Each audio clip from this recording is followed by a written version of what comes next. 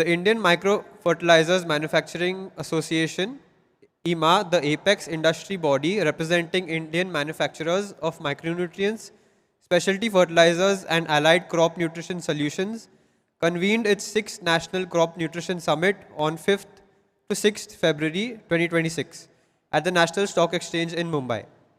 The summit brought together IMA members, member companies, policymakers, regulators, scientists, tax experts, quality professionals, and other ecosystem stakeholders to deliberate on regulatory pathways, taxation, quality assurance, and ease of doing business for India's crop nutrition sector.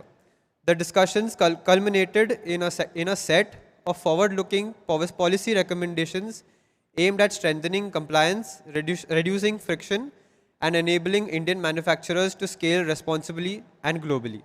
Can I have the managing committee members, please?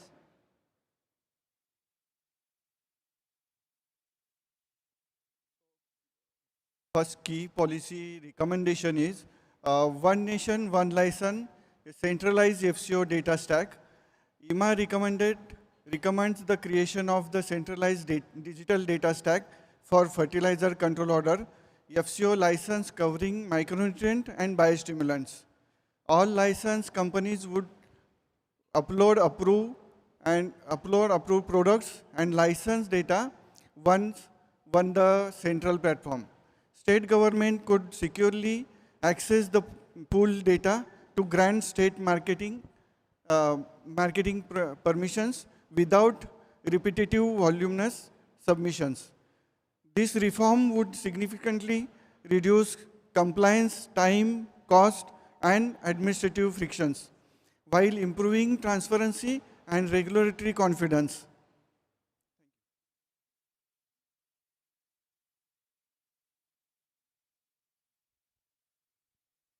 Good morning, everybody.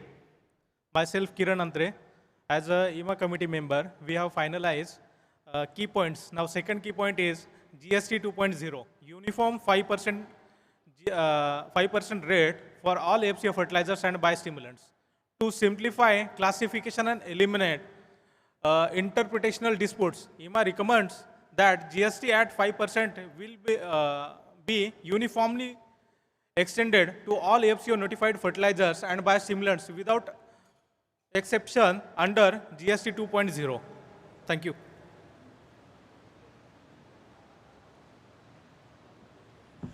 Our next recommendation is that inverted duty structures and time-bound refunds should be available, with Schedule 1G micronutrients taxed at 5%.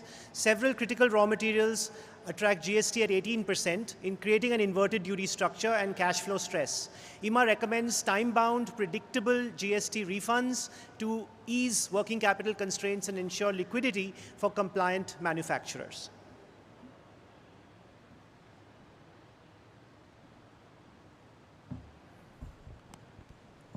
Point number 4 is GST alignment and removal of anomalies. Schedule 1G micronutrients enjoy 5% GST, but this benefit is not uniformly extended across all the FCO included fertilizers. IMA urges policy alignment to remove inconsistencies and ensure tax neutrality across comparable crop nutrition products.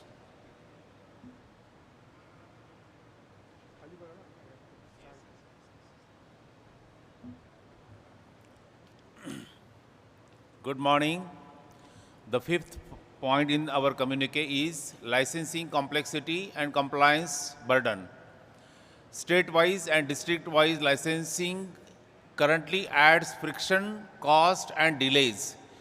IMA recommends exploring centralization, mutual recognition between states, and digital rationalization to reduce duplication while maintaining regulatory oversight.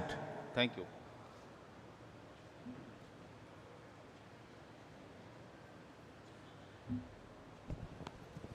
Good morning. 6th point, biostimulant sector expansion and specifications overlap.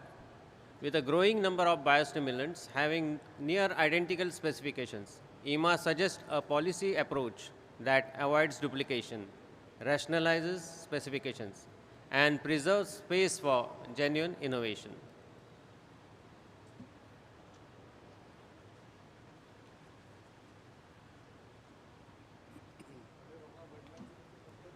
Good morning. The seventh point of the communique would be guidelines for liquids and advanced formulations. The current norms are largely powder-centric. EMA recommends broader, clearer guidelines for liquid micronutrients and water-soluble mixtures, reflecting evolving formulation science and modern agronomic practices.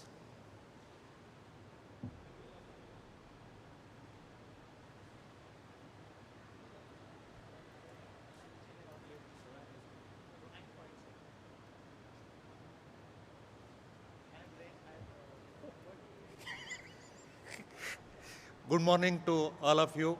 Our ninth recommendation will be decriminalization and ease of doing business.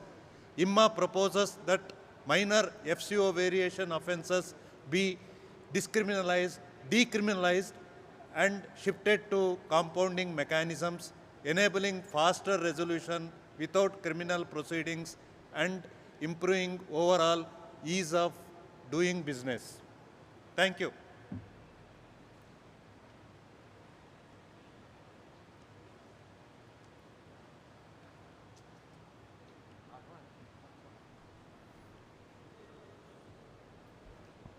Good morning. Leveraging NABL accredited private labs until all state quality control laboratories are fully equipped and trained, EMA recommends formal recognition of NABL accredited labs, private laboratories for quality control testing to ensure timely, reliable compliance. As a way forward, IMA reaffirms its commitment to working closely with the Government of India, state governments and regulators to co-create a regulatory framework that is transparent, science-based, digitally enabled and globally competitive. The association believes that these recommendations will strengthen farmer confidence, improve compliance outcomes, and position India as a trusted global supplier of high-quality crop nutrition products. This is issued today by the Indian Microfertilizer Manufacturers Association, and if you and your company wish to sign off on this communique, we'll be more than happy. The communiques will be available after the managing committee signs them throughout the morning for any of you to come and affix your signature along with the name of your company. Whether it is a member or a non-member, we would make sure that your voice reaches the tables of the Government of India and the governments in various states, so that as through the year, this is our mandate which arises out of the recommendations and the discussions that took place over the last 2 days. Thank you very much.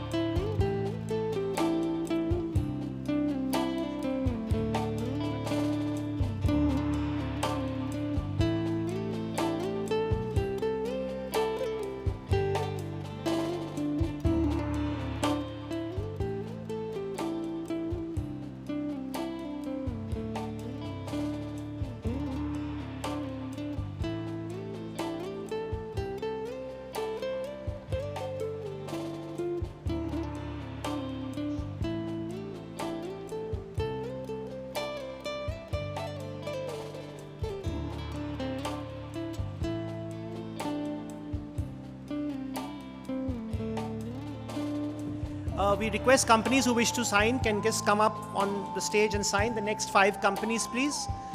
Next 5 companies. All representatives from every company can sign. It doesn't have to be just one. So please do come in 5 at a time so that it's organized. 5 at a time, please.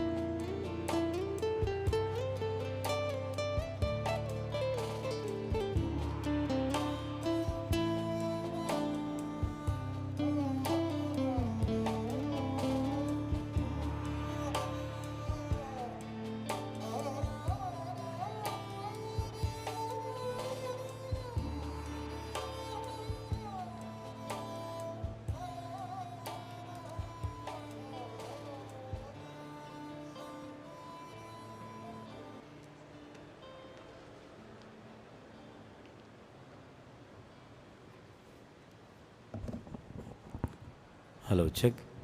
Good morning, everyone. Requesting all the company members, those who have not signed this article yet, please come one by one. Only 5 members at a time can come and sign this page. So requesting everyone, those who have still not signed this, please come forward on the dais and begin with your signatures. Thank you.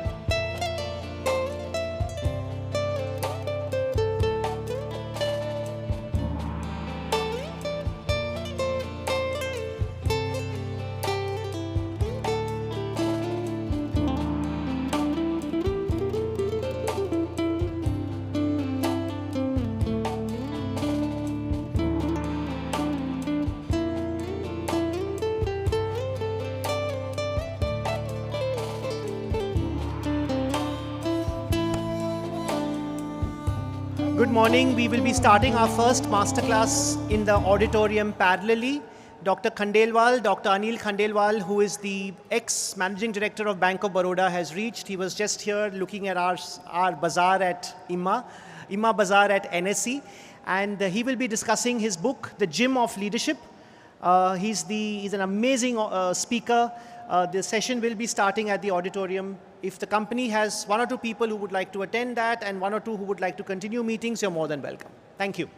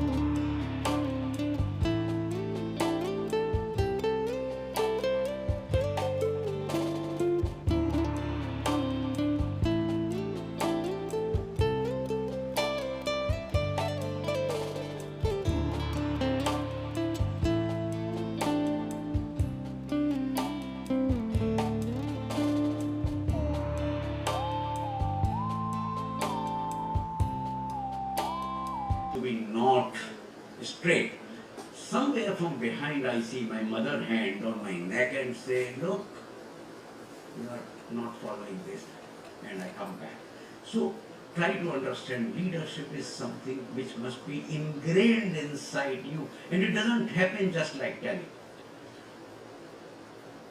Nor, if your bosses exercise leadership, your leadership can be developed.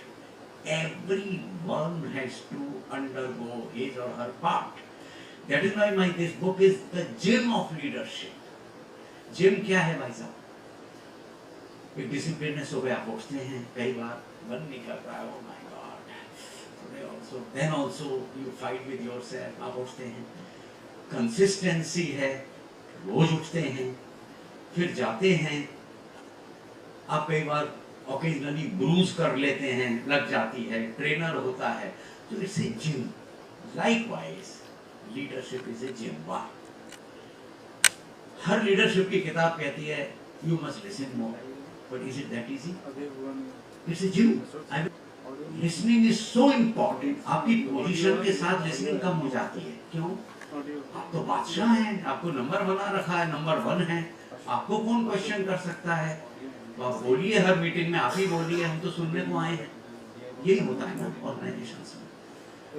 अब वहाँ listening की practice, मैं साहब listening के fast करके जाता हूँ, sorry speaking fast observe करता था कि आज मैं फर्स्ट 20 मिनट नहीं बोलूंगा, बता रहा हूँ आपको, ये मेरा जिम था. 10 मिनट बाद कुछ हुआ and I will start speaking. ऐसे ही होता है ना.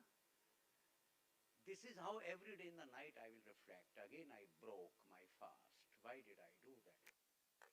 का काम है, और इतनी मेहनत के बाद मैं शायद 20 पर कर पाया. मैं आपको डिफिकल्टी बता रहा हूँ लीडरशिप की. ये इतना आसान होता तो आप क्लास अटेंड करते और लीडर बन के निकल जाते. वो वॉशिंग मशीन की तरह, जैसे पॉलिटिक्स में होती है वॉशिंग मशीन, तो ये कोई लीडरशिप की वॉशिंग मशीन नहीं है. You have to go to your personal gym of leadership. What it is? Personal discipline. Leadership ना तो आप किताब पढ़ के, आप मेरी किताब को भी 20 बार पढ़ लीजिए, कोई गारंटी नहीं आपकी लीडरशिप डेवलप हो जाएगी, unless you start. So it is a disciplined practice. It is a disciplined practice. भाई साहब जरा सा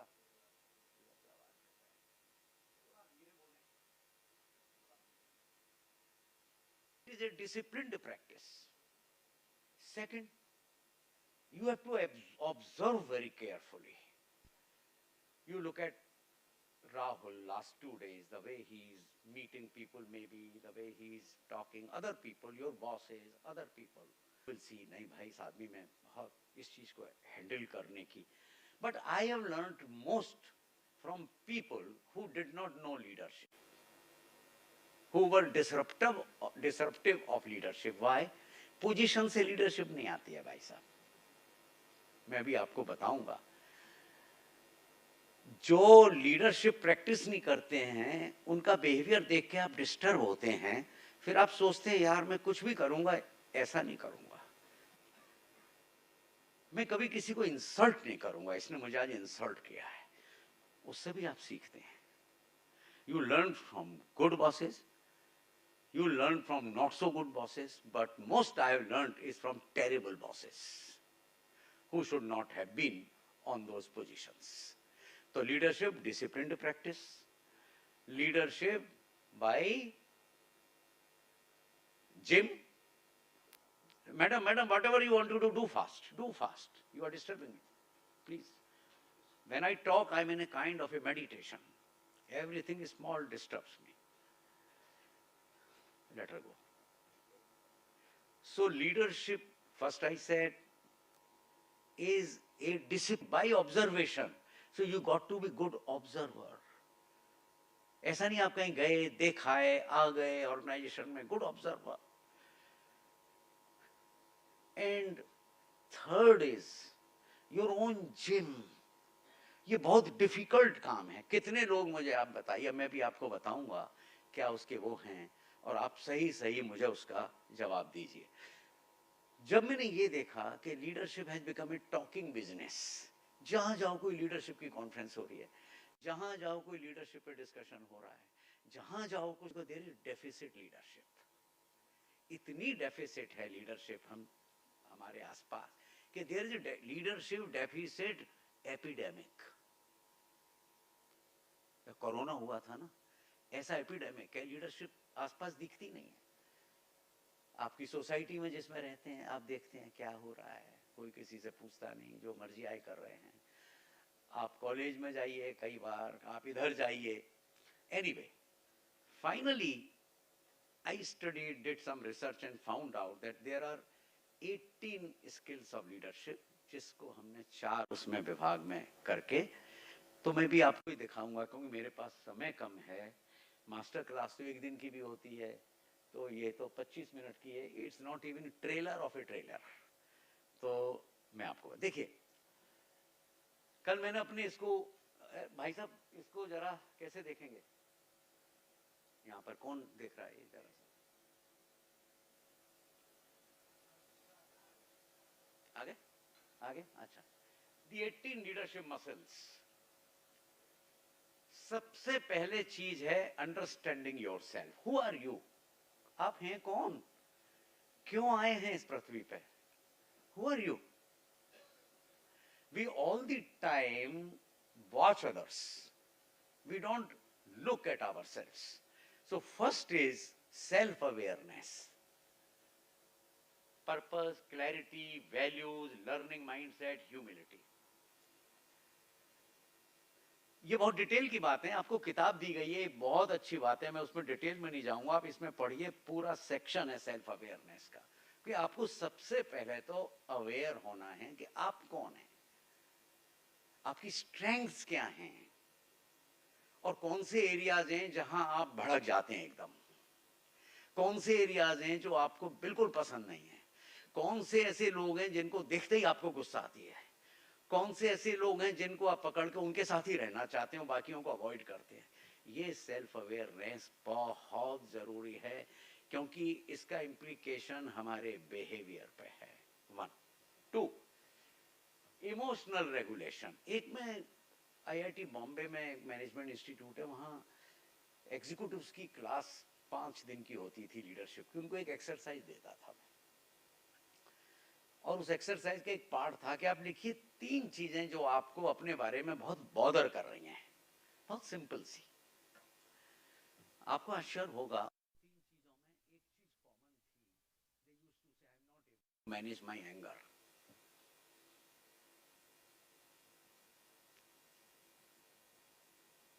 ये बहुत वो चीज है, क्योंकि एंगर का सोर्स क्या है हमें पता करना पड़ेगा। हमारी एंगर का सोर्स क्या है?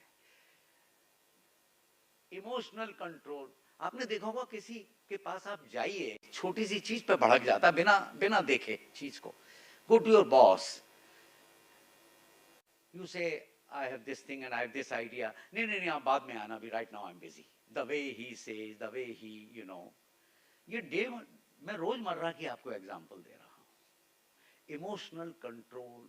बट आप ऐसे बॉसेस हैं, कितने भी टेंशन में हैं आप जाइए, वो अपना कूल नहीं खोते, कहते हैं right now I am busy, let us see this, can you come at 3:30 we meet. आपको लगेगा क्या आदमी है साहब। ये मैं आपको बता रहा हूं जो डेली हम लोगों के साथ होता है, डेली। ये हार्वर्ड में पढ़ने वाली बातें नहीं है, वो पढ़ा के पैसा बनाते हैं, वो बात अलग है। हाँ, एकेडमिक इंस्टीट्यूशन की जरूरत है, जब ऑलरेडी आप लीडरशिप ट्रैक पे हैं, then they help you to reinforce. But आपने अपना डिजाइन कुछ नहीं किया है, कहते हैं प्रोग्राम अटेंड करके आएंगे और हम लीडर बन जाएंगे, वो नहीं बन सकते। आपको पहले डिसाइड करना है कि whether you want to become a leader. Self control is the main thing. Then relationship management. How do you manage interpersonal relationship? How do you manage your team? How do you manage the relationship with bosses? Some people say, I don't care. I'm not like that. कुछ लोग अपने उसमें इतना वो रहते हैं, no, I don't like to go. I don't believe in this. I don't believe. They live in their own world. But if you are a leader, you are holding an important position, you have to work with others. You have got to work with every kind of soul. You got to organize the effort of the organization. You have to collectivize the genius of people. लेकिन आप अपने ही उसमें खोए हुए हैं. मैं एक boss की एग्जांपल देता हूँ साहब. एक हमारे बॉस थे, कितने हाई लेवल पे, जब हम मिडिल लेवल पे थे. दो बॉसेस का बताऊंगा कितना अंतर, किससे लीडरशिप सीखी. और तो ये बॉस थे, बड़े पढ़े लिखे थे, chartered accountant, cost accountant, management accountant. बड़ा गर्व था उनको कि मैं उनके पास आप कुछ लेके जाइए, नोट पे आप लिखिए, these are my suggestion. He will call, you are giving me suggestion, are you teaching me, are you teaching me. I am telling you exact conversation. Nobody went to him कि भाई आप तो ओवरवाइज हैं, आपको सब आता है, हम इंसल्ट होने तो आई नहीं. आप सोचिए टॉप पे अगर ऐसा आदमी है, arrogant, who thinks he is overwise, वो ऑर्गेनाइजेशन को फ्रीज कर देता है. कोई जाता नहीं है, कोई करता नहीं है. That is the time I am actually grateful to him. If he was not like that, bank would not have come down. I would not have been able to show results on a lighter side, on a lighter side. So एक दूसरे boss थे साहब, शानदार किस्म के आदमी थे. ये ऐसे ही स्मार्ट थे जैसे राहुल साहब हैं. इनके बाउंड एडिशन लगते थे वो मुझे. राहुल आपको देख के मुझे इनकी याद आती है कि हमारे बॉस थे. उनके पास जाइए, उनको नोट भेजिए, अब देखिए आदमी रिमार्क क्या लिखता है. He will write at some place, that's a good idea. अगर उन्हें कंफ्यूजन है, कुछ है, तो उस पैरा पे लिखेंगे, can be explore it further. Last में लिखेंगे, good note, but probably these last two things can be better. तो आप सीख रहे हैं, आप सीख रहे हैं. वो आपको पेम्पर भी नहीं कर रहे हैं, वो एग्जैक्टली आपको वो दे रहे हैं. कुछ बॉसेज हैं, आपके पूरे नोट को इतने मेहनत से बनाया, उस पर लिख देंगे सीन, एक है, खत्म. यू सी, ये ह्यूमन रिलेशनशिप, ये जो इमोशनल रिलेशनशिप है, ये तार अंदर के ऐसे फ्रेजाइल होते हैं. वो लीडर आपको एकदम मोटिवेट कर सकता है और लीडर आपको डिमोलिश कर सकता है. उसकी एक ऐसी पावर होती है. So relationship management, respect for diversity, collaboration, influence without authority. Leadership जो चीज है वो ये है कि बिना अथॉरिटी एक्सरसाइज किए वो आपको इन्फ्लुएंस कर सकता है. You know, there are people who like to work with. एक मैं और एक्सरसाइज देता था कि given an opportunity, imagine people you work with whom you will like to work again. Write the things. They will write, yeah, my ex-boss, he did these things. What he did? He supported, he was empathetic, he built trust, he supported. These are the kind of people, and that's the constituents of good leadership. Finally, let me tell you, it's all about communication. मैं अगर आपको बताऊं, देखिए हम कोई पैदा नहीं होते हैं लीडर. मैं तो नहीं हुआ, मैं कहीं फॉरेन नहीं पढ़ा, मैंने अंग्रेजी सीखी है जब मैं 10 साल का था. 10 साल के बच्चे नॉवेल लिख रहे हैं आजकल इंग्लिश में. 10 years when I was, I learned A, B, C, D. Leadership is work in progress. आप लीडरशिप की ट्रेड मिल पे चलिए, मेहनत करिए, अपने आप को ओपन रखिए, सीखिए. And one of the thing that contributed to my own leadership is my emphasis on building communication. Communication is not oratory. ये पॉलिटिशियंस ओरेटरी दिखाते हैं ना, एक दूसरे को गाली देते हैं, बड़े शान से बोलते हैं. Communication is a very sensitive thing, very, very sensitive thing. So communication involves deep listening. What is deep listening? वो ही प्रैक्टिस जो मैंने आपको बताई थी कि आप पहले लिसनर बनिए. एंड लिसनिंग टू एक्ट, ये नहीं आपने सुन लिया और कुछ करना नहीं. Listening to act. अब वो सब छोड़िए, वो सब मेरी किताब में. मैं नेक्स्ट आपको थोड़ा सा, I may take a little more time, but I don't know. Leadership is a fitness, not a position. It is hierarchy neutral. It has nothing to do with managing director or general manager's position. You can be a leader, your boss may not be a leader. I have seen it. It is hereditary neutral. आप king Victoria के बच्चे हैं, it doesn't matter. वो देखो ना Prince Andrew के एपेस्टीन file में कितना घूम रहा है, नॉट लीडर। सो इसका हेरिडिटी से लेना देना नहीं है, इट इज जेंडर न्यूट्रल। ये सब हीरोइज्म मैन में ही है कि वुमेन में ही है, anybody can be. It is culture neutral कि साहब वेस्टर्न कल्चर में लीडर होते हैं, ईस्टर्न कल्चर में नहीं। It is education neutral. अब आप कहेंगे ये क्या बात है, एजुकेशन न्यूट्रल? अरे आप डबल एमटेक हैं लेकिन आप में लीडरशिप नहीं है, आपको बिहेव करना नहीं आता।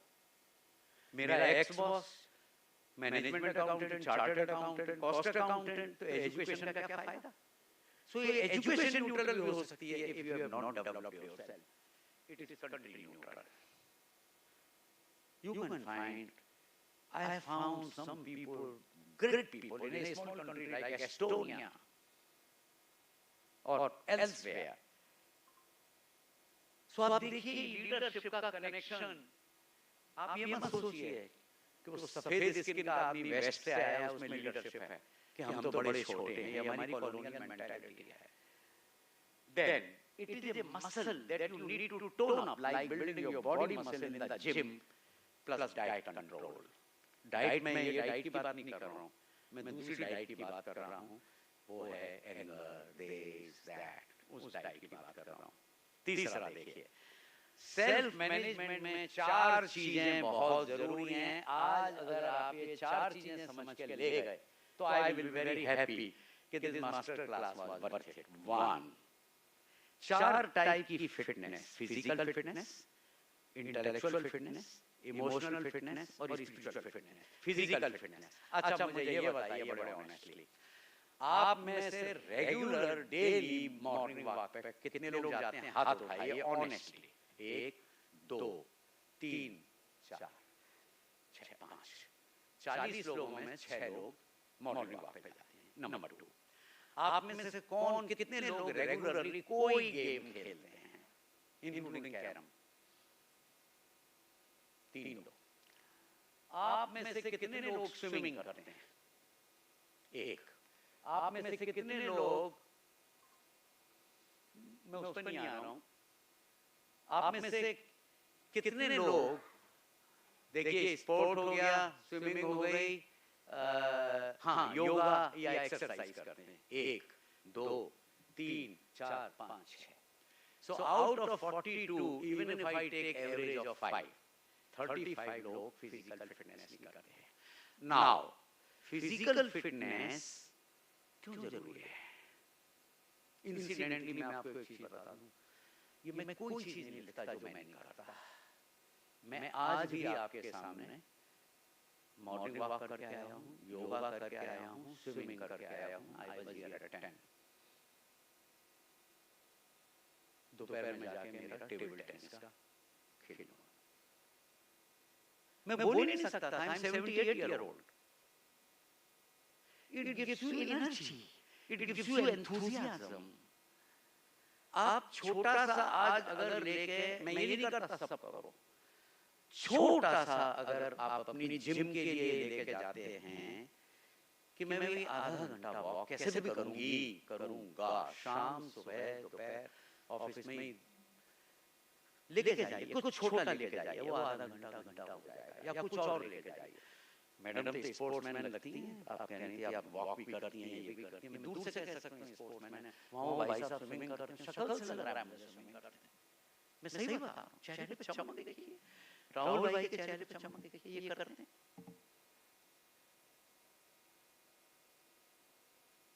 दूसरा है इंटेलेक्चुअल फिटनेस. अब वो जमाने गए. आपकी educational degree is only a passport to get a job. आपको डेली स्किल डेवलपमेंट से अपना वीजा अर्न करना है to remain in the job. आपका वीजा एक्सपायर होता है every 2 year 3 year. Learning visa कितने लोगों का रिन्यू हो सकता है? Learning visa I am not sure. आप डिग्री के बूते पे पासपोर्ट है, कंट्री में घुस गए हैं, अब आपका स्किल वीजा आपको अर्न करना है इफ यू आर लर्निंग.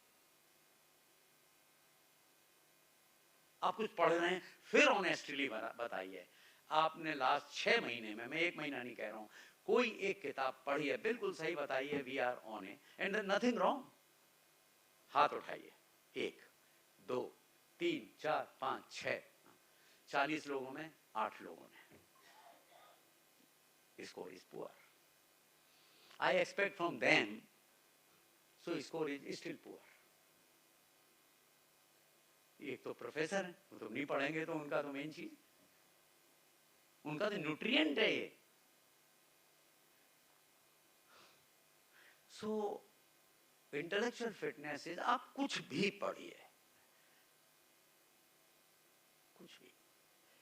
मैं उस पढ़ने की बात कर रहा हूं जो आपके सब्जेक्ट से अलग है. ये तो पढ़ना ही है आपको जो आपका है. कुछ पढ़िए और करते करते आदत डालिए अच्छा पढ़ने की, अच्छा लिटरेचर. मैं ये नहीं कहता कि आप बड़ी मैनेजमेंट बुक्स पढ़िए, आपका अच्छा मराठी लिटरेचर पढ़िए, अच्छा हिंदी लिटरेचर पढ़िए, अच्छा कोई नॉवल पढ़िए, और धीरे धीरे धीरे डिसर्नमेंट करिए कि मुझे और अच्छा क्या पढ़ना है. Intellectual fitness. Third is emotional fitness and anger management. Practice awareness, be adaptable, practice reflection, practice empathetic being, seek support. If you have a real issue, अब मैं इस पे जाना नहीं चाहता, इसकी तो एक्सरसाइज होती है दिन में, मणि साहब करा सकते हैं कि आपकी इमोशनल फिटनेस कितनी है, यहाँ तो मैं कह नहीं सकता. हम सब लोग इमोशनली अनफिट हैं टू सम एक्सटेंट. और किसी को बहुत गरूर हो कि मैं इमोशनली फिट हूँ, तो अपनी वाइफ से जाके पूछ लें आदमी, और अपने हस्बैंड से जाके औरतें पूछ लें कि हम लोग कितने इमोशनली फिट हैं, वो आपका स्कोर दे देंगे. वो घर में रोज क्या होता है, क्वेश्चनिंग होता, अरे भाई तुम छोटी छोटी बातों पे क्यों नाराज हो जाते हो. औरतें कहती हैं तुम्हें कोई चीज पसंद ही नहीं आती है. तो हाउ टू कीप. मेरे एक मामा जी थे, मैटरनल अंकल, वो प्रोफेसर थे, इंसिडेंट बड़े फेमस प्रोफेसर थे फिजिक्स के, और मेरी मामी जी का टेम्पर बड़ा, तो वो हमेशा कुछ ना कुछ, वो बड़े स्टूडेंट्स को एनकरेज करते थे घर आने के लिए, पढ़ाने लगते थे. मामी, फिर तुमने दुनिया की ठेका दे रखा है. She was rather rude if I say. मामा जी, मैडम आप इतना नाराज क्यों हो रही हैं. I can never be like that, but he is my role model. The way he would, उनका मेरे ख्याल में इमोशनल रेगुलेशन इतना हाई था मनी साहब कि I can not keep even with all knowledge of leadership. तो हम सब वर्क इन प्रोग्रेस हैं. ये लोग आइडियल हैं जो बड़े बड़े लोग, हम वर्क इन प्रोग्रेस हैं, हमें गिव अप नहीं करना चाहिए. और लास्टली है स्पिरिचुअल फिटनेस. मैं यहाँ कोई स्पिरिचुअल तो मैं बहुत कम. लाइफ का मीनिंग क्या है भाई, हम क्यों आए हैं, what is our purpose. Purpose is helping, purpose is really compassion लोगों की. ये है कि नहीं पर्पस, कि हम छोटी छोटी चीज पे झगड़ा करने आए हैं. हालांकि हम लोगों की एज में जरा ज्यादा समझ में आती है स्पिरिचुअल फिटनेस, या आपके एज की अभी शायद आपको लगेगा, लेकिन थोड़ा सा जिंदगी के बारे में सोचना चालू करें, बस इतना. Some reflections. Find out what are your unique strengths that can help you manage yourself. What aspect of your personality do you need to work out? Physical, intellectual, emotional, spiritual. What are the barriers experienced? Thank you. अब आप मेरी किताब ले जाके पढ़ें, जो कहीं ऐसे ही किताब में कोई सी भी स्किल उठा लीजिए. ये नहीं है शुरू से आखिरी तक पढ़, कोई भी. Thank you very much. I'm sorry I may have taken a little more time, but then thank you very much.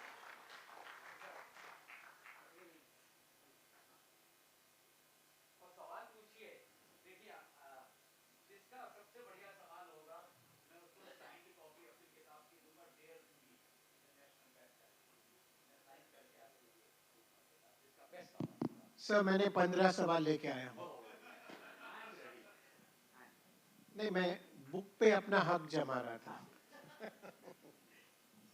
If I can answer, fine. If I can't answer, I will say it is a good question. I'm sure you got a very different approach to how leadership can be viewed from a day-to-day perspective. See, whenever we talk about leadership and we talk about leadership in action, we end up talking theories, we end up talking concepts, we say Peter Drucker, or we say Peter Senge, or we say anybody like that. So this has been a very, very practical churning of thoughts, and I'm so glad that so many of you here are present to benefit from the same. Sir आपके dare to lead ने काफ़ी dairying दे दी है लोगों के मन में, हाथ ऊपर आने लगे हैं. So let's begin. I will keep my questions for later. Go ahead. आपको हम माइक देते हैं, please circulate it.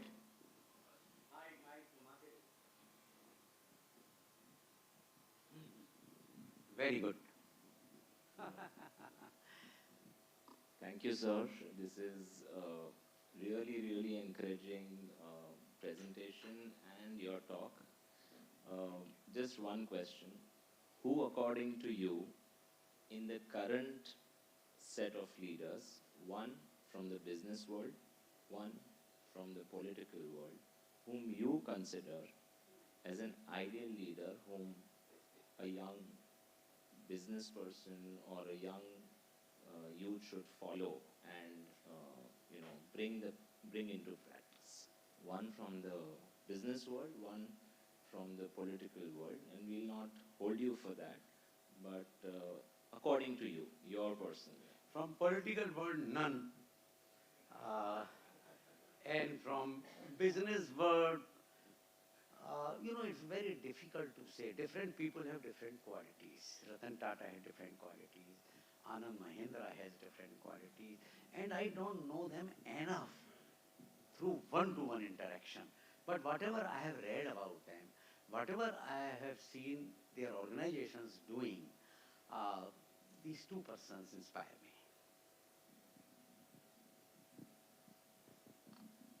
Yes, please. आप हैं इधर. Sorry, I have the mic. हाँ बोलिए बेटे, बोलिए. Sir, you rightly mentioned no one is a born leader. Everyone grows as a leader through observation and their day-to-day practices and opportunities which they get. My question is regarding the leadership deficit. You said there are people taking a lot of sessions about leadership, people going abroad to learn about leadership. In a corporate world, I would say leadership deficit comes because of the ownership. I mean, you're held responsible or accountable for a lot of things. And maybe because of that, people don't foresee to be a leader, and there are opportunists and good people, maybe like me, who want to be a leader.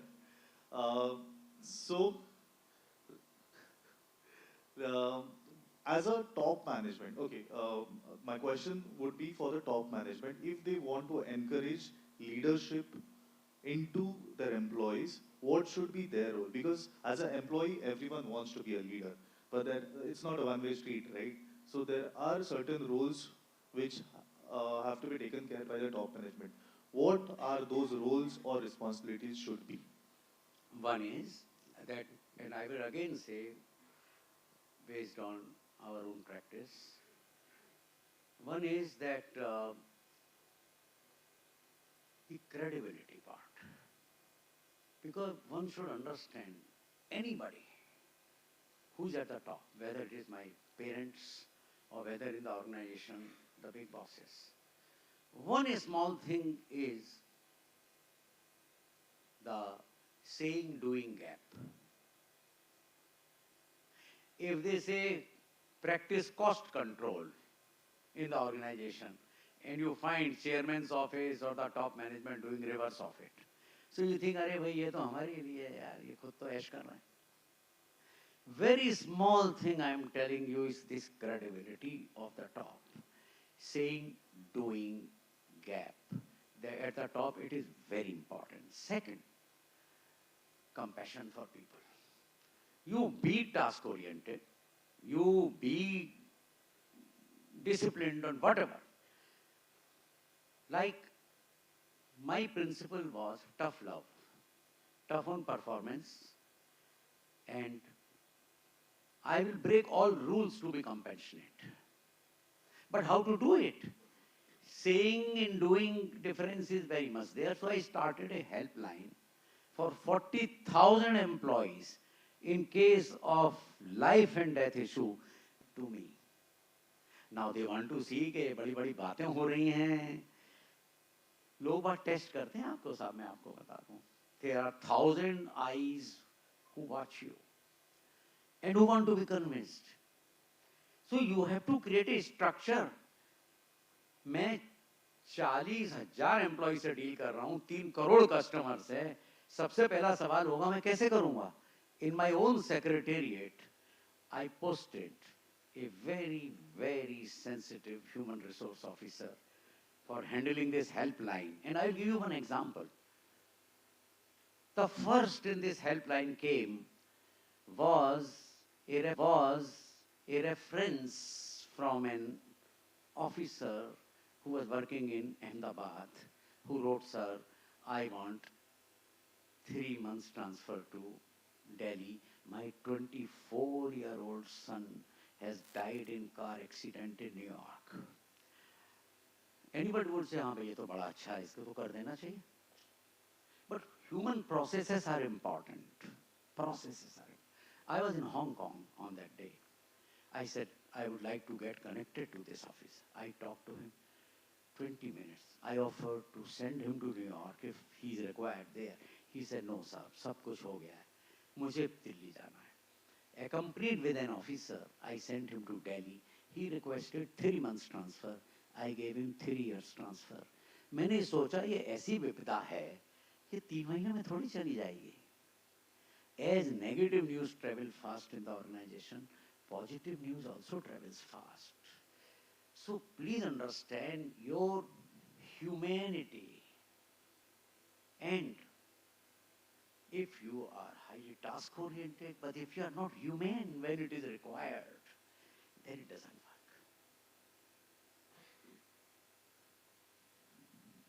Just want to add one aspect. All organizations traditionally have looked at developing managers. And managers get their power and position by virtue of their title and position in the hierarchy. Now we have to, as top management, as ownership of any organization, start promoting the thought that we want leaders in the organization.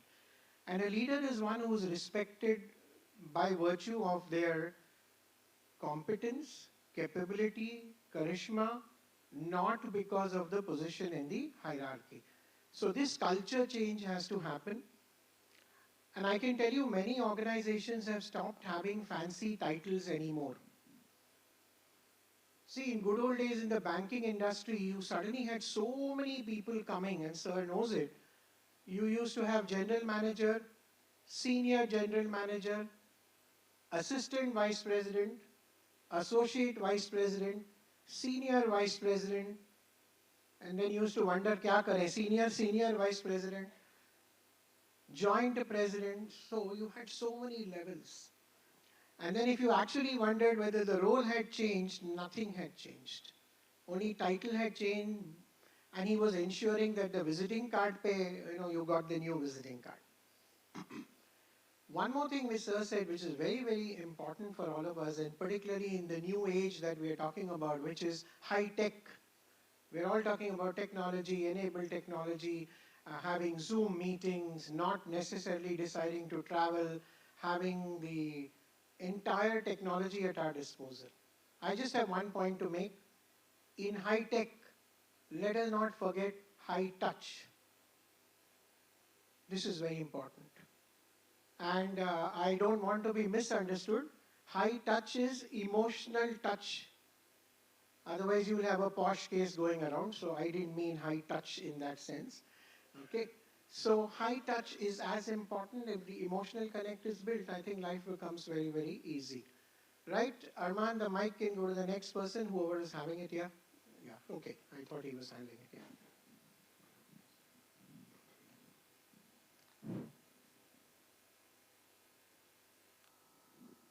So thank you for the masterclass. I'm also a student of Professor Mani, studied under him in ITM.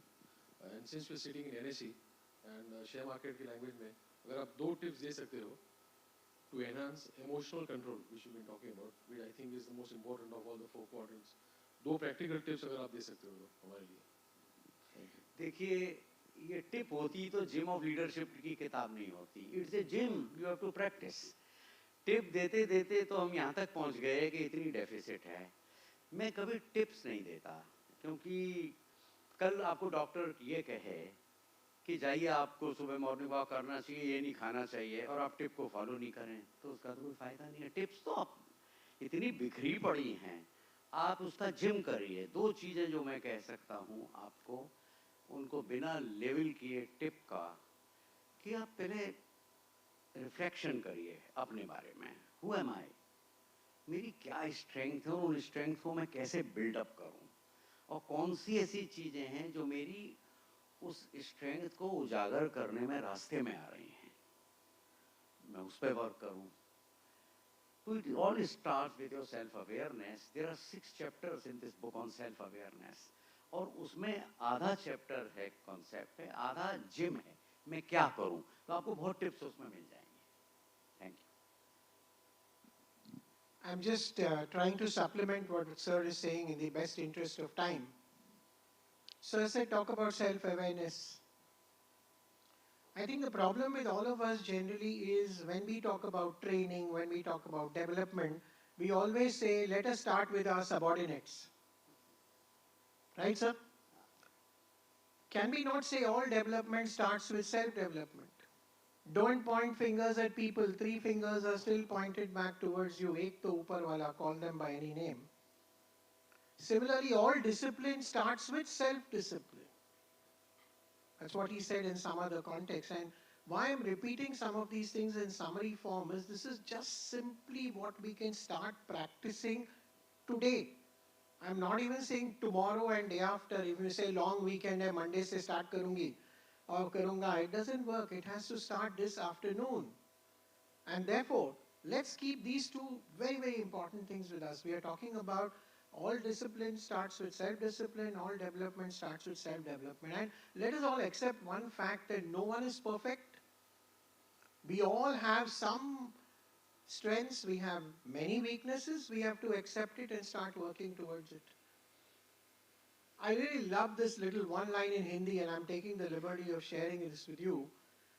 सब में कमियां होती है ना, लेकिन कमी है इसका एहसास होना चाहिए.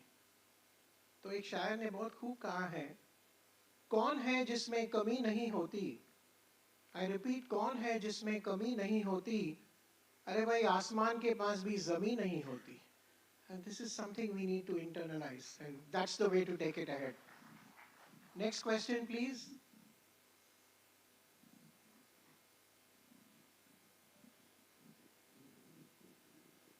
Thank you, sir, both of you. My name is Srikanth. I am from Hyderabad. So my question is, we get inspired by many people in our day-to-day lives, and we want to improve ourselves. We tend to have somebody as a role model whom we would like to follow. Learning is a constant process, but at times we may get confused by finding few others too who keep inspiring us. Who keep inspiring us. So my question would be, would it help to have somebody in our life as a role model to keep improving ourselves, or treat ourselves as a self-model and keep working internally around? So which would be better? Look here, we always need, to discuss, to articulate, to understand. And someone who can say you are wrong. Someone who can say that maybe you can try this.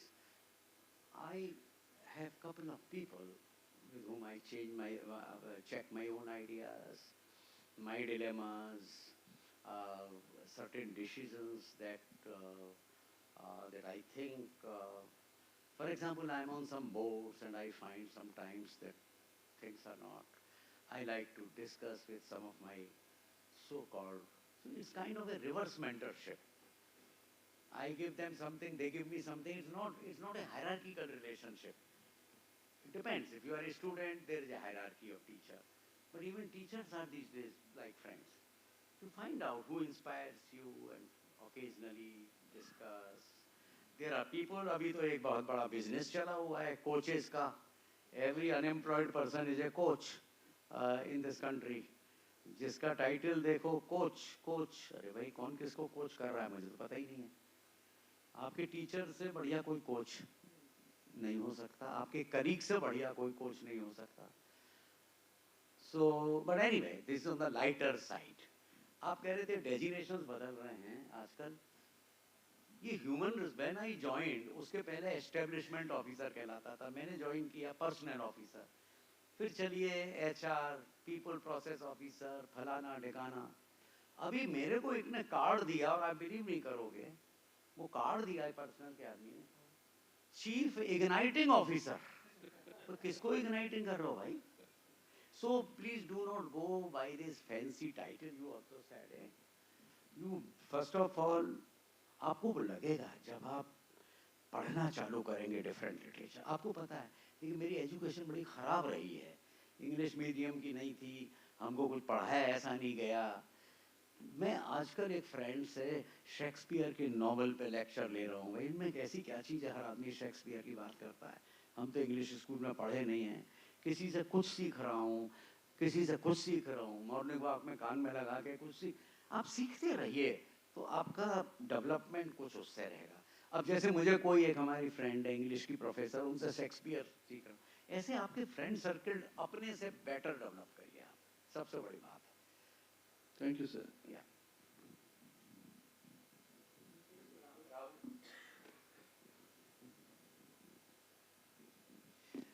Sir, thank you very much for accepting our invitation. I just wanted to, remember, I remember very distinctly the last time I met you at the Thane Literature Festival. You shared a story about how you changed the Bank of Baroda brand. And it was a story that stuck with me. And I think a lot of us, and I think it talks about, the courage of your conviction. And if you could just very briefly, just talk about that story, would be great. देखिए हम लोगों की जब हम positions को occupy करते हैं ना टॉप पे, तो ये बहुत सिंपल नहीं होता है. कॉमन आदमी समझता है देखो यार कितना बड़ा केबिन है, क्या गाड़ी है, क्या पेडर रोड पे रहते हैं और क्या क्लब की मेंबरशिप है. बट उसके पीछे जिम्मेदारियां जो होती हैं, अब कुछ तो निभाते हैं उन जिम्मेदारियों को और कुछ उसको पावर और परक्विजिट को यूज करके चलते बनते हैं. पब्लिक सेक्टर देखिए है क्या, बैंकों में स्ट्रॉन्ग यूनियंस, एटलीस्ट उस समय गवर्नमेंट, इतनी कंप्लेंट जाती थी डेली. तो हमने क्या किया उस समय, अपना लोगो चेंज किया था, ब्रांड चेंज किया था. दो anybody deals with bank of Baroda यहाँ पर आप, तो आपने वो नया लोगो को जो देखा ना बीईबी, वो मेरे समय में मैंने चेंज किया था. उसने हड़कंप मचा दिया. हमारी ट्रेड यूनियंस, हमारे लोगों ने, मतलब इतने स्पेकुलेशन. फाइनली एक लेटर लिखा गवर्नमेंट को कि साहब इसका कलर जो है भगवा कलर है, he is a BJP activist. Congress government को लिख दो बीजेपी एक्टिविस्ट और बीजेपी को लिख दो कांग्रेस एक्टिविस्ट. तो आप गए. एक दिन मेरे को रात के 8 बजे कंसर्न मिनिस्टर का फोन आया, आपने लोगो चेंज किया. मैं एग्जैक्ट कन्वर्सेशन आपको बता रहा हूँ. हाँ साहब लोगो चेंज किया. क्यों चेंज किया, किसका डिसीजन है? सब बोर्ड ऑफ डायरेक्टर्स का डिसीजन है. और इसलिए चेंज किया कि there is AC Nielsen Economic Times report that we look very fuddy duddy, means पुराने टाइप की. We got to and instructed me to withdraw the logo. Market में logo चल पड़ा था, इतनी वाहवाही हो रही थी, ब्रॉट सच फ्रेशनेस. नाउ मिनिस्टर, हम तो पब्लिक सेक्टर बैंक हैं, गवर्नमेंट के नीचे काम करते हैं. या हमारी डेली मॉर्निंग मीटिंग होती थी. Next day in the morning meeting 25 general manager reported to me, 2 executive director. तो मैंने कहा भी देखिए ये इंस्ट्रक्शंस हैं टॉप के. 25 में से 25.5 आदमियों ने कहा हाँ साहब विड्रॉ कर लीजिए, हम तो गवर्नमेंट बैंक हैं, they are the bosses.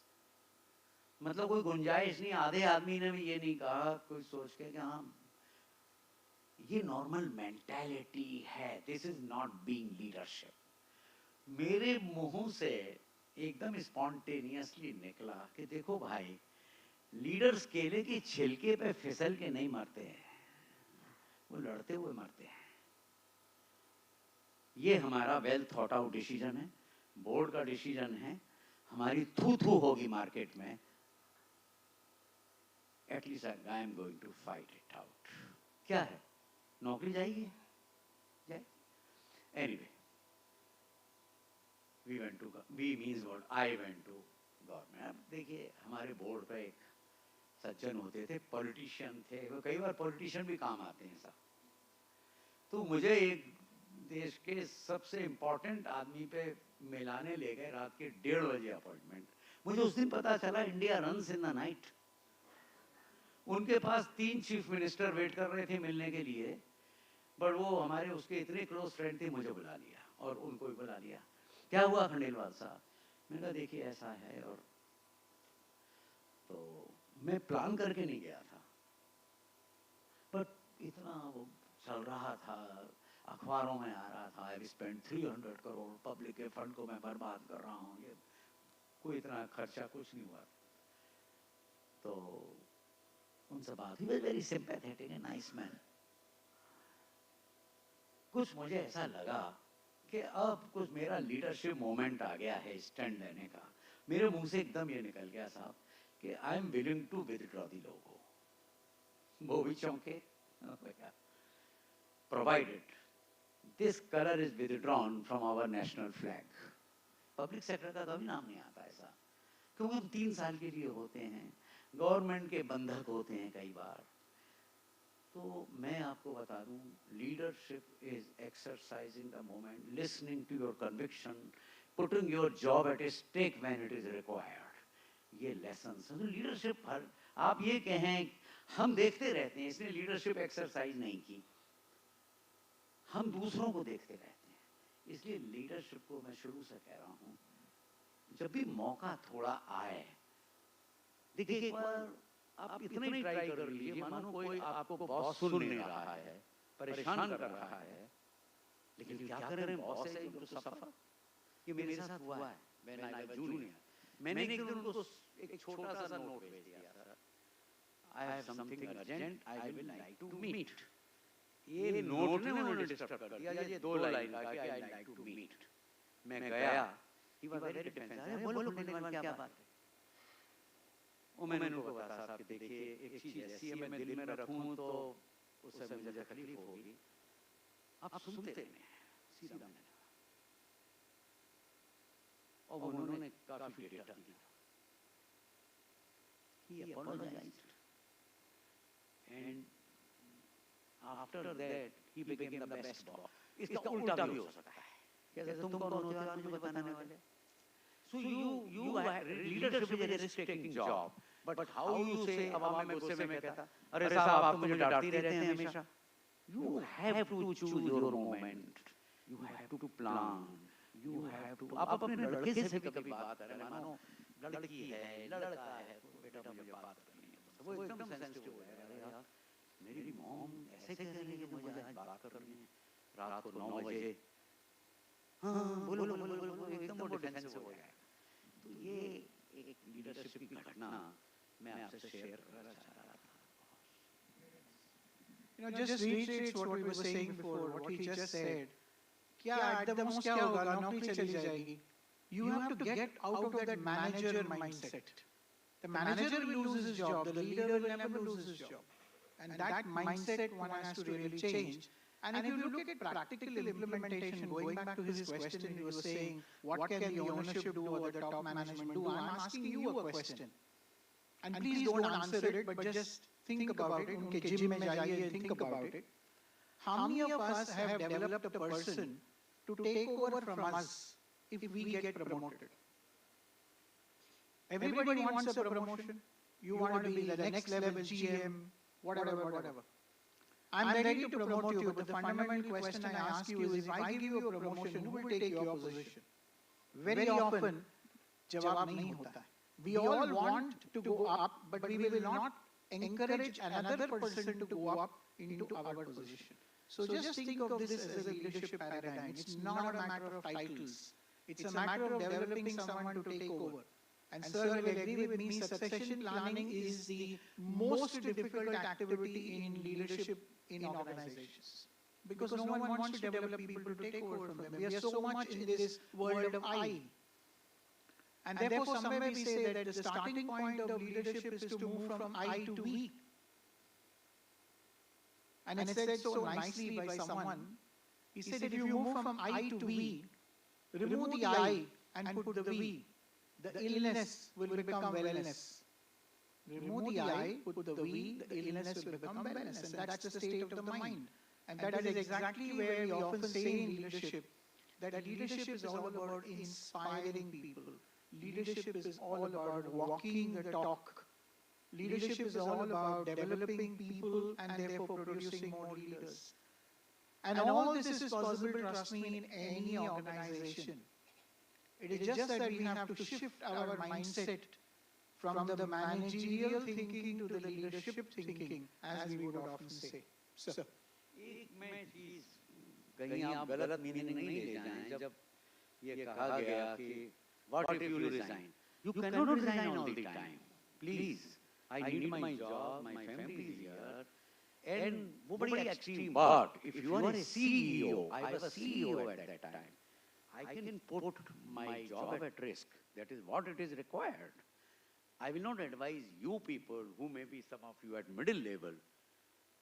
You need your job desperately, but that does not mean you cannot question. That does not mean you cannot raise an issue. सब इसका भी मैं आपको बताता हूँ. एक बार एक ने मुझे क्वेश्चन किया.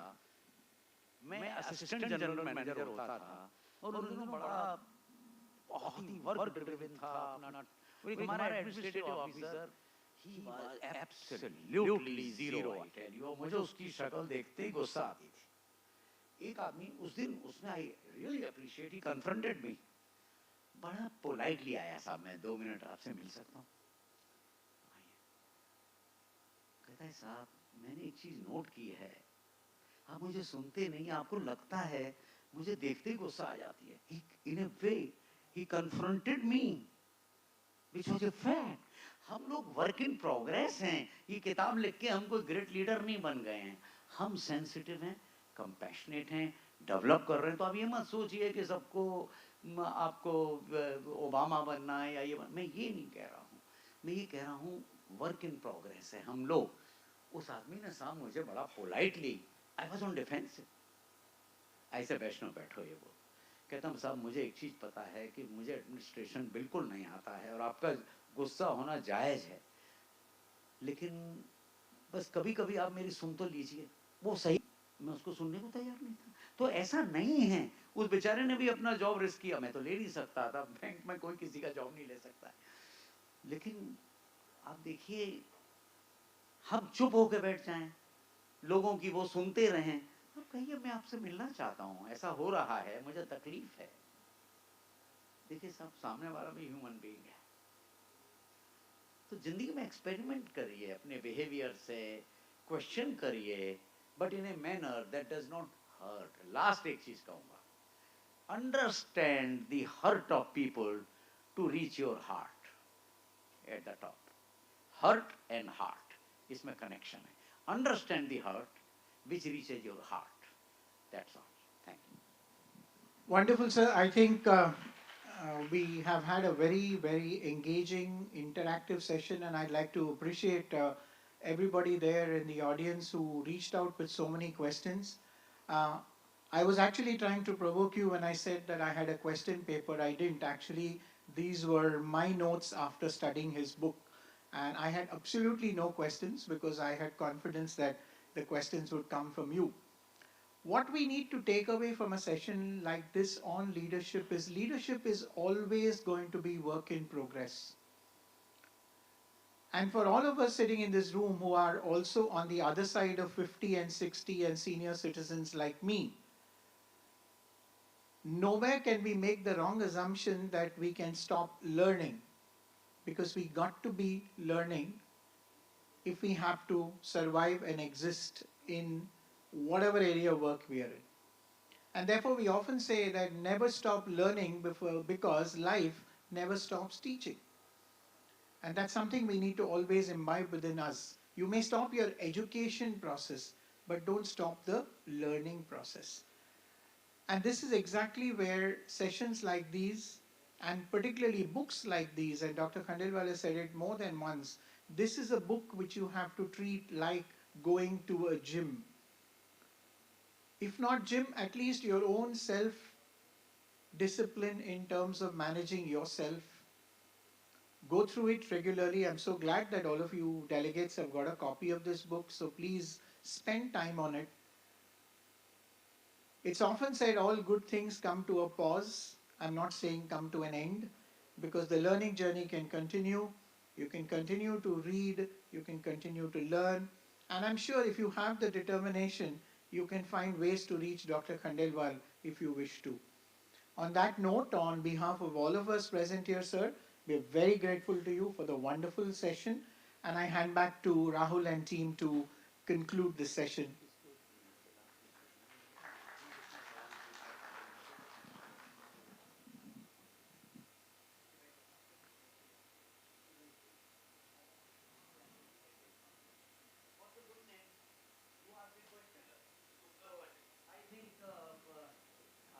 So sirs decided this book goes to Omkar Patil.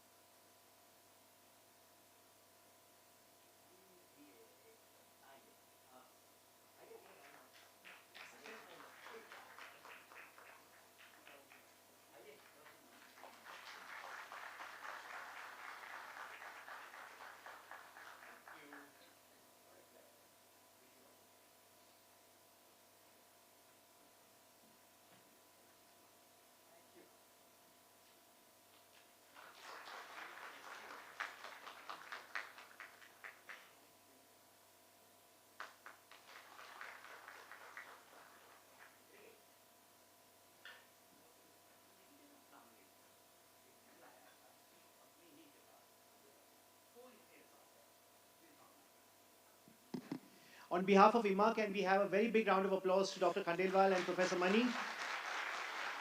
I'm sure this kind of a session took us on a different kind of a thought process, very, very deep, very, very insightful, and sincerely appreciate your time to spend with us. And thank you, Professor Mani, for this. Thank you.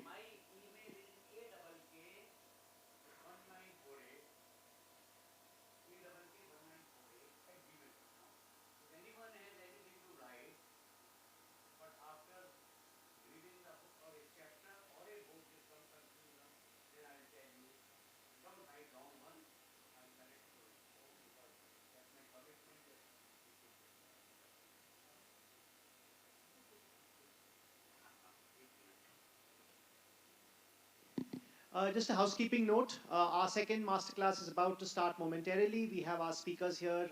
The session is on fundraising for agribusiness, conducted by Deloitte. There is a, it will be actually Pinky, our moderator will actually be introducing and conducting the Q&A. However, there will be a keynote by, for the entire session by Mr. Srinivas Kuchibotla, who's from Deloitte. They're already here. The session will start momentarily. So anyone wanting a bio break can go back and come back in very quickly. Thank you.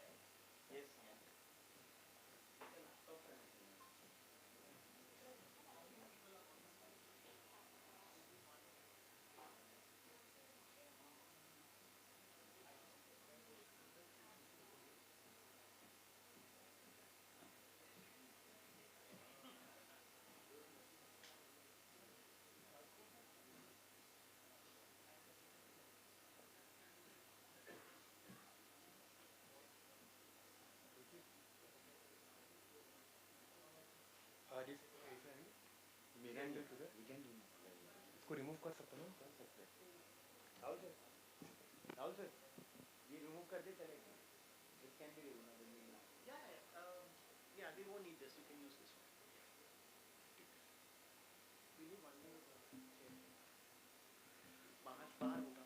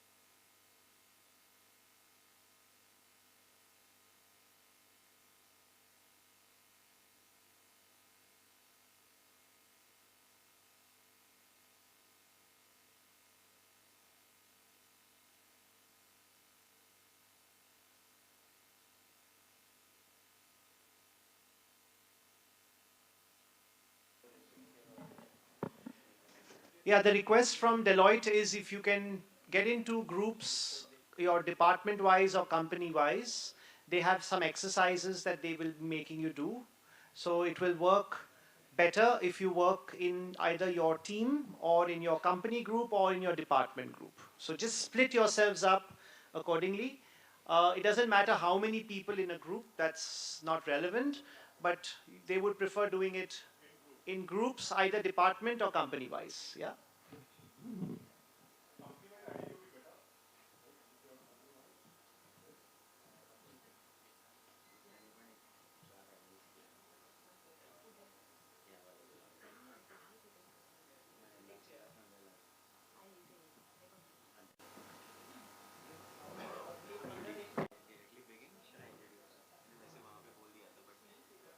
Just a second, I'll just let you know.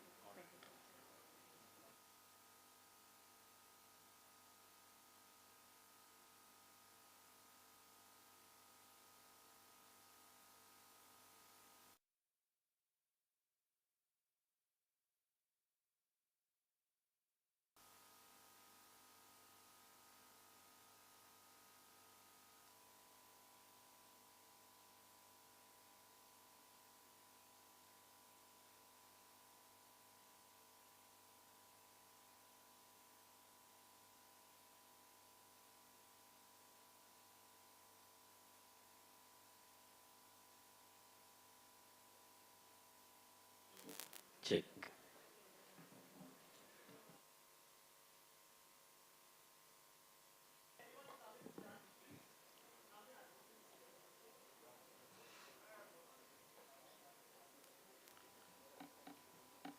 Wise or department wise, because there will be an exercise that will be conducted. So it will work better if you sit by company or by your own departments, assuming multiple of them are from the same company. So therefore, department wise or company wise would be the best way forward. Yeah.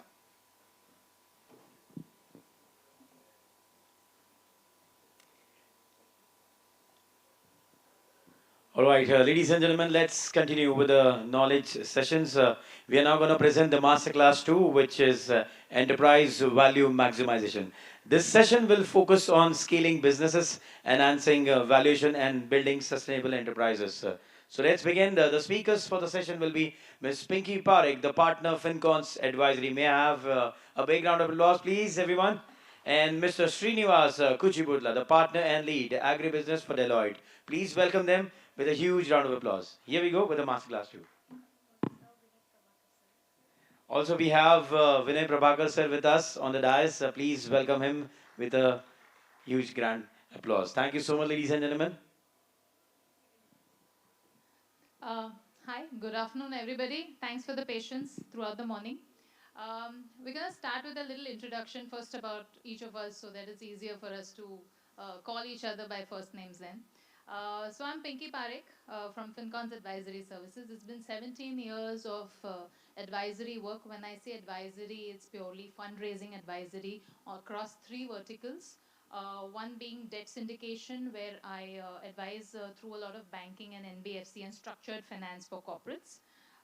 The second vertical being equities, which involves IPO advisory, and I think Srinivas sir did something last time around for IMA for IPOs as well, but yeah, thank you, sir. And I think that's another vertical that my company dabbles into. And the third vertical is mergers and acquisitions. I also have an offshore collaborative office in Mauritius through which we're doing Indo-Africa mergers and acquisitions. So everything from the entire trajectory, the growth trajectory of a company, starting from a startup stage, going to a large-scale growth stage in terms of acquisitions and further enhancements to businesses thereof. I think been in the space, done that, and Rahul has always been a great support throughout my 17 years of my firm, and even prior to that, about 6 years. So yes, that's our background. I will actually hand over to Mr. Srinivasa to speak a little about himself and Vanessa, and then we can take forth with this. Over to you, sir. Thank you so much. Thank you, Rahul, again for giving us this opportunity. I think this is the second masterclass that we are trying to organize. The previous one was on the IPO preparedness that we did last year. So what we have constructed this time, I'll just introduce myself, but just to give the context that we want to do right now is before you even go for doing any what we are seeing in the entire MSME space, right, is a lot of growth aspirations. In that journey of growth, we can look at basically either the fundraising, as Pinky is saying, whether it could be M&A, it could be fundraising, it could be IPO, right? So that is what the context is for us. We have curated something and we'll take it through. But just to come back to introduction, my name is Srinivas Kuchibotla, and you can call me Srini. I look at food and agri for Deloitte South Asia. Have been in agri-business for more than 25 years. Been in the industry for 10 years. 5 years, had my own stint on consulting and private equity. I had my own fund, which was investing into food and ag, $100 million fund, domestic and $100 million fund, Mauritius. Exited the fund in 2016, joined KPMG, been there in KPMG for 10 years, setting up the sector, looking at the entire pre-deal, post-deal, including investments into the food and ag space, including transformation elements. Been with Deloitte now for 1.5 years, right? So the key ask is, as I said, we are trying to look at basically identifying those young companies which want assistance, right, and want to walk the path in terms of development of their aspiration, right? So that's a whole journey we are trying to build, and this is Rahul has given us an opportunity to do it, and we want to share an exercise that we look at it, and then we can do it one-to-one, right, as we go forward if somebody is interested.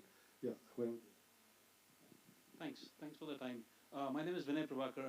I lead sales alliances for Deloitte South Asia. I'm also the Chief Commercial Officer for Deloitte APAC. From an alliances standpoint, what we have experienced in the last 4-5 years is that it's not something that we can achieve alone. So when you get the best of partners together and the best of what each of them can get to the table, we found that the results are substantial. So I run these partnerships where we are able to kind of get the best of knowledge, the best of solutions, etc. for any company that is experiencing growth, so on and so forth.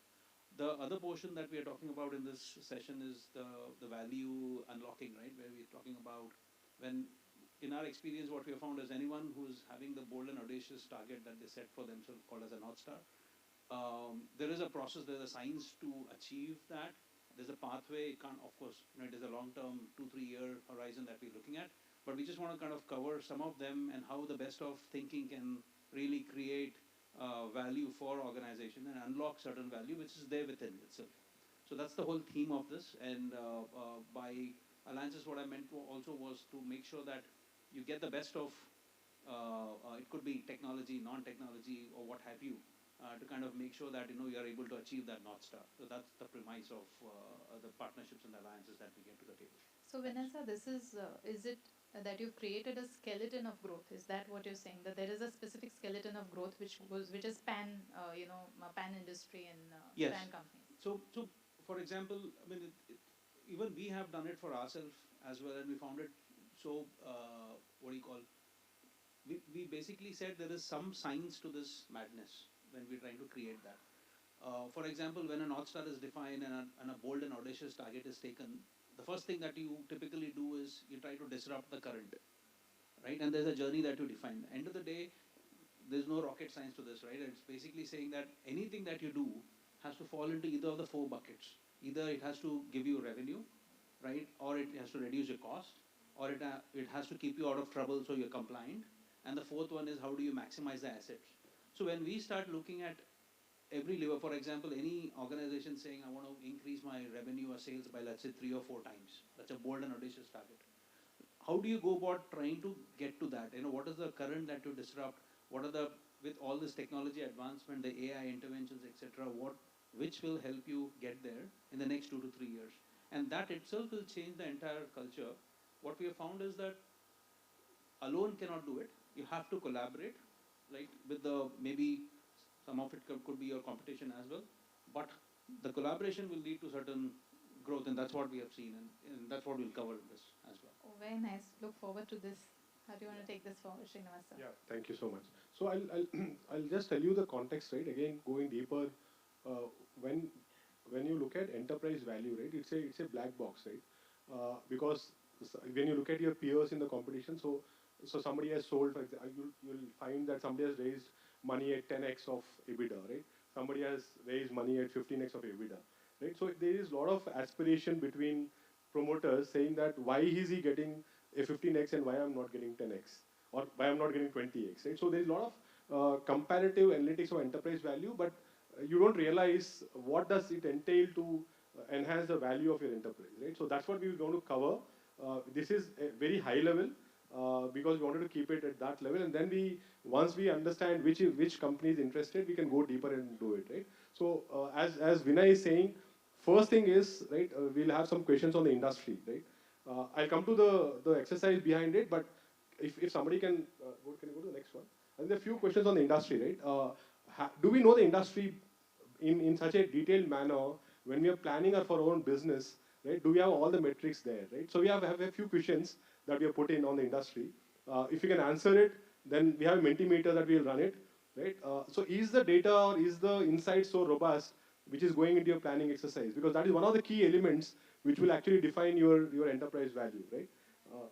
Yeah, go ahead. Yeah, absolutely. Yeah. So we will keep some questions, which is again broad.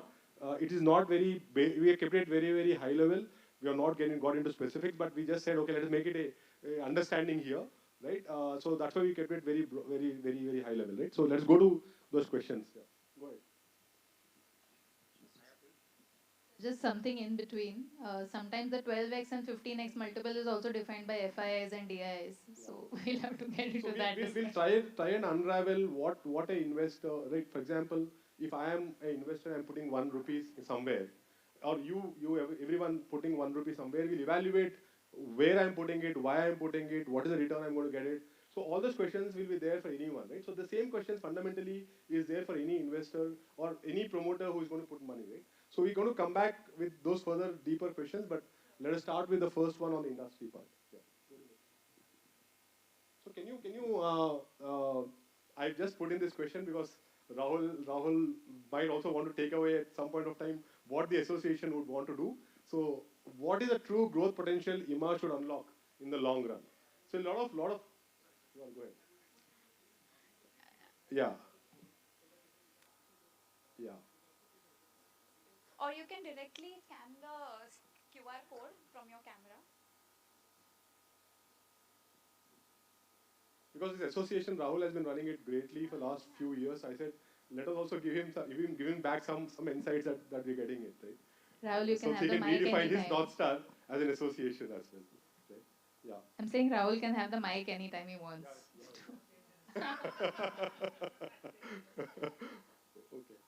So what is the true growth potential IMA should unlock in the long run, right? Yeah.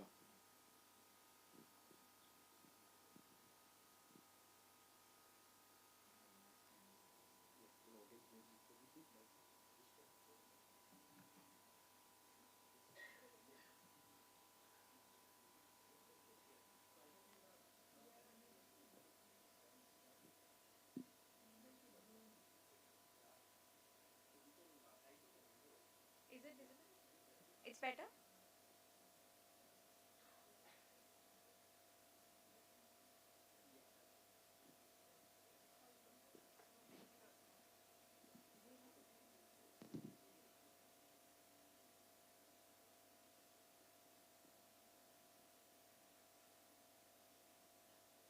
If you are unable to scan this QR code, you can just log into minty.com and yeah.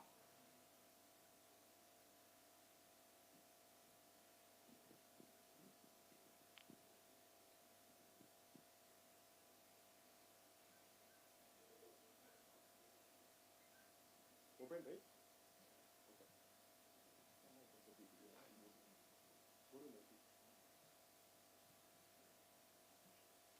Hope everybody scanned. Okay. Go to the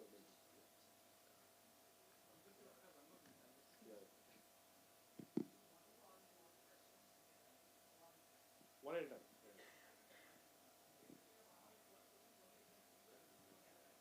Yeah.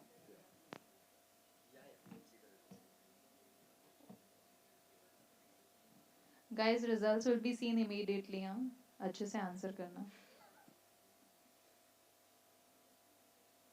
नहीं लग रहा है.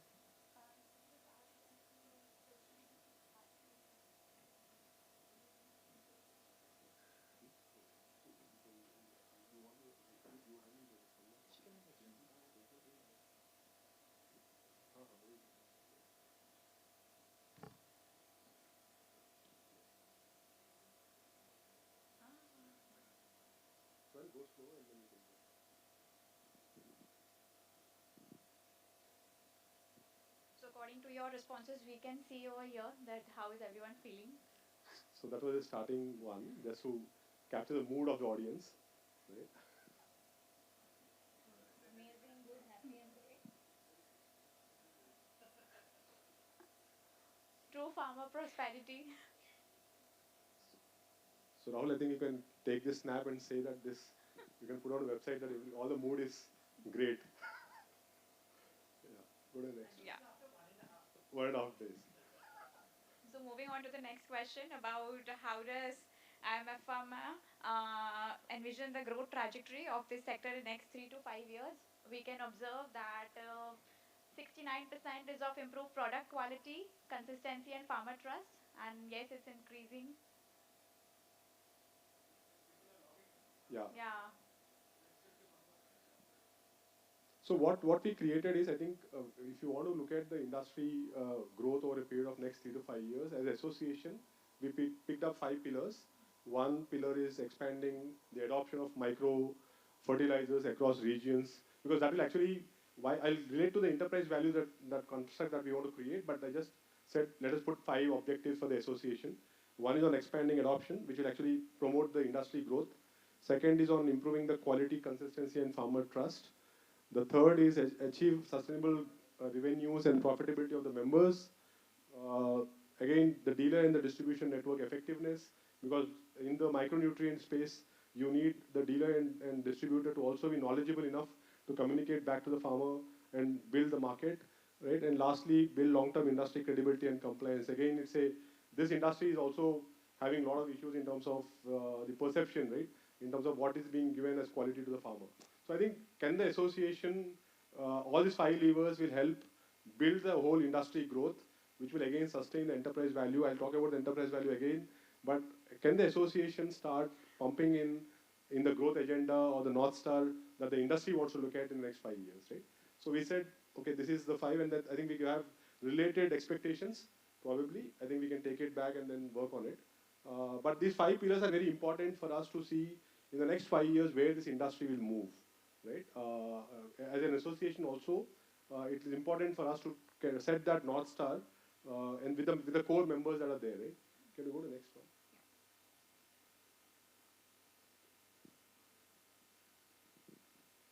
So what will be the most critical enablers to achieve the North Star? Again, from an association standpoint, I'm putting this because no individual company can create or has the capacity to create this entire market, the growth that is desirable or required.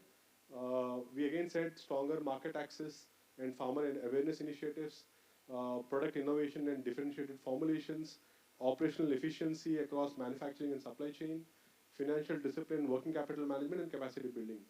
Again, all these levers, an association can look at it from bringing in, taking back to the policymakers and say, okay, this is what the companies want or the association members wants.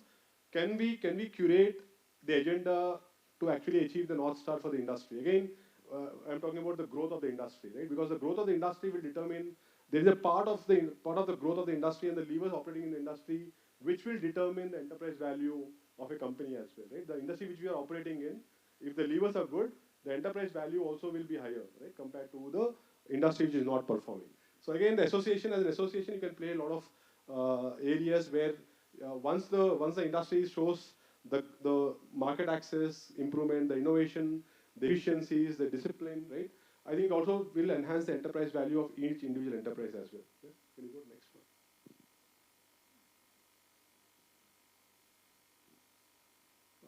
What are the most significant challenges that could hinder achievement of the North Star? Again, regulatory complexity and evolving compliance, right?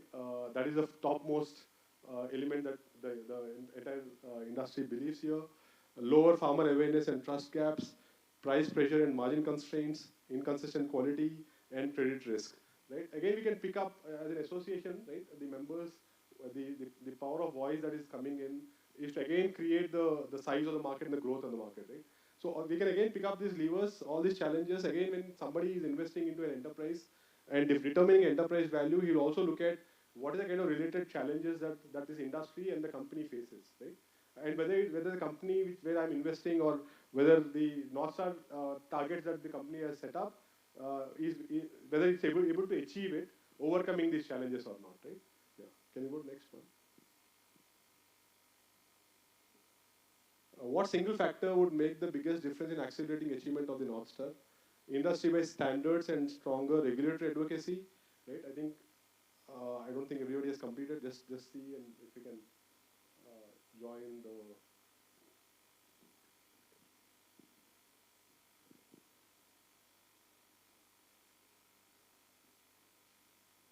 Everybody's done. Better collaboration and knowledge sharing across manufacturers. I think the B2B and the platform that Rahul has launched yesterday, I think it's a great thing to give that fillip to the growth of the industry. Digital enablement across sales, operations, and compliance. Improved market access to, increased access to market intelligence data, and active support on the association awareness and capacity building. Right? So again, there's a lot of elements that could go in supporting the industry growth, right? Yeah, go to the next one. What would be the estimate, how would you estimate the growth trajectory of the Indian micro fertilizer industry over the next 3 to 5 years?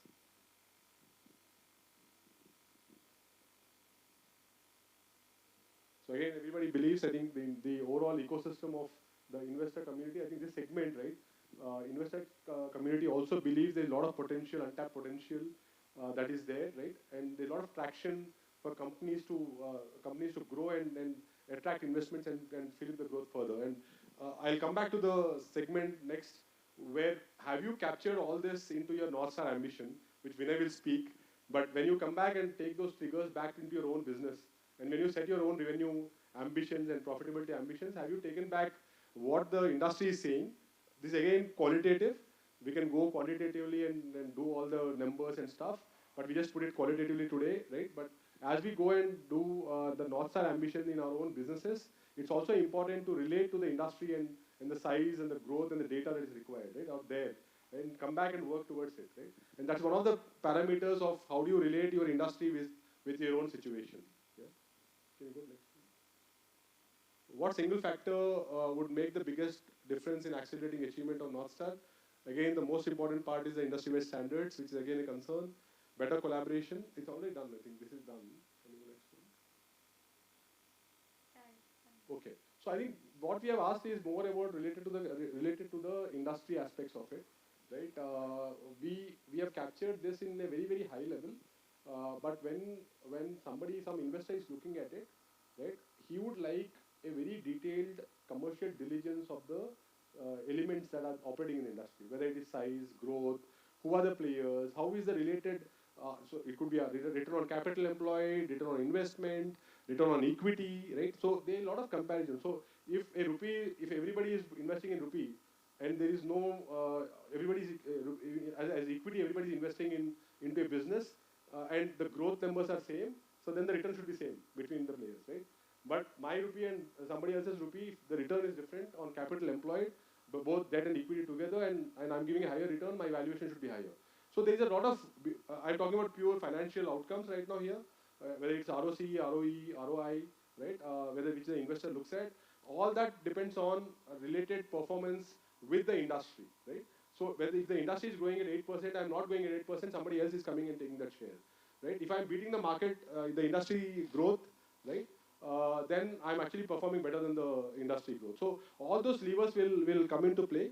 So we have actually it's a very complex chart, but the shareholder value that is there, and somebody decides the enterprise value, we'll look at 4 key parameters, right? One is the revenue growth. How is my revenue growth as a business compared to the industry growth, right? That is a key part, and there are sub-levers under it. I'll come to the sub-levers, right? Then the second is operating margin, right? The operating margin that I have in my business versus a peer group, right? Somebody, ABC, if I do 10 peers or 5 peers in the same industry with the same business model and operating model, am I performing better in terms of operating margins, right? So there's a related comparatives that are there in operating margin between players, which is seen. That is the second pillar, which again come to the other subparts of it. The third is asset efficiency, right? If I have an asset and a manufacturing capability, the third pillar is asset efficiency. Am I using my assets that are there, right? Whether it is manufacturing, whether it is digital assets or the financial assets, am I using my assets in an efficient manner to generate the required shareholder value? That also is also a lever which will actually influence the enterprise value, right? And the fourth is expectations, right?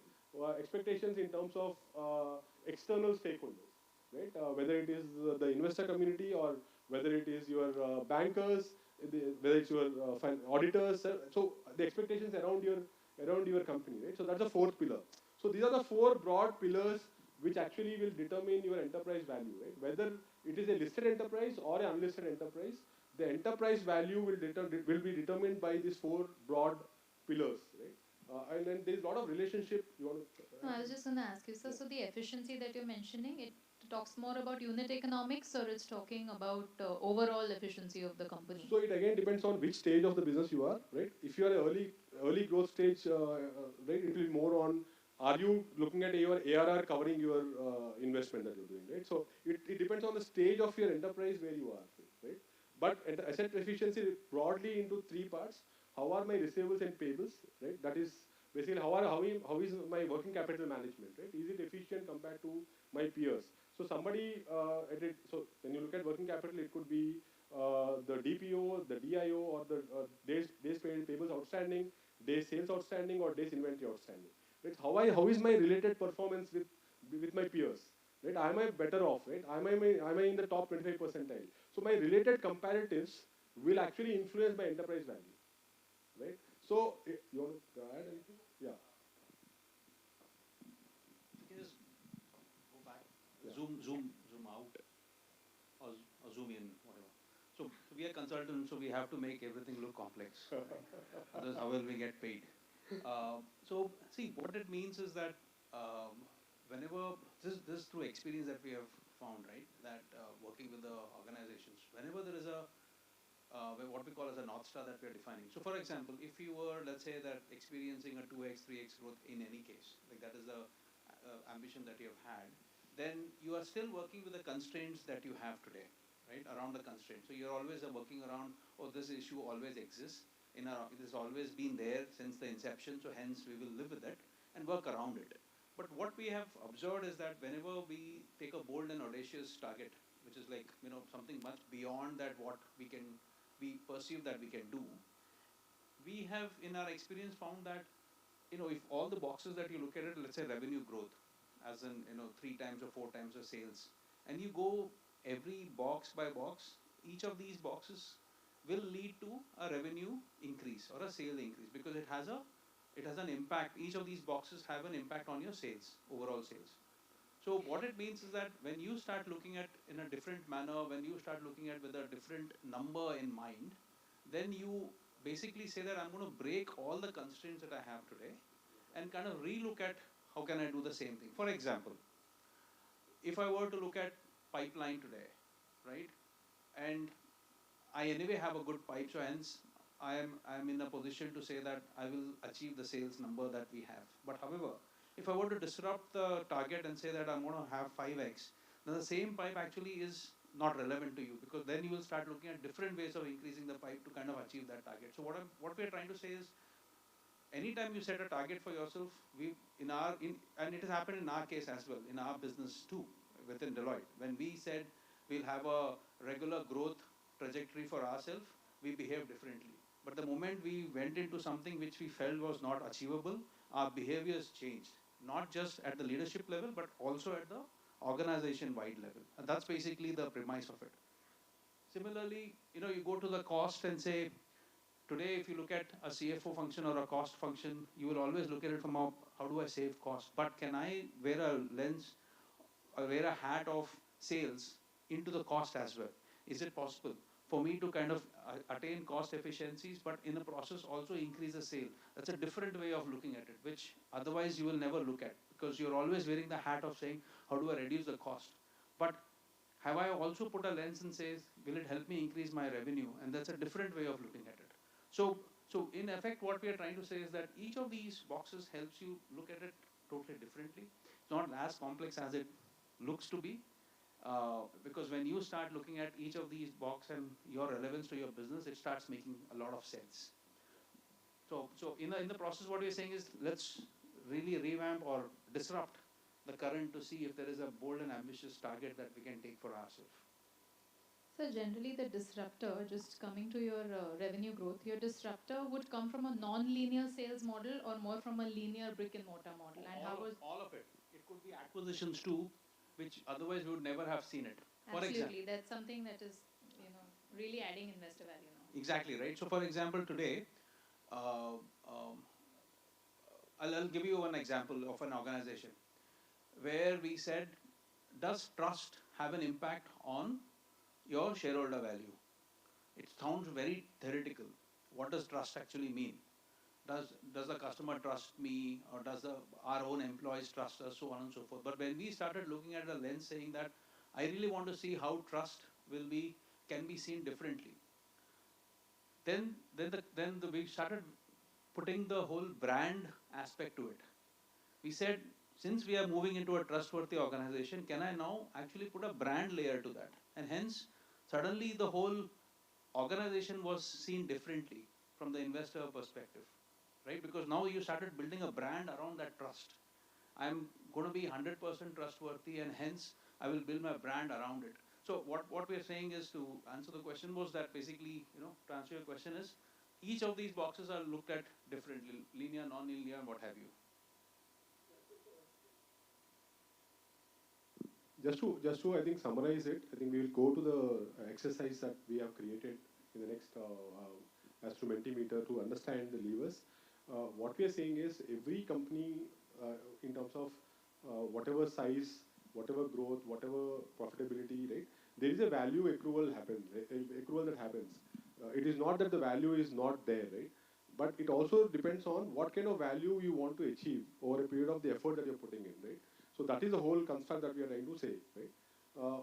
What we have done is we have actually curated on the revenue side, on the cost operational efficiency side, the asset efficiency side. So we have created some questions, right, which will actually help you understand some levers which are going to determine those top shareholder items, right?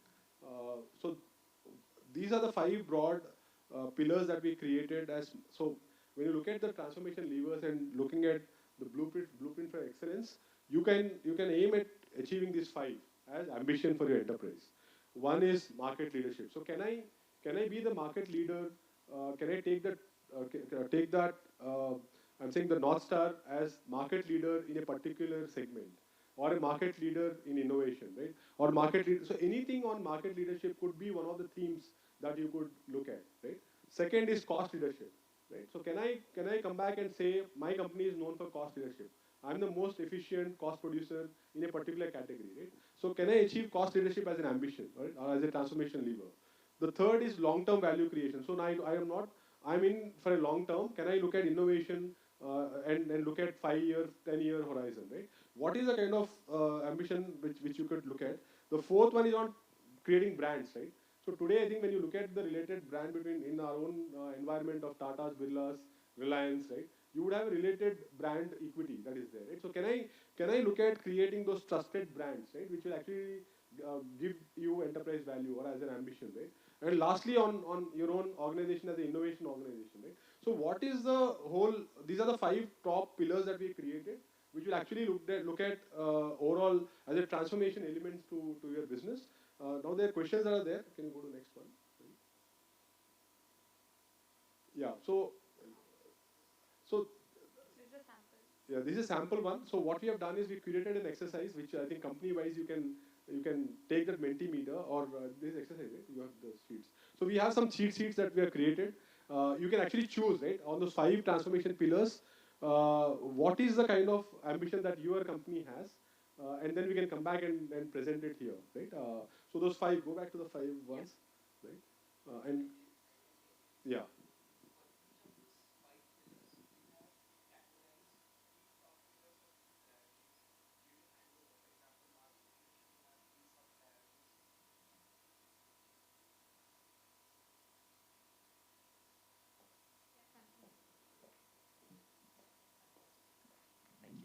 So for each of these pillars that you see in the screen, we have 3 sub-pillars or 3 sub-priorities. We'll hand it over to each team, and you can have a brainstorming session and select which is P1, P2, P3. For example, market leadership will have 3 sub pillars P1, P2, P3. So you have to tell us that which is your P1, P2, and P3. So each of them will have three each. So 50 to be precise. So how do we go about? Should we go row wise? Give row wise. Yeah, Yeah. you can go row wise. Yeah, that's fine.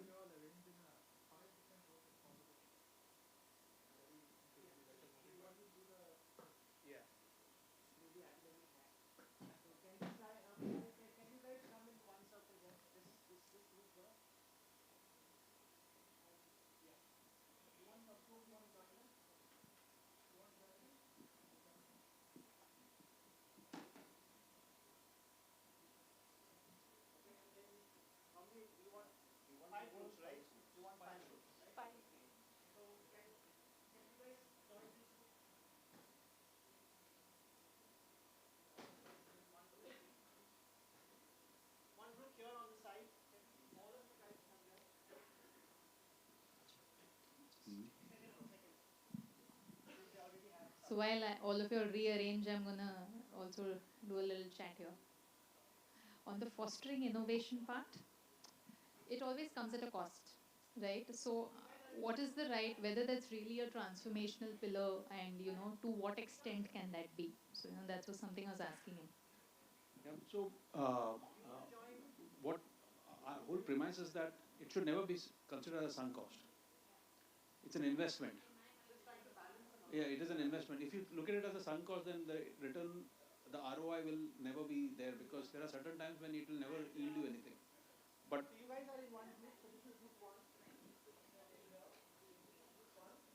wherever the growth trajectory that the organizations have felt has always been where they have put a certain percentage of their revenues to R&D, whether they are able to achieve anything for the first 2 years or not. But when it starts moving in, the, the jump is so huge, right? It is unbelievable. So the moment, exactly, right? So the moment we consider it as a sunk cost, that's what happens in India. It's considered a sunk cost. Whereas globally, if you see it, they consider it as an investment for the future. Correct.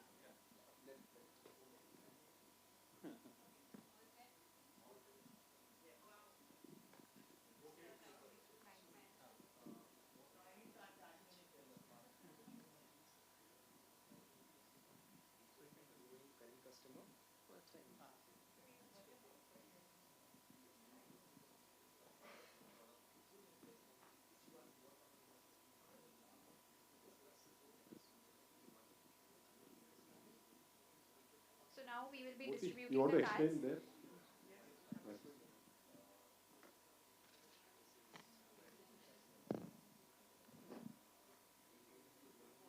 You can take it there. Third one. Oh, there you go.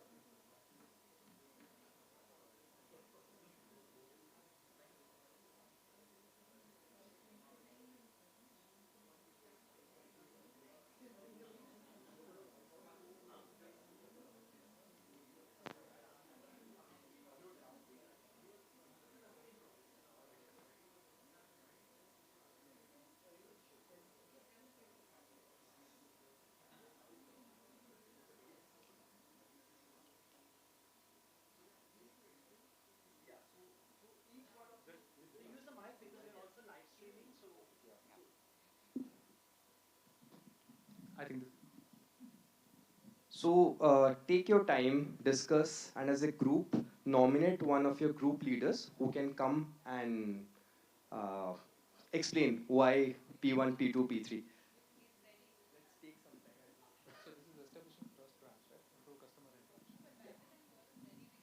Yeah. So this is the fourth pillar that you guys are actually getting. वो wait कर रहे हैं.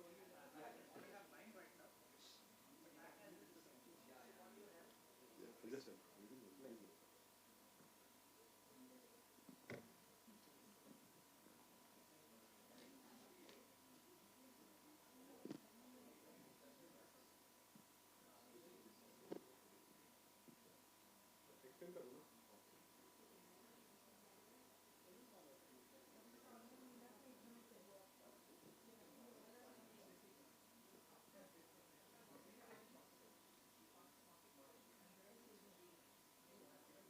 Double copies.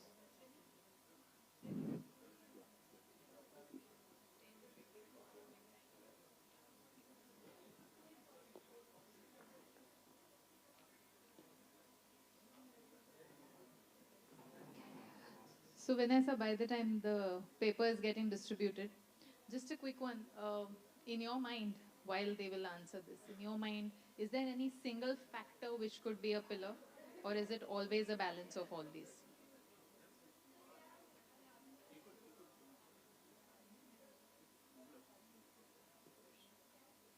It could be combination of all of them to an extent, or you could actually say that, for example, I want to be a market leader in, let's say, India or the region, and that sets a whole different trajectory as well, right? Because it's not just top line or bottom line. Then you talk about brand, then you talk about a whole host of things, right? The CSR kicks in, so the ESG, the environmental kicks in. So there's a whole host of things that will help you get to the market leadership. So it's all about that bold and audacious target that you set for yourself, and how the whole changes. And the biggest, the proof is we ourselves have gone through that, right? And then that is something that is, and it's so powerful that it is not just at the leadership, but it goes down at all levels, and that's the beauty of that.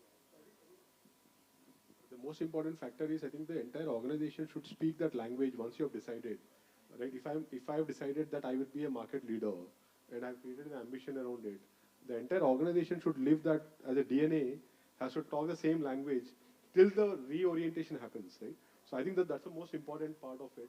When you're communicating, it's not just communicating on paper, but it's also living that and then communicating back to the. So There's actually one point which was the previous, the voting lines that you had, and somebody said working capital management and all. I'm going to go back to that because I think the longest conversations I've had with Rahul has been about working capital management, and of course, today a much better position.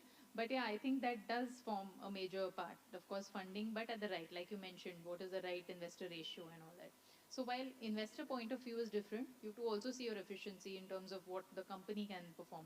So any good ratios you want to throw at the audience right now? What would be good for that working capital management?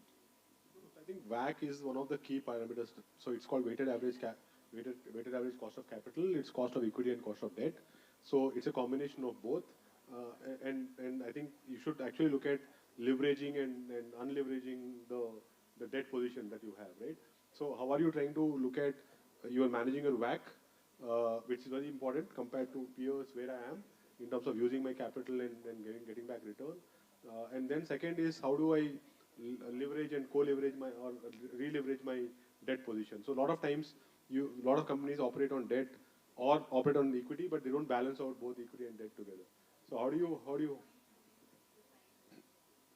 At what point do you decide that this is the right time for me to migrate from debt to equity?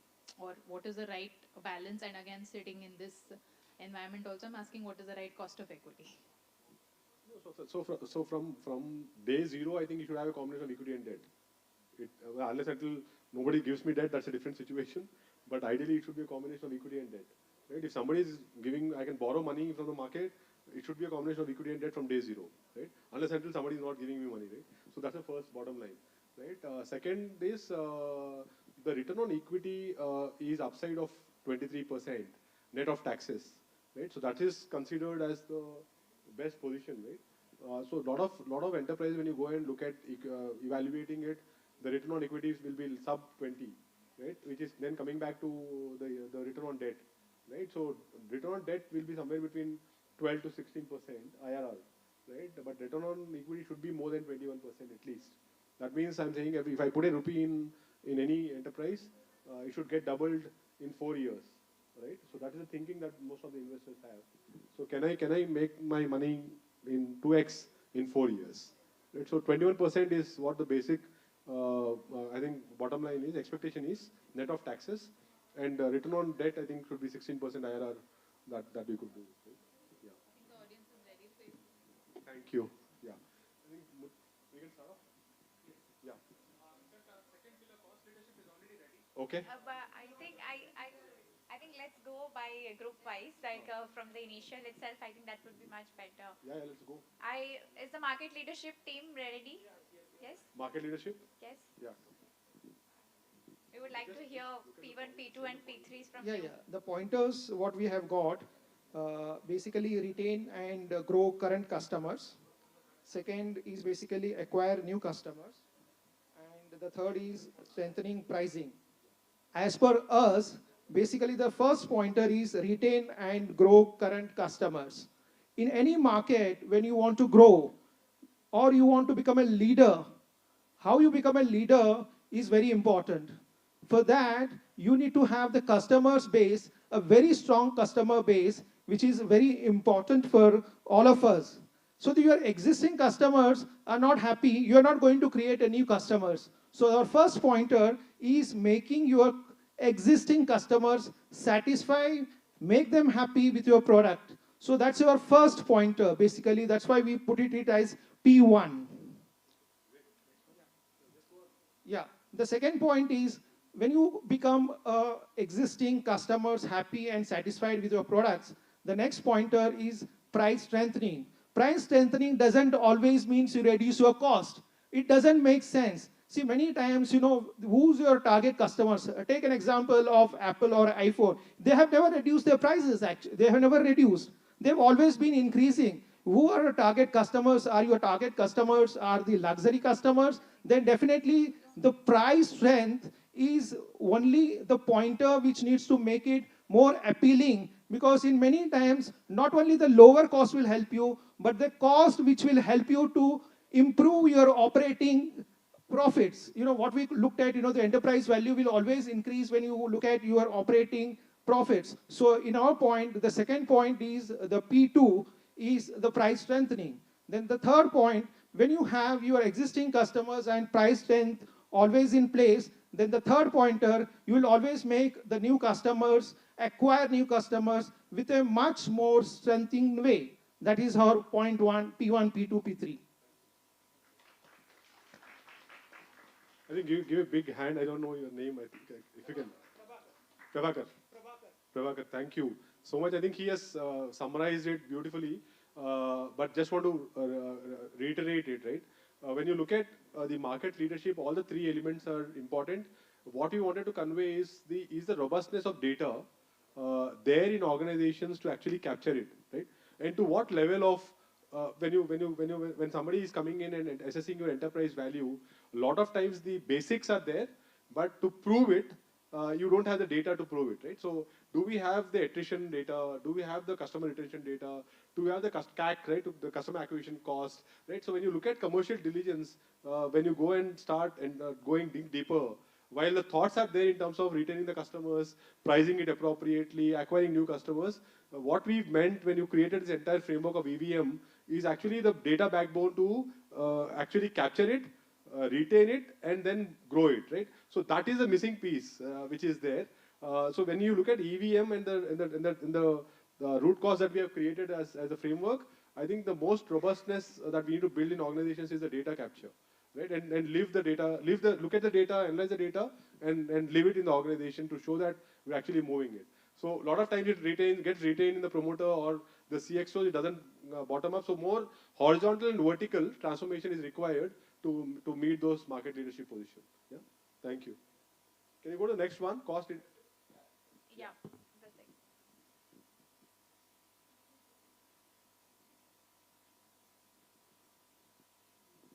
Hi. So we are from Group 2 about cost leadership. So as you know, these are all pillars, right? And we are supposed to be ranking all the pillars, but the meaning of pillars is that all the three are equally important. Any one of the pillars missing and probably it will not work, right? So probably that's what But since we've got to be rating this, so the most important one, or the P1, is improve development and production efficiency. So you start somewhere and you get it right first. And with respect to production, so I think it's manufacturing. So most of the entire group, somebody is manufacturing or not. But I think as a group, most of us are manufacturers. So the first thing is you first get it right. And second pillar is that you look at the execution capabilities, and then improve on your efficiency. And the last pillar would be to leverage shared services, which also impacts the efficiency. I think if you get all the three pillars right, then that's what the cost leadership is all about. Thank you. Yeah, thank you. What's your name? Okay. Purvish. Purvish, thank you so much. I think again, cost leadership, when you look at both market leadership and cost leadership is within our hands, right? You can actually manage your costs better compared to market leadership, right? So the first pillar, anyone could actually look at it and achieve it, is cost leadership, right? It's internal within your organization, right? It's internal within your control, right? So the cost leadership position, you want to add something? Yeah. Go ahead. So one follow-up question that I had was, when you said the shared services, did you mean getting the economies of scale, get like-minded? For example, can I do a shared services for, let's say, supply chain? Can I do a, that's what you meant, right? Beautiful. That's exactly where that collaboration part kicks in, right? When you get the best of thing, and if you are able to get economies of scale and kind of derive cost reduction, etc. Great. That's a fantastic point. And if you can get there for a cluster, I think that will be a moment of reckoning. And when you want to achieve cost leadership, right, most of the companies forget the core DNA and want to bring in everything on their own control, right? Whether it's manufacturing, whether it is supply chain, whether it is a financial management, whether it's logistics, right? Today, I think when you want to achieve cost leadership, whether you want to do it on your own or you want to partner with anyone, as Vinay is saying, who are specialized in those services, is what you need to think on a real-time basis, right? So today, I think with technology coming in, with specialization coming in into the ecosystem, right? You need to think to attain cost leadership. It is not that everything I have to do on my own, right? You can partner and look at relevant partners to bring in that leadership, right? So cost leadership today, I think the new age companies are all partnering. So I work with a client. I don't want to name it, but it's because of confidentiality. But the guy outsources everything. The guy outsources marketing. The guy outsources sales. The guy outsources. So he is an investor into a business. Private equity has invested into his business. It's a 200 crore startup on top line, right? Valued at 400 crores. He has outsourced everything. The only thing that he retained is product development or product innovation and manufacturing. Right? The marketing is done by some agency. The sales is done by some other agency. Right? The supply chain is done by third agency, and he is actually looking at how can I optimize my return on investment, return on equity, and return on capital employed. So the entire financial management is what he operates. The core innovation on product he operates, which is capable of, he differentiates in the market, and he operates manufacturing. Right? Everything is outsourced. He has all partners doing specialized stuff and is growing at 20-25% a year. So this is in food industry. Right? But I'm just saying, leave the industry. But today I think the opportunity is there to partner with specialized firms in any of the areas that you want to talk about. So first, identifying the DNA where I want to operate, and where is my cost leadership position going to come. I think that part is clearly needs to be articulated in the firm, right, in the organization. Right? So that's the second pillar. Yeah. Yeah. But the third one, okay. Let's move on to the long-term value creation.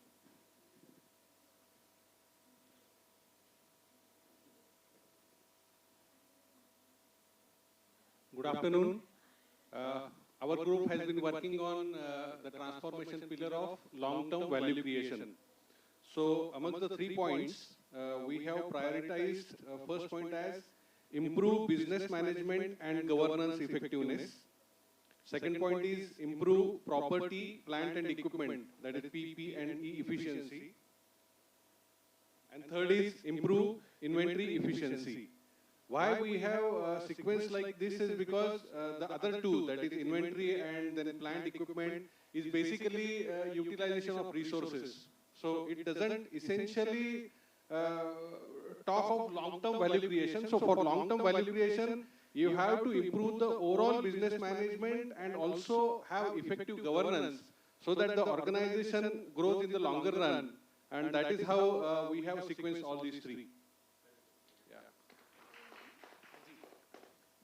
Thank you, Ajit sir. That was fantastic. I'll just take that forward from what Srini mentioned last also, that you create your niche in every industry. And what sir said is, while he mentioned about plant and machinery, he mentioned about various things.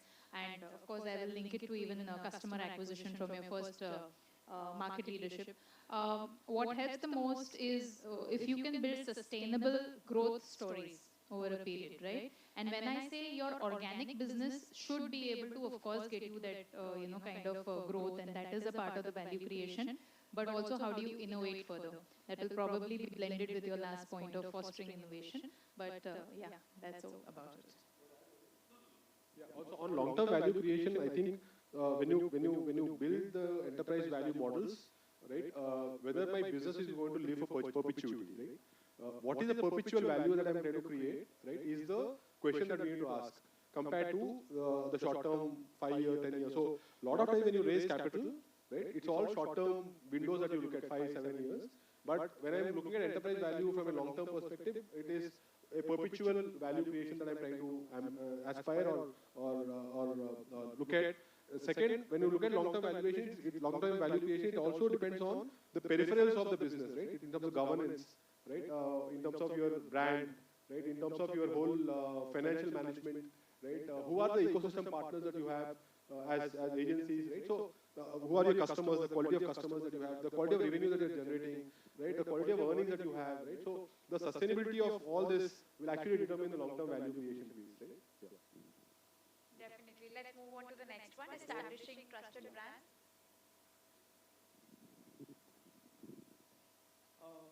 Hello. Our group was working on establishing trusted brands. Thank you, Rahul sir. Thank you, Ima, for giving time for speaking on this topic. My first is improve executive capability. There should be clear, measurable time-bound goal, and it should be transparent with each employee, so that our brand will be known by each and every employee of the company. Second is improve customer interaction efficiency. There are various tools such as AI tool, various channels, so that we can reach till the customers, and our brand will be reach each and every corner of the country. And third is improve management and governance efficiency. Roles and responsibility. There should be clear roles and responsibility between the board, between the management, and between the each and every people who are working in a company. Second, there should be strengthened compliance.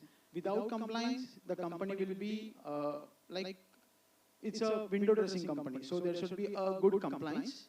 And third, optimize board composition. The executive, MD, non-executive, there should be optimized composition. So the management will be proper. Thank you. Thank you. Thank you, Das. Great points, right? And all of them leading to, when you said customer, you meant the impact that it has on the brand, right? So as you said, when we say the ambition, if we said, the brand, we need to be, let's say, #1 brand, or top 3 brands in this, then the whole organization, as you rightly said, the whole organization then rallies behind that. Everything that they do has to, has an impact on the brand. That's basically what you meant by that, right? So that is a great point. Thanks. Yeah. So I think again, right, in this industry of agri inputs, right, when I've been in the industry for 10, 15 years, very few companies work on brand equity measurement. Right? Very few. I've not seen any company actually saying, okay, I'm doing rigor every year, every alternate year, or every third year. There is a process to measure my brand equity, right? Which is not there, right? When you go back to your balance sheets and P&L, you don't find the equity position of the brand that you have created, right, as an asset, as a goodwill, right? It is still not captured. So I think when we are saying here in terms of establishing trusted brands, it is not just the brand, product brand, or it is not just the name of the company, but the equity overall, right? In terms of how do you measure it, how do you create it, how do you retain it, and then how do you actually bring that back into goodwill into your balance sheet and P&L, which again is an enterprise value lever, right? A strong enterprise value lever, which I think the new age companies have started doing it, whether it is Lenskart, right, or anyone who is there. You might say that, okay, they're losing money and all that, but I'm just saying the brand equity measurement is critical there, right? So they're trying to create solid equity in terms of measuring it. Yeah. Next is for fostering innovation. Lastly, I think fostering innovation.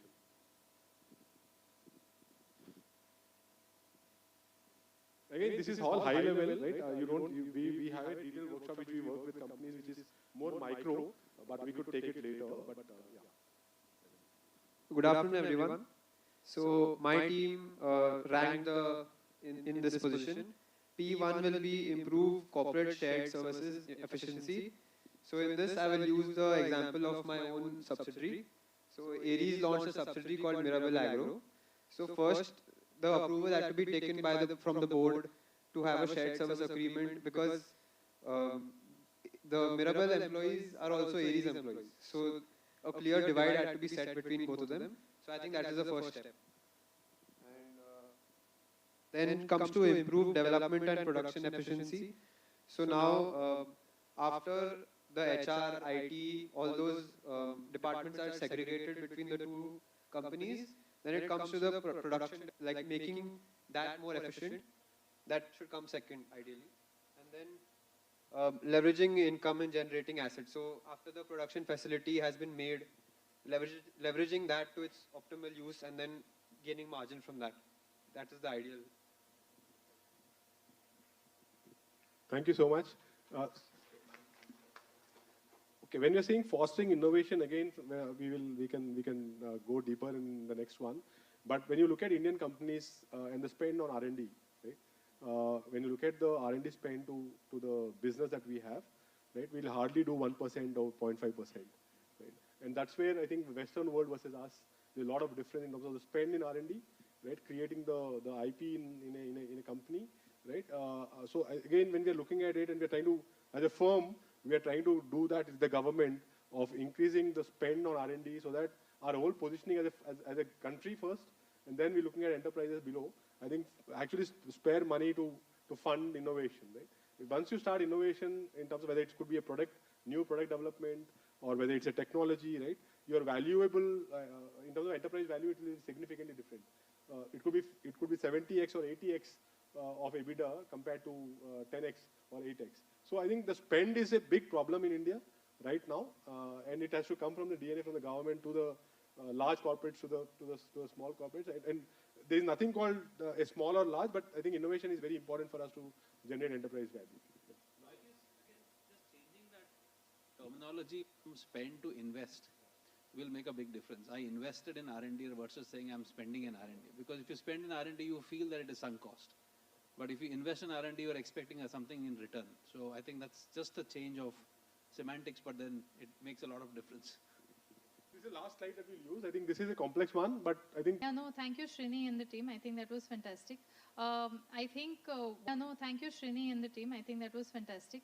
I think what matters the most after a certain stage in business, after a certain point in business is to remain relevant. And this I learned from a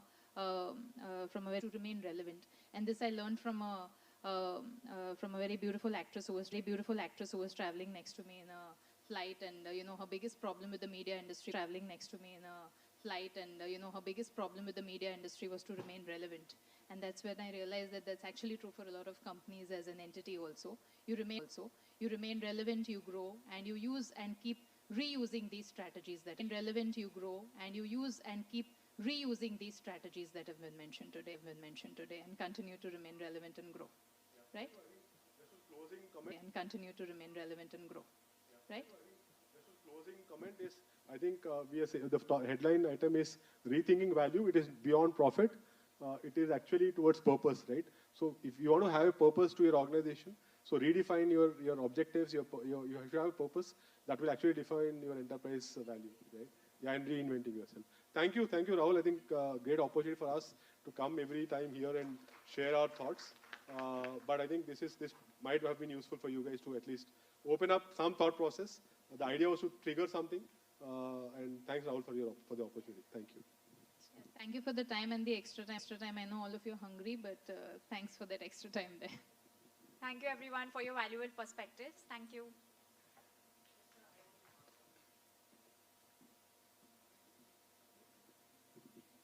Thank you very much. Thank you, Srini. Thank you very much, Vijay. Vinay, sorry. I think it's great. I think we met again after a small world indeed.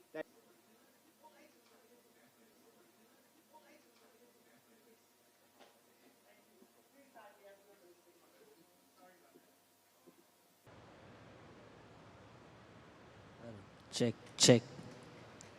Check test. Hello, 1, 2. Check test. Hello, mic testing. 1, 2, 3, 4. Check test. Hello, sound check. Mic testing. Hello, 1, 2, 3, 4. Check test.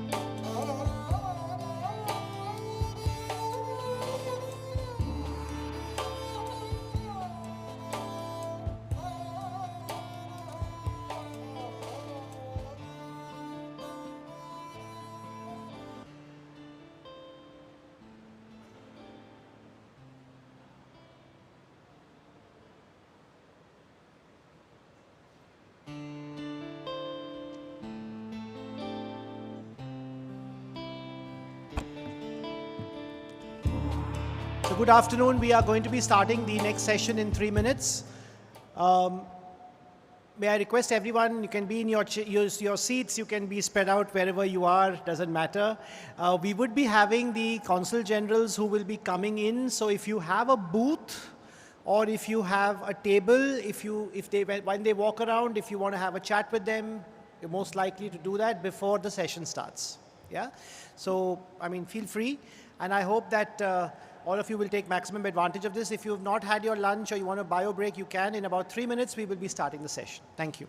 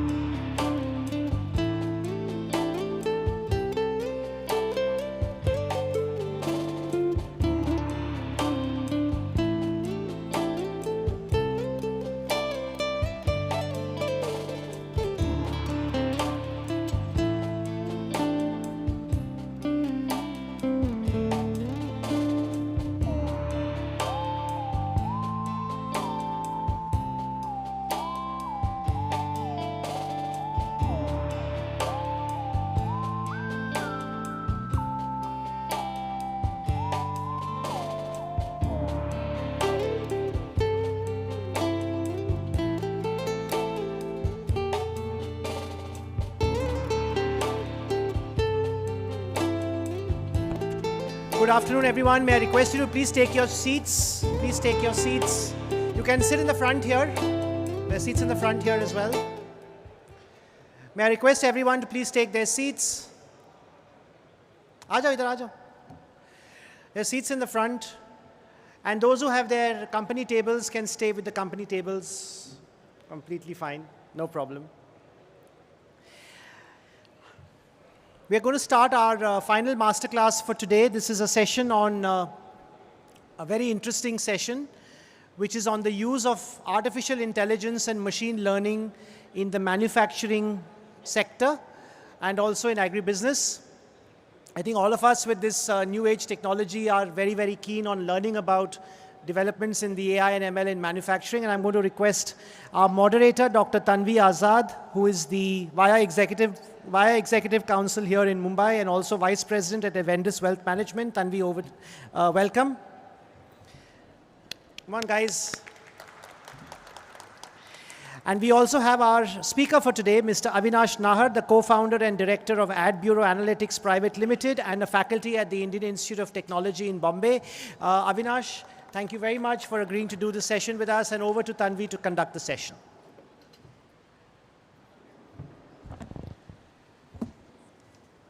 Good afternoon, everyone.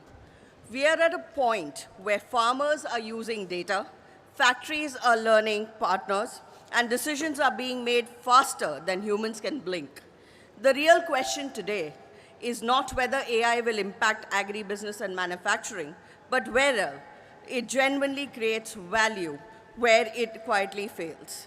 AI today reminds us a lot about electricity when it was first introduced.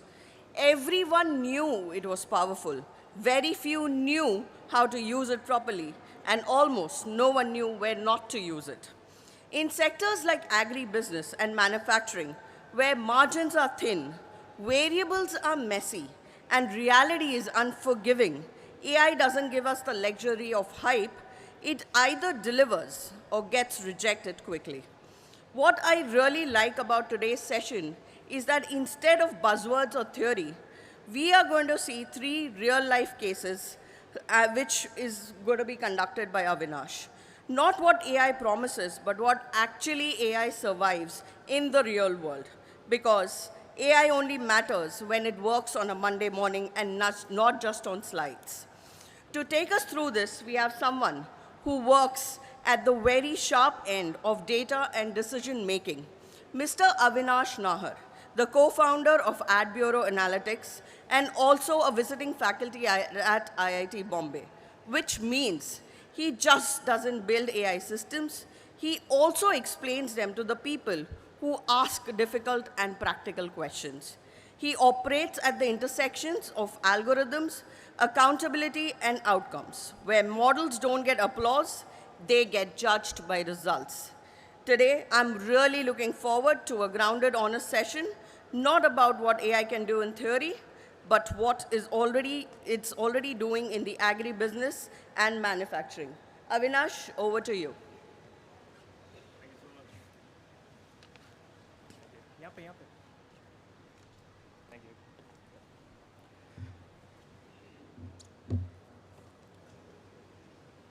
Thank you. Can all of you just hear me like this? Or do I need the mic? Do I need the mic? I hope it does not echo. Is this better? All right. Okay. Should I come there and speak? It's better this way. All right. Thank you. Thank you so much. Thank you, Tanvi. Thank you, Vaima. Thank you, Dr. Rahul Mirchandani, sir. Quite a handful name, quite a wholesome name. But yeah, thank you. Thank you so much for inviting me. It is actually an honor for me to come over here and present some of the learnings that I see not only across companies, businesses, with students, but also, as you might all have heard, 2025 was the age of AI. 2026 is the age of agentic AI. No more are you just going to talk to AI. When you talk about AI, what do you think? Just chatbots, LLMs, ChatGPTs?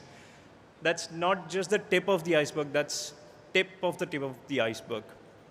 So I'm here basically a guy who has seen some real factories, some real working companies, multinational corporations. Most of our clients are Fortune 100s, Fortune 500s, and there is real chaos across the boardroom.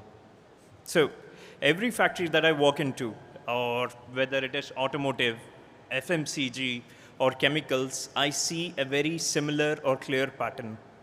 Very, very smart people, great hardworking teams, but still they're always in a firefighting mode.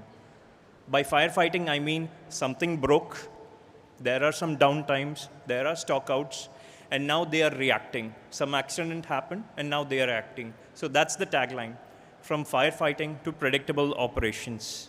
This session is about one shift, the tagline, from firefighting to predictable operations. Next slide, slide 2. All right.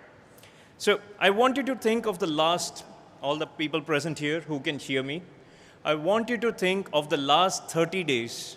If you are a CXO, if you're a promoter, if you're the person on the ground, the last 30 days, the last 60 days, how many times a machine failed suddenly? How many times there were quality issues found late? Maybe after, worst case scenario, the client tells you there is a quality defect. That is what we call quality drift. Or at some point of time when all the manufacturing materials were used, maybe 80 to 90%, and then you noticed by a gut feel, someone who is really experienced on your floor, and he thought there might be a quality issue. Or how many times there has been last minute planning changed because of seasonal, demand, weather forecast, whatever that may be. And someone said, Excel nikal, Excel check kar, database check kar, call kar, and all of the conversations go into WhatsApp. Sare systems baad mein gaye. Everything happens in WhatsApp here and there. So this is not a technology problem. This is a decision problem, or rather ignorance problem, I would say. At your level, at my level, if I am a father, anything that happens to my kid, whether it is ignorance or anything else, it's still my responsibility. So I am trying to push one more objective to you, own responsibility on the same. Not just if you're in the business field, the tech field, or the other, all of you have to collaborate and own on the same.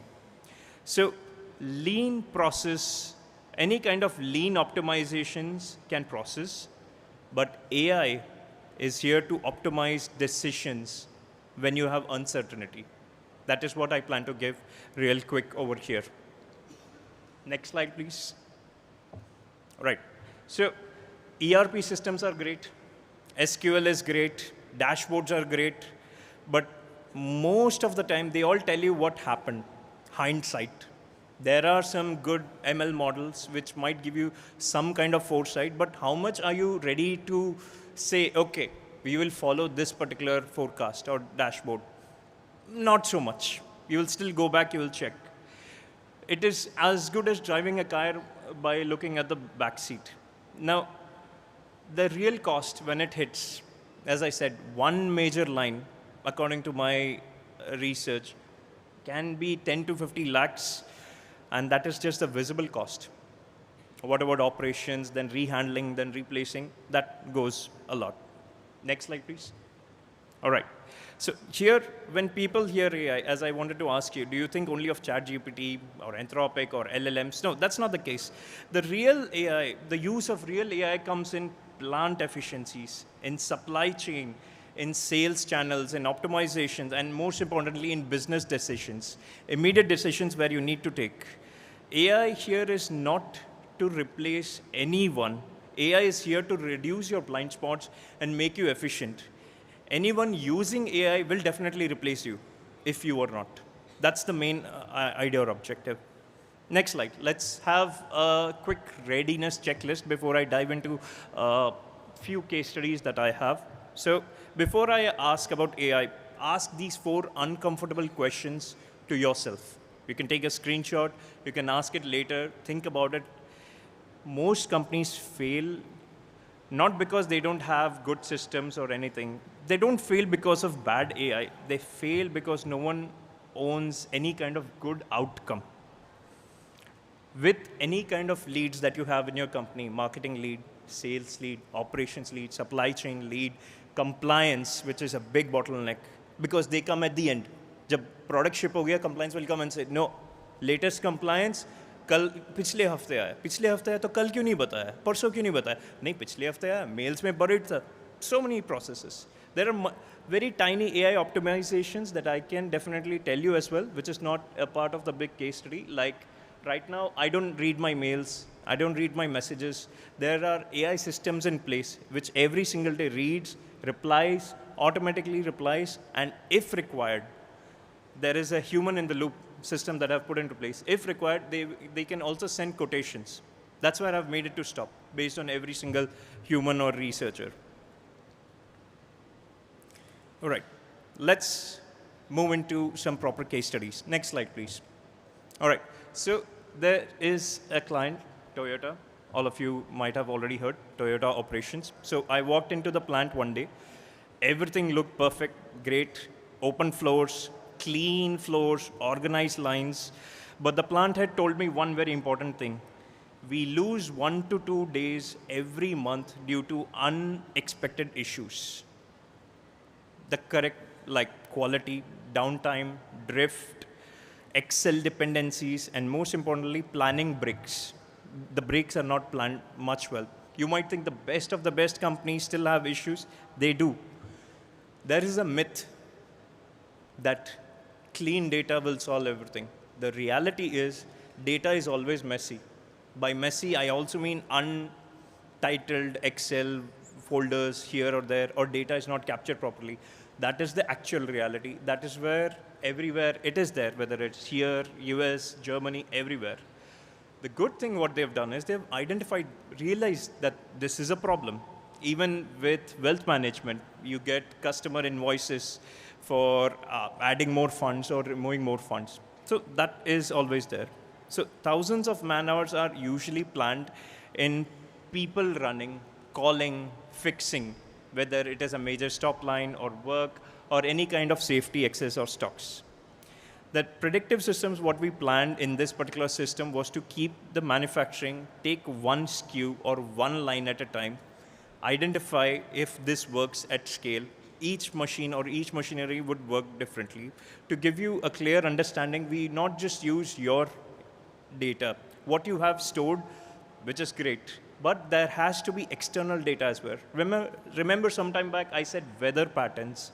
So we also connect with the company called the Weather Company.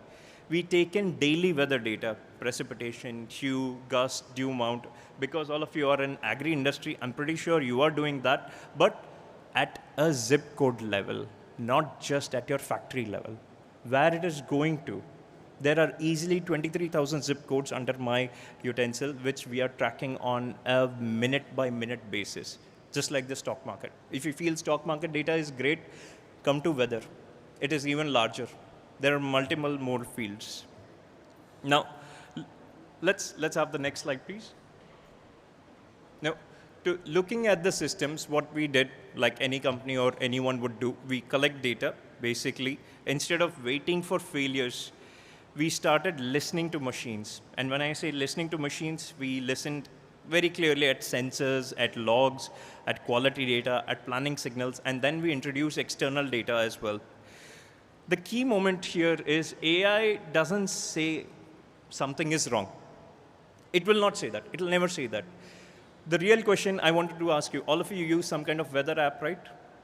Does it say, if there is a question like, will it rain tomorrow? Does it say yes? No. No, it never says that. It gives you a probabilistic answer. 66% chance of rain, 33% chance of sunlight, or whatever the case that may be. Based on that, based on statistics, we keep thresholds. And then on that, now we say this particular bearing will fail in the next 48 hours. Can you show me the next slide, please? I wanted to show you the CXO dashboard, what we built. The press 12 bearing, now don't ask me what is press 12 bearing. My idea was only the tech business, of course, we learned a lot. The press 12 bearing degradation detected, replace in 48 hours. This is the kind of signals we got. And this is the kind of signals now they are getting on a daily, weekly, or a monthly basis. Avoid 18 lakhs in production losses. Line 8 temperature is rising. You have all the data. All the data is kept siloed in separate SKUs. Why AI today specifically?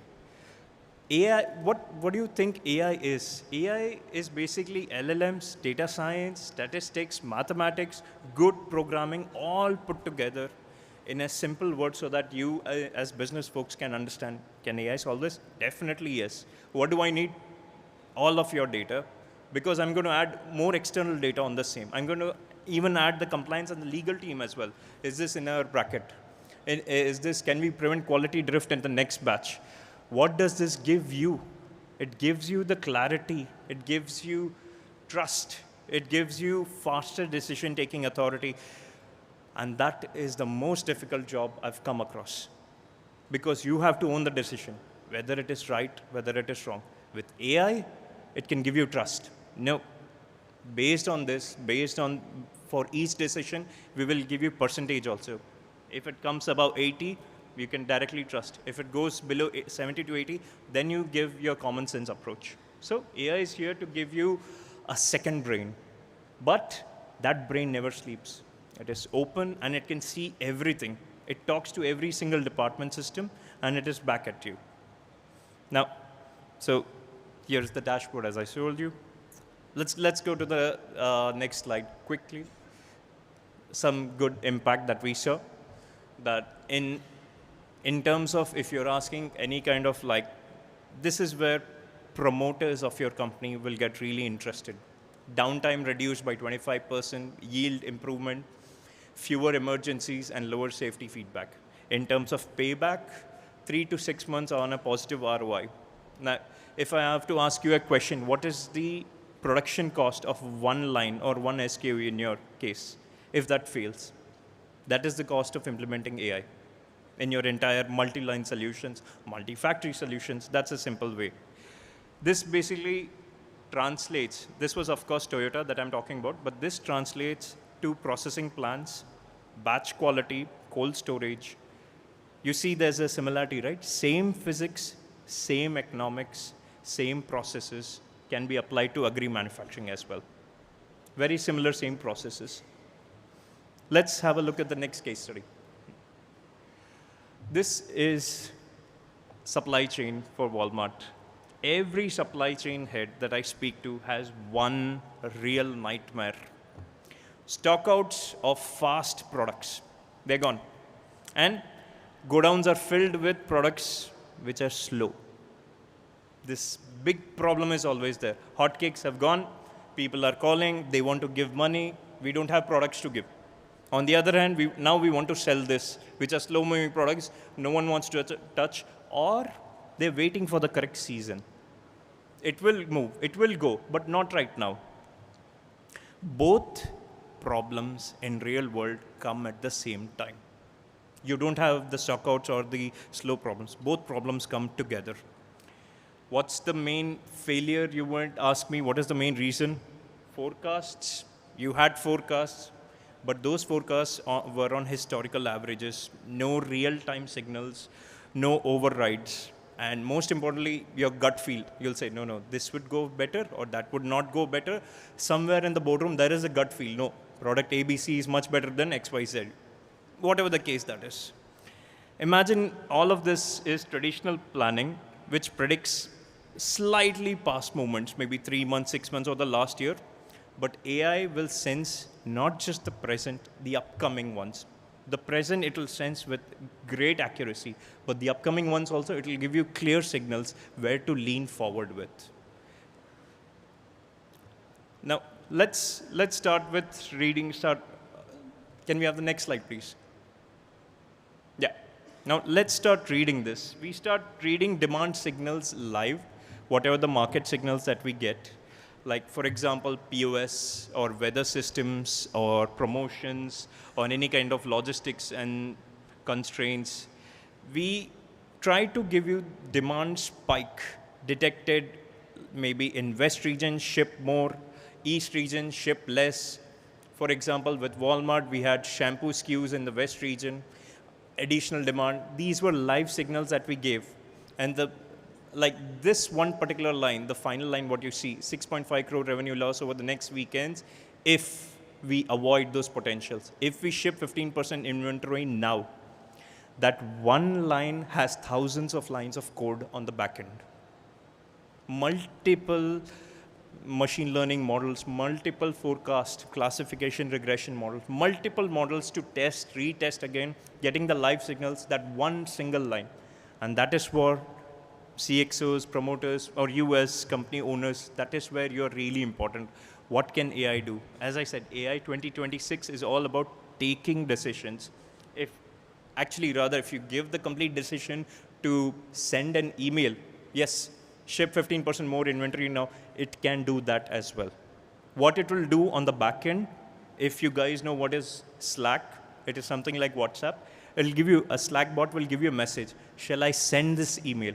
All you have to do is read the email, click the button yes or no, whatever it is. And automatically the mail will also go. Imagine the kind of efficiency you would have, the kind of hindsight you would have, the kind of foresight, the kind of forecast in your brain would really work. Now you can actually think, what new product can I bring in? You can actually think about your business where we don't know what is microfertilizers. I have no clue. But this is where you can really take your time back in. So let's have a look at the next slide, please. Impact demand. These are some great badges in our shoulder, which we really like. We can, for agriculture business, the direct mapping on the bottom, if you see on the bottom left, perishable goods, demand forecasting, seasonal crops, cold storage, distributors, and fresh produce shelf life. This is how seasonal demands are mapped to your real-time forecasts or to your real-time data with dealer distribution and perishable goods. Can we have the next slide, please? The next is a very interesting use case. This is something called as Query Genie. We have just built this for a company called Northern Trust Asset Management. It is a bank. But while building this from the first phase, now it is somewhere in the 11th or 12th version, what we have realized, this is an industry-wide problem. We are going to make this as a separate dashboard. Basically, if I were to ask you, any one of you here, from your current data, no forecast, no nothing, right? Which product of yours is making the best sales last month, this month? You might have an answer. Some of you might have an answer. If I ask you which top 5 products month-on-month sales are giving you the best results or the best revenue, you may have to call 1 or 2 people. You may have some idea. You may have to call 1 or 2 people. He will go back, use SQL, type in whatever dashboard and everything. Imagine you ask slightly more complex, like with the latest compliance or the latest carbon credits, what is the best approach or revenue? Now he will think, what should I search for? So there is a gap between the business owner and the person sitting there, the SQL analyst. I'm not telling he's bad. That's not his job. All right? So basically what it relates to, if I ask a number, it might take few hours to maybe a day to get you a proper feedback or an answer. There is IT dependency. There is static dashboards. Dashboards which were made for yesterday. Today you're going to get a new dashboard, maybe 6 a.m. or 8 a.m. or 10 a.m. in the line. But there is no single truth answer. So for this, we made an enterprise data rich, but in this case, the decisions becomes poor. Can we have the next slide, please? So what does Query Genie do? Basically, what you can do, you ask a question, the AI system would read the question, the answer, and you'll get the answer instantly. In simple lines, if you ask a question like, what are my top SKUs by gross margins, or what are my different products, you'll get the answer instantly. You don't have to wait, and it fits with any kind of CRM, SQL, PSQL, Snowflake, any kind of dashboards. Think of it like ChatGPT plus database plus Excel, and you get the entire thing. So instead of SQL, you ask in plain English. Can we have the next slide just for the next slide? We'll come back to this one. Okay, it's not there. Can you go back 2 slides?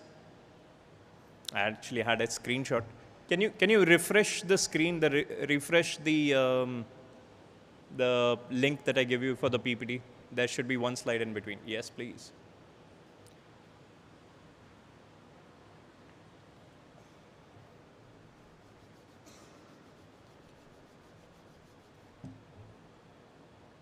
So basically in this, what would happen is, any kind of downtime or top SKUs, any kind of questions that I ask you, if you meet in person, I'm pretty sure all of you are having B2B business beats, right?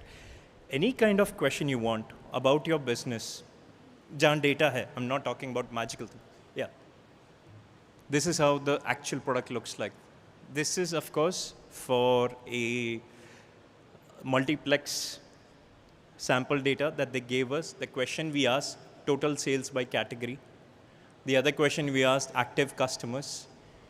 It is connected, and instantly you get the answer. So you can talk to your database in real time. On the left-hand side, you see connections. That connections is where you'll give me one line connection link, whether it's your database, your analysis, your Postgres, your Snowflake, whatever it is, and then you ask questions on real time. The beauty of this is it connects to thousands of tables and databases, and you get answers instantly. The beauty of this is, again, I wanted to add one more line. There is no hallucination, because whatever questions you ask, a SQL query is generated, and your answers are fetched. And based on the answers, the row or the data comes in as it is. I can add one or two layers in the front or in the back, basically, to summarize this entire answer. So instead of asking your fellow, waiting a few minutes, whatever question the client or fellow business head or anyone asked, you can just type it on the same, and you'll get the answer immediately in real time. No more guessing work, no more any other. So the impact of this, next slide, please. I don't have to tell you the impact. The impact what we saved, if I have to tell you in simple sense, it saved 11 hours of an analyst per day. There is a team of 10 analysts. Now you know what is the ROI. I don't have to tell you any of the unit economics. 11 hours of FT, full-time employees, 11 hours saved in a week, not a month, in a week. That is about it. The rest is, of course, it can be more, it can be less, however it goes, fine. Let's go to the next slide, and I want to take you through all the 3 AI patterns that I see. Predictive operations. These 3 patterns repeat across every industry that I've worked with. To simplify, predictive failures, sensing demand, supply, unlock your data. And of course, all of you will have multiple different kinds of data in silos. It also works with Excel files. You just dump thousands of Excel files, and it works. It reads well. So the next slide, please. So now you list, if you have to think or prepare, where do you start with? How do you work with? Pick any one pattern, downtime, stockouts, slow decisions, whatever it takes. Take a pilot, take one problem at a time, so you have a clear ROI. And next slide, please. Last one. So that is about it. So your tools and technicians. Thank you. Mike? Yeah, that is about it. Thank you for your time.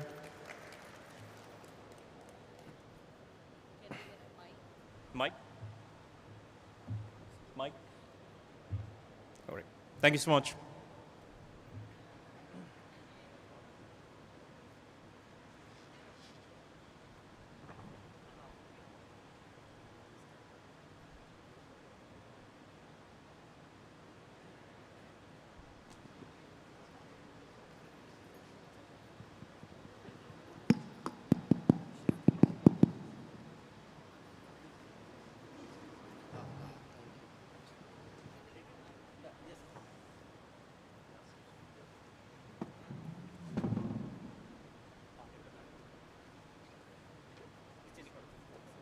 Thank you so much, Avinash.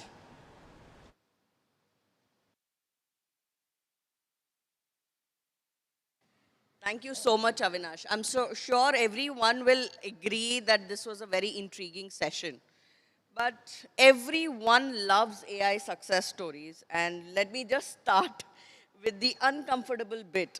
You know, what's one AI implementation in agri or manufacturing or any of the fields that you've been that looked brilliant on paper and failed on the ground, and why? Okay, that's okay. That's a great question. Almost all look brilliant on paper. every single manufacturing plant, even Toyota, as I told you, look great on paper, look great on the floor, clean floors, organized pipelines, clean data. But then they, for example, even if I ask you, can anyone here, I mean, there are no one from the airline industry, but can they promise there will be no crashes? There may be, there may be downtimes. Our job here is to actually slow down that process. So if you're asking in real time, yes, definitely. At the front face, many times for very, very big or large companies, or even for mid-sized companies, what happens is the data don't talk to each other. And there are copies and copies at the back end, the data engineer. They have copies of a complete database, if it is a bank or with manufacturing, a copy of the data, and they build dashboards on the data. Again, two problems here. The copy doesn't get updated almost daily. The dashboards are making sure that all the plots or exercises on the past. And third important hidden thing, which you guys don't see, there should be external signals. Imagine in your body, anything that happens, you know instantly. That is what we are trying to put with AI, with combining all of your sensor, data, logs. The first and foremost is connectivity from all the different sites. And then we come to the real magic where it happens. Very well said. Many people here are from the manufacturing and the agri-business, and we talk about AI reducing cost, but upfront investments are very real here. If you're advising a mid-sized manufacturer in Pune or any agri import in Nasik, how do you justify the AI spend when cash flows are tight and the margins are very thin? That makes sense, absolutely. So I'm going to go back to the presentation and maybe ask one of you guys, were you listening or not? But how much do you think one single downtime would cost in a month? One SKU line goes down. I'm not talking about the entire plant. One single line, one single product. That would be the simple entry product. Pick one ROI where you feel is the best, where it is the real pain point. All of you know where is your real pain point, whether it is sales, whether it's marketing, whether it is better operations, which is a nightmare for everyone, even for me at many a times. So I pick one particular case, pick one guy who will be solely responsible, and I tell him, talk to anyone you want, implement anything you want. This is a final outcome that we are going to target. Take as much AI help as you can. And if you're talking about costs, as the year goes forward, right now, from what it was in 2023, 2022, right now, it has come down drastically. 1,000 times more cheaper. So absolutely, yes. Interesting. In agriculture, or manufacturing for that matter, wrong predictions can actually push farmers into distress. In manufacturing, wrong forecast can shut down and have layoffs. When AI improves profitability but increases short-term human pain, where should the leadership draw the line? Can you repeat the last line, please?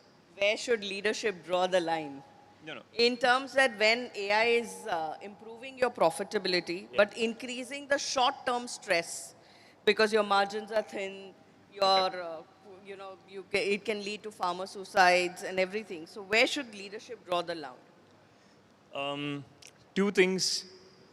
It's just a suggestion from my side, of course. And the real picture lies with you.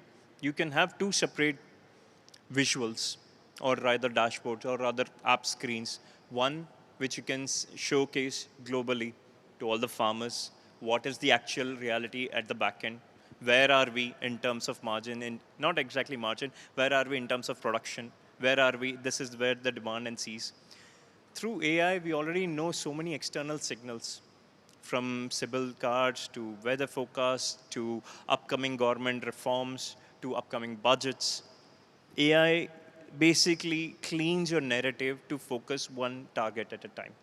So all of this, what you've asked, whether it is farmer suicide, which is a horrible thing to happen to anyone, all that happens not with one failure, with multiple catastrophic failures. Imagine if they had, for a farmer, the best example would be the kind of crop, the kind of soil. Him buying nutrients or microfertilizers is not wrong, but he should have had some sort of analysis. Again, even if we had, there are so many verticals KPIs at play. Interesting. Coming back to this same point, if you come to AI models, which look very clean on dashboards, but reality isn't, right? It's a very slow and a gradual process when you come to these AI models, because the more context that you give them, the more, I think, flexibility you will have. So in your experience, what breaks first? The data, the model, or the human trust in the system? All three, if it has to break, all three would break at a time. But no, that's the fact. I can say, no, trust break first, model break first, data break first. But a key differentiator between us, me, and anyone else is pure, like all of you here, I don't even ask you, I don't have to ask you about your business or model, right? You are experts in your field. You have seen many multiple seasons. With us, we have seen many multiple evolutions of AI. By the way, yesterday it was called data science, natural language processing. Today it's called AI. Tomorrow, we are already writing research papers. It's going to be called quantum computing. So we are already 3 to 5 years ahead in terms of research. When you say hallucination, which is a real problem, which many, multiple, even Anthropic or LLM, they are not able to solve this because for them, everything is like an open vanilla notebook. You put in your data, it has the world's data. Now you ask a question whether it is going to answer from your data or the world's data. What we do, very strict engineering, very strong guardrails around AI. Any kind of question, if you happen to give it outside your system, it will come back and say, like, when you were students in school, out of syllabus, it's going to give you some similar answer. We can tweak that, out of syllabus. My IMA ke bare mein pucho, okay, in syllabus. Anything else, out of syllabus.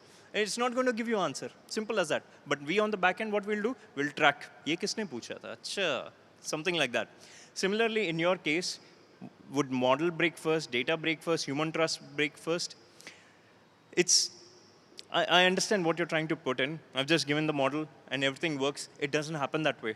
ये तो ऐसी बात हो गई, आप मुझे 4 seeds दो, मैं डाला, जो भी माइक्रो फर्टिलाइजर है डाला, हो गया, पौधा नहीं उग रहा, trust break हुआ, seed break हुई. It doesn't happen that way, right? There has to be a process.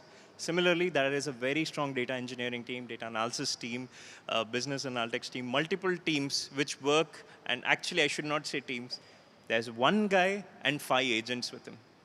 With every one of my employees, there is one guy. There's only one guy and 5 agents. That one guy is supposed to talk to you. Maybe after 2 years, that one guy will also be replaced. And some agent will talk to you and you won't even realize who is talking to you. But coming back to the real question, everything can break. It is not going to be an isolated event. So for that, what we do, we have a staged environment. We have a production environment so that nothing breaks in between. So if we follow processes, I think we should be in the right space. Yep. Despite that, we have seen global examples like Yep. IBM Watson in healthcare, some precision farming pilots in the US and the India, and where AI adoption didn't scale as expected. Is the problem really the tech, the incentives, or the ecosystem around it? In your opinion, what do you think it is? No. The tech incentives, they are great add-on feathers, definitely yes. The real problem is the drive. I'm not saying this as a philosophical term, telling you as a real proper example. If something doesn't sell, there will be a drive in you to push it out. For us, the same way is, if these are my clients, I'll tell you one simple example because you said IBM. There was our client called WPP Media, which is an advertising giant. Their client is Tresemme, Nexus, shampoo brands. They have the best data in the world. They have IBM as partners. Now they come back, they still ask me, we want to target zip codes, 35,000 zip codes in the next 2 weeks. Which zip codes do you think we should target? And by the way, they have the best of the models, IBM, ML models, data science models. Still, it's not accurate. It's not even close to 50% in terms of sales. When there's the accuracy, when can you tell when the actual sales numbers come in, right? The first thing what we did, we connected the sales pipeline data immediately. So I have actual signals. I'm not going to say I got it the first time. We introduced weather pattern, weather data in the sales data. Now it makes so much sense. If it is additional precipitation, gust, dew amount, you would basically shampoo, hair care, you would wash your hair more in a month. Now it makes so much sense. And the second important thing what we did, we split the data, we split the products, the SKUs, basic hair care, shampoo, conditioner. I'm a guy, I know only this much. Shampoo, मेरे लिए तो shampoo भी नहीं है, साबुन है बस हो गया. But still, shampoo, conditioner, that's it. Everything else, कुछ होता है, leave-ons, conditioner, something, whatever the additional things, additional benefits, separate. Now, my focus was only one. And our models work much better than IBM, worked much better than Infosys, worked even much, much better than there's a company called Accenture, which is my past company. So that's where we are. Last question from my side before I end. Yep. I open the questions to the audience. Large players like ITC and Siemens in manufacturing can absorb all the AI cost. What about the smaller players? What is your opinion? Is AI today accidentally a privilege, or rather it's a productivity tool? For this acting, actually, I will stand. I'm a small player myself, compared to Accenture, Infosys, TCS of the world. The best motivation advantage that all of you guys are, or that you have, is that you are small. That is the biggest advantage. You're like a mouse. You can go anywhere. You're really flexible like water. You can absorb real-time data. Do you think the client, Northern Trust, that I had, it has 1 trillion asset under management. For me to get them as client, it took a year. Correctly, 10 months, 11 months-ish, it took a year. For any other bank, and I made the products in about 1 to 2 months. That's it. It was ready. But for them to publish the product, it took another 3 months. Simple reason, a lot of red tapes, but you with small players, with small products, you are highly flexible. You can do whatever you want. All you have to do is guides, compliances. You have to maintain a little by the rule. And one important key thing, someone has to be held accountable for. If something breaks in tech, okay. If something breaks in somewhere else, okay. That is about it. But apart from that, that is only, ये तो ऐसे सोचने वाली बात हो गई, मैं गाड़ी निकालूंगा, लग गई तो. All of you, we have that thrill or enthusiasm, right, when we are young. The same enthusiasm I see with all the small players, me, myself included. Point taken. Thank you. I'll open the rounds for the audience to ask you questions, please. If anyone has any questions.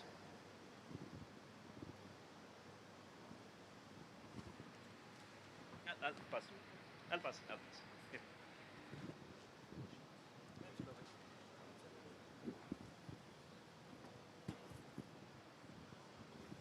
Yeah. Yeah, good evening. My name is Prabhakar. Just a small question. Of course, we all know the benefits of AI. The future is AI. But are we looking at the real ROI on, as she questioned also, like, can we absorb the cost at this point in time? Or it is a need-based, or one should go because AI gives a lot of benefits, and we should, it is complementary or it is dependency? Great question. Tanvi also asked a similar question earlier on. Yes, yes, yes. All the And three, yes. last question is, Yeah, what yeah. are the flaws? One should critically look at what are the flaws also in AI. If there are no flaws, definitely we can go ahead and take it as it is actually. I want to get slim. मैं थोड़ा मोटा हो गया हूँ. I want to get slim. Okay? I have a treadmill at home. That is my data. I have a society gym at home. That is also my data. Still, I called a trainer only and only to have discipline in my daily workout.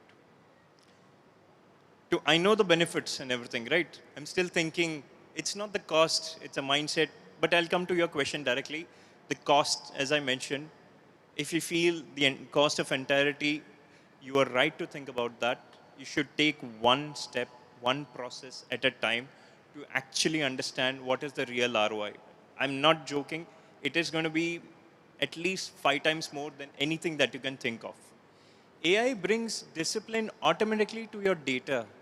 It'll enforce that you have the best, cleanest quality of data, and more importantly, it'll also help you to see what was missing. Suddenly, from looking at a normal TV, you see a giant 8K display, you'll realize, okay, I was missing that. And by the way, in 2026, AI is not here to replace or be a convenience. Someone else using AI will definitely replace you. If I were to ask you your numbers, your factories, your projections, whatever it is, person using AI will have these numbers on his fingertips. That will boost confidence. That will help him to negotiate better deals. But in terms of your real costs or questions, all the cloud computing costs, everything has come down. But I'll give you one insider info as well. We can take the large language models, the LLMs on the back, put it in your company's internal systems, download it so that it doesn't need any cloud costs. That is the biggest difference from a 10x to a 0.1x. Great. Big difference. Thank you. Thank you.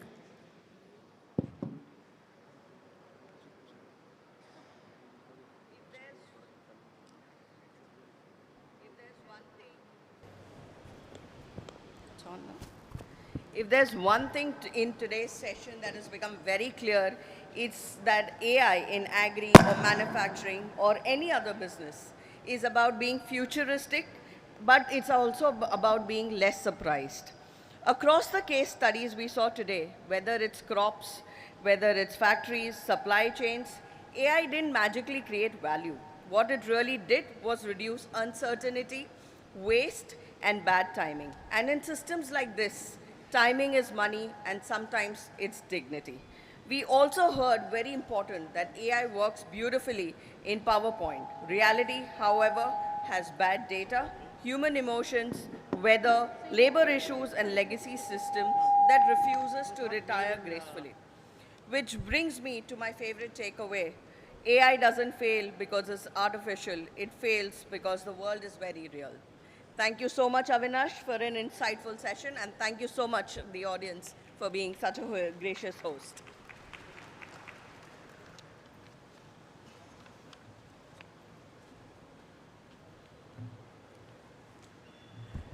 Thank you very much, Tanvi and Avinash. I think it was phenomenal. I think it was very engaging. Guys, big round of applause to them. I think there's so much in the world of AI and ML that we all need to learn and adopt and adapt into our businesses. And thank you very much for that conversation. On behalf of the Indian Microfertilizer Manufacturers Association, I'd definitely like to felicitate both of you for your time and for your input. And may I request Vaibhav, can we do the felicitation, please? And then we will move on straight to the last and final session, which is going to be perhaps the pièce de résistance with the international trade and domestic chambers joining us on stage in the next few minutes.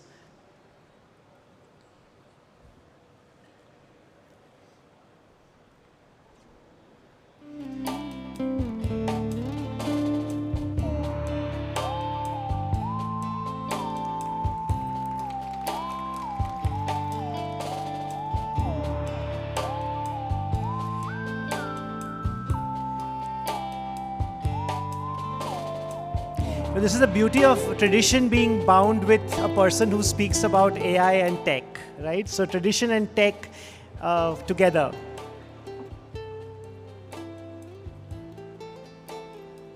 Thank you, Tanvi. I know your office is next door, but you came twice, and I'm glad that you made the effort to take this time out with us today. Thank you, Tanvi. And of course, a big thanks to Confederation of Indian Industry and Young Indians in the Mumbai chapter, of which both Tanvi and Avinash are members. We had Chavi session yesterday and this AI/ML session today, thanks to our partner at YI Mumbai. Thank you.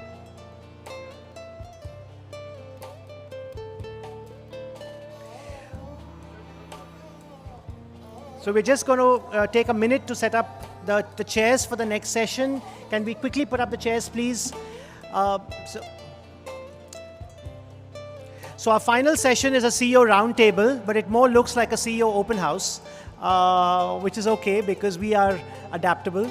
But in terms of a CEO roundtable, we will be having the Consul Generals from 4 countries.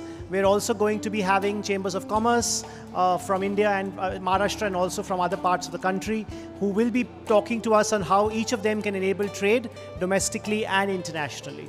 So we will be starting this session in a couple of minutes. As soon as the stage is set up, I request your patience for a couple of minutes.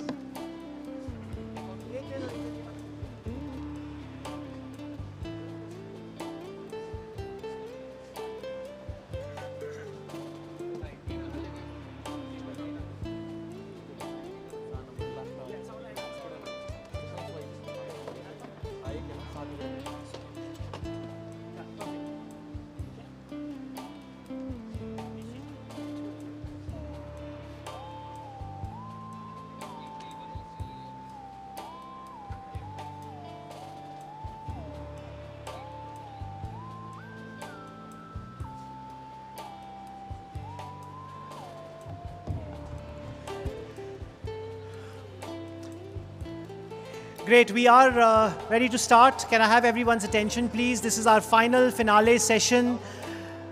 This is going to be very, very interesting. May I request everyone who's standing to be seated so we can start our session.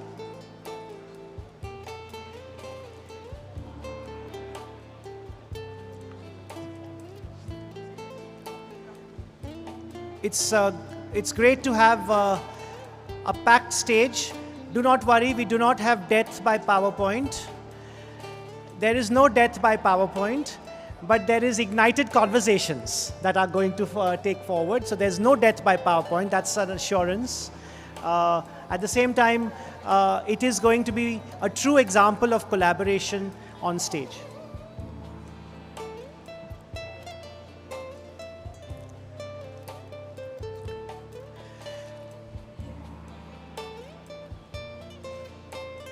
The rest.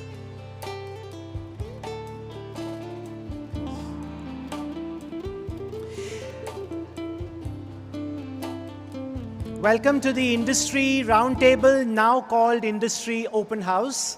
I think we're going to call this an Industry Open House now rather than a roundtable because frankly it is an open house. This is the final of our sessions in the 6th National Crop Nutrition Summit of the Indian Microfertilizer Manufacturers Association. I will very quickly, for the benefit of those on the dais, quickly introduce what we have achieved in the last few days, and that would help set the context to what our partner for this roundtable, which is Mr. Umesh Unikrishnan, will then take on the session going forward. So now that everyone is seated, the Indian Microfertilizer Manufacturers Association would like to very warmly welcome our 4 countries here. We have today, I think for the first time in an IMA summit, 4 countries present, representative from 4 countries present on stage. Thank you very much. Salam, namaste to all of you. And I do hope that this is the beginning of a very, very productive partnership between our wonderful nations. So I'd like to very warmly welcome the Consul General from the Consulate General of the Republic of South Africa. Welcome, sir. I'd like to welcome the Consul General from the Consulate General of Mexico.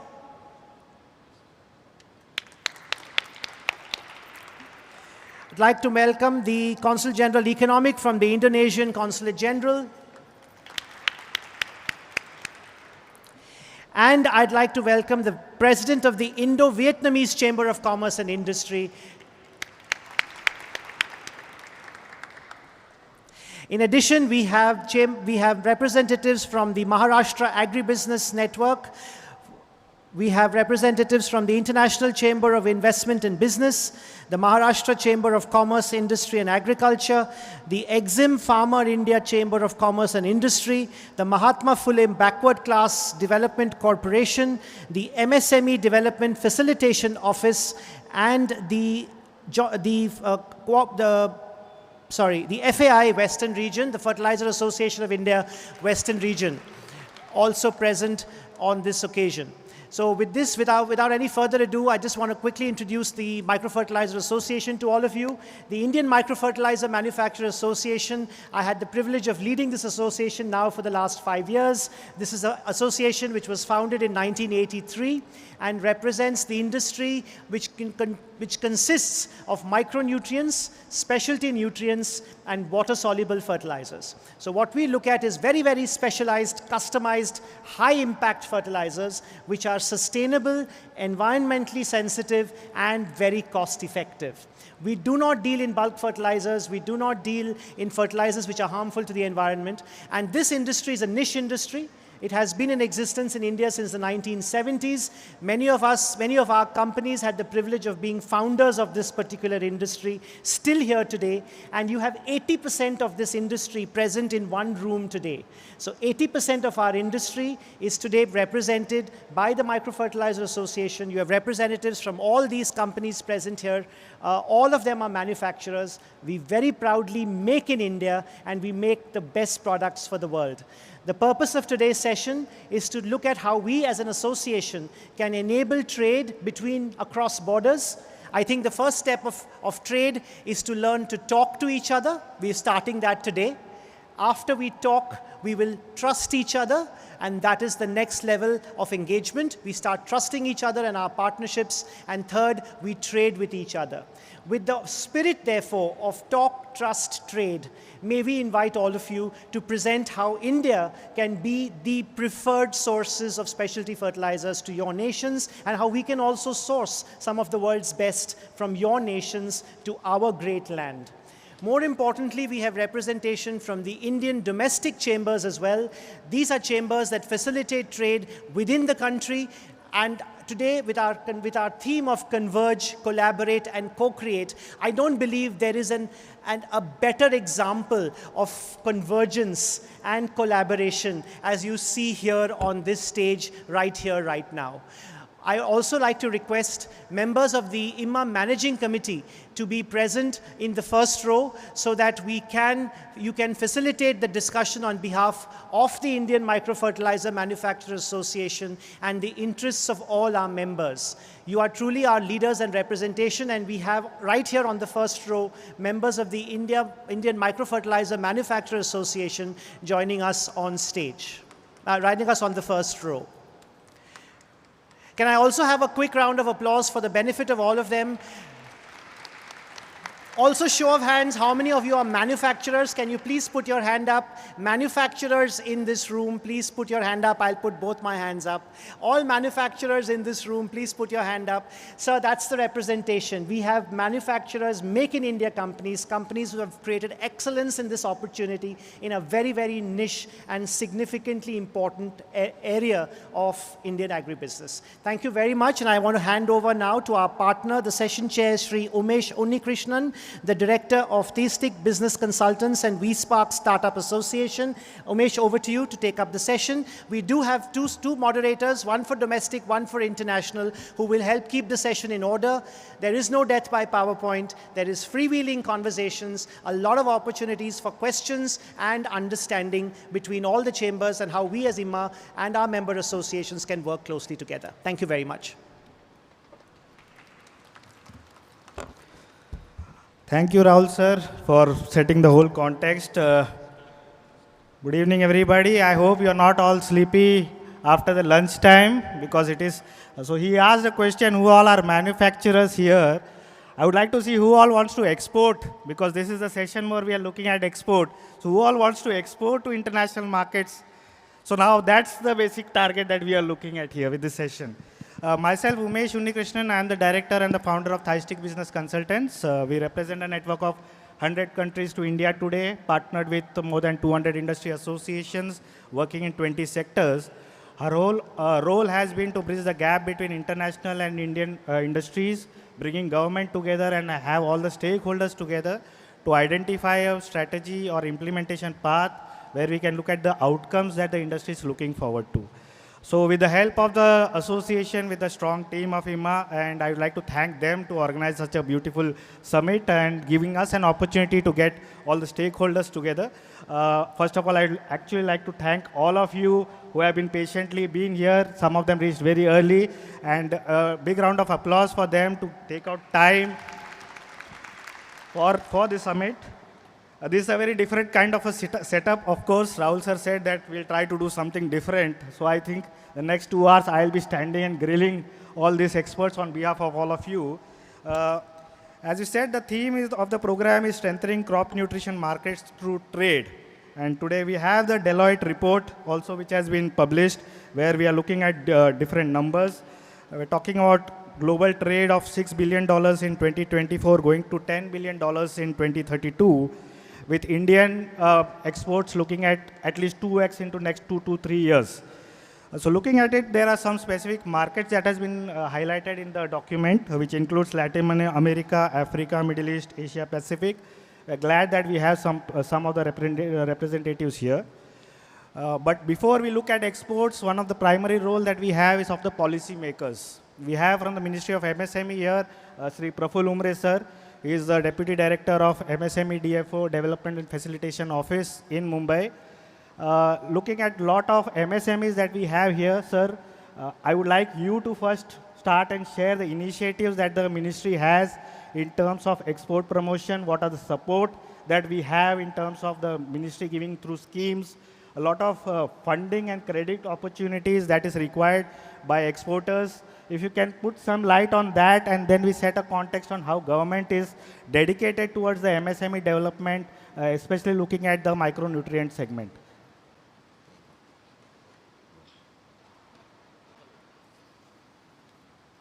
Hello.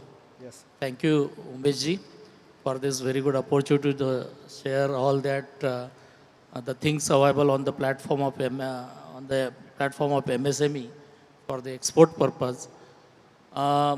We have actually one international cooperation schemes. Under that schemes, that association can take the that delegations to the various international exhibitions. Around 569 that exhibitions are enlisted under that schemes. And if you take this opportunity, and you will get the reimbursement of to the every enterprise around 4.5 lakhs rupees per enterprise. So that is very good. There are two options to participate in that under that IC scheme. Either you can go through this association. Association has to get registered with our Ministry of MSME. If it is registered with that, they can eligible to take the delegations to the all international exhibitions, whichever is suitable for you. And another option is Export Promotions Council. You can, if you are the member of Export Promotion Council, through that also you can participate.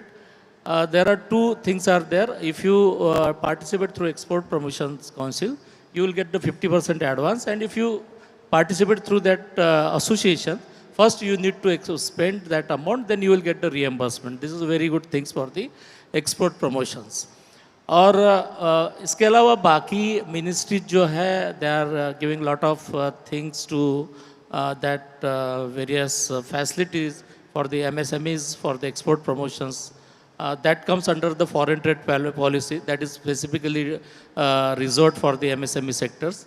Apart from that, ministry has a lot of things are there for credit facilities. Credit facility is there.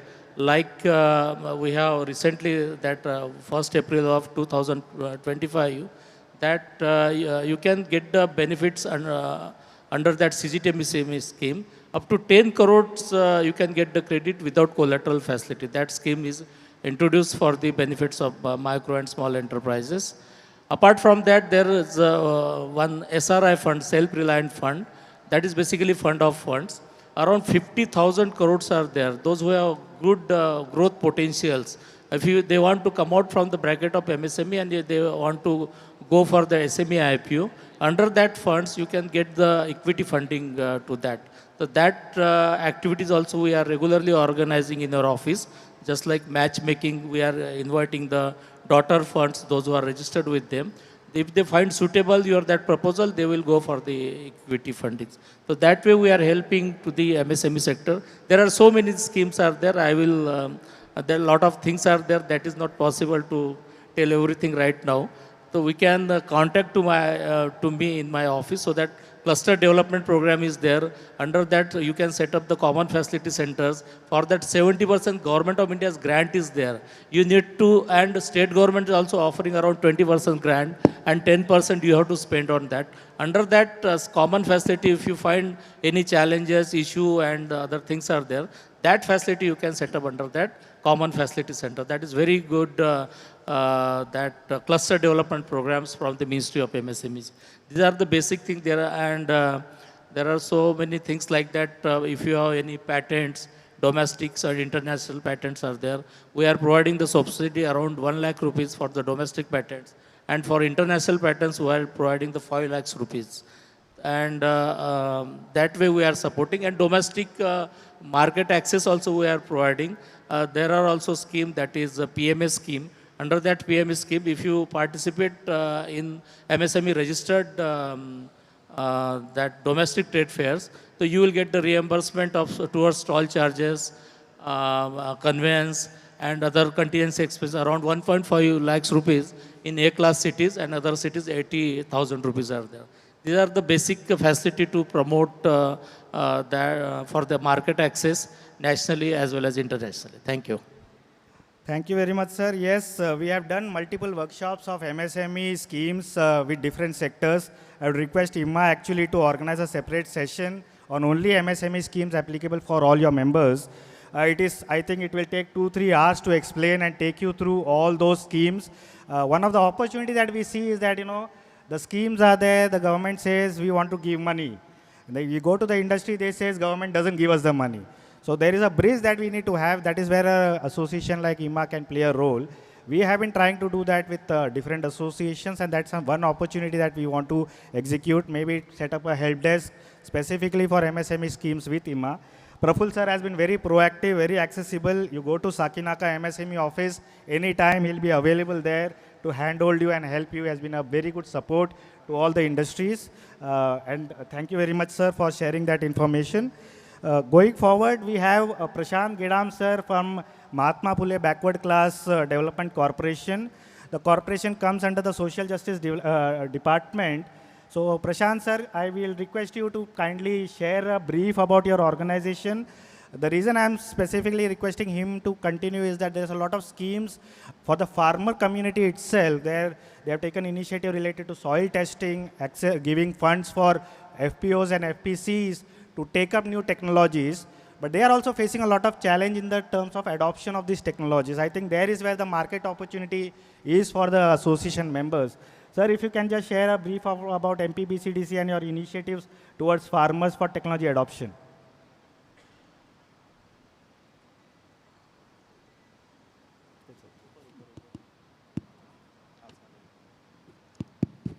Yeah, that one works, sir. Hello. Yeah. Yeah.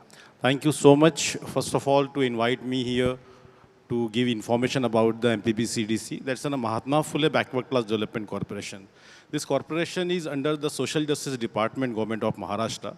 And this company is having the share capital of Government of India and Government of Maharashtra. It's completely pure government company.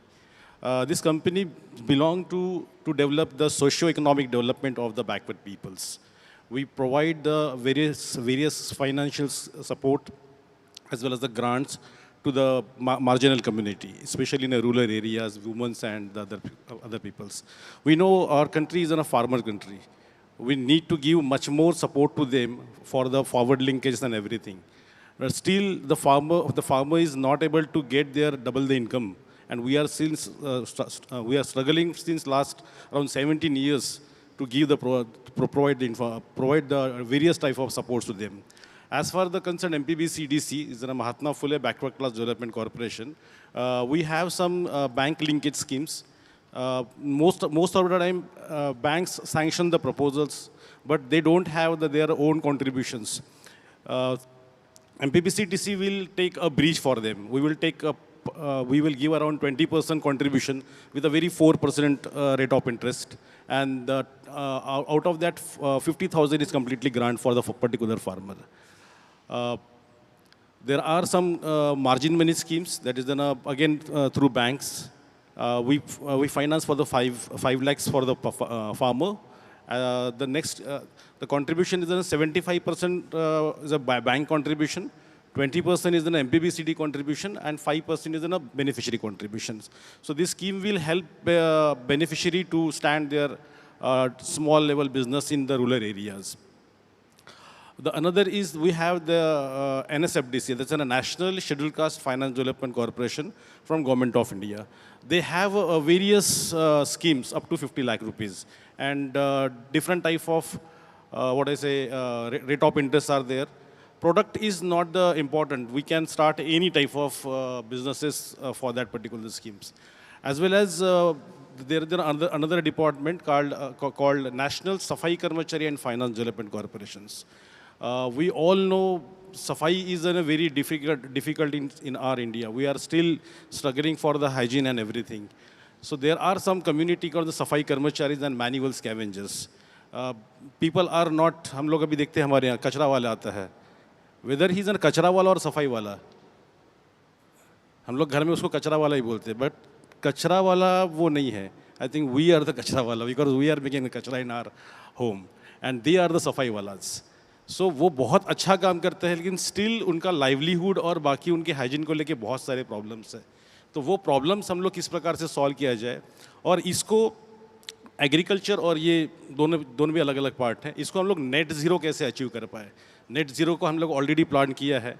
Agriculture sector around 12% emission create करता है, और ये emissions हम लोग कम कैसे किए हैं उसका टेक्नोलॉजीज़ और अलग अलग प्रकार के एडवांसमेंट प्लान कर रहे हैं. अभी हम लोग एक नया प्लान कर रहे हैं, that's the carbon bank. We are aware कि in the mid of the 26 carbon registry में भी announce by the government of India. तो यहाँ पे कार्बन सर्टिफिकेशंस के लिए भी अभी कुछ एक्टिविटीज़ नहीं है. We are trying to first carbon bank from government of Maharashtra which will help the people to trading for the carbon credits and the things. As the SEBI already announced, around 1,000 companies, they have to declare their own carbon footprints. but there is no mechanism and the audit there is no proper mechanism to declare these things. So these are the sectors which we need to much more focus as one MBB CDC point of view. So this will help to us to achieve the sustainable livelihood goals for the marginal community and the other activities. In this regard, we are planning for 2 to 3 programs. One is जैसे हमने agriculture waste है, सो agriculture waste से हम लोग pellets and briquettes भी plan करते हैं, और मिनिस्ट्री ऑफ पावर का मैंडेट्स है to 7% they have to buy from they use instead of the coal. 5% coal भी हम लोग, कोल के जगह हम लोग पैलेट्स यूज़ करते हैं, तो अराउंड 5% कार्बन एमिशंस कम होगा, which will give much more helpful than. As well as biochar is the one of the basic product जो हम लोग पुश कर रहे हैं कि बायोचार ज़्यादा हम लोग लेके आए, जिससे लैंड पार्सल का कार्बन एमिशन जो है काफ़ी बढ़े, और वो बढ़ने की वजह से हमारा यील्ड जो है वो काफ़ी अच्छी तरीके से आ सकता है. ऐसे अलग अलग प्रकार के प्रोडक्ट्स के ऊपर में भी हम लोग काम कर रहे हैं. साथ ही साथ में हम लोग स्किल डेवलपमेंट ट्रेनिंग प्रोग्राम एक अलग से रन करते हैं, जिसमें फ्री ऑफ कॉस्ट हम लोग बेनिफिशियरी को अलग अलग प्रकार का ट्रेनिंग देते हैं, विथ जो रेसिडेंशियल भी रहता है और ऑन जॉब भी रहता है. इस ट्रेनिंग के माध्यम से हम लोग उनको ये कोशिश करते हैं कि वो लोग ट्रेनिंग करते करते इनकम जनरेशन एक्टिविटी कैसे कर पाए.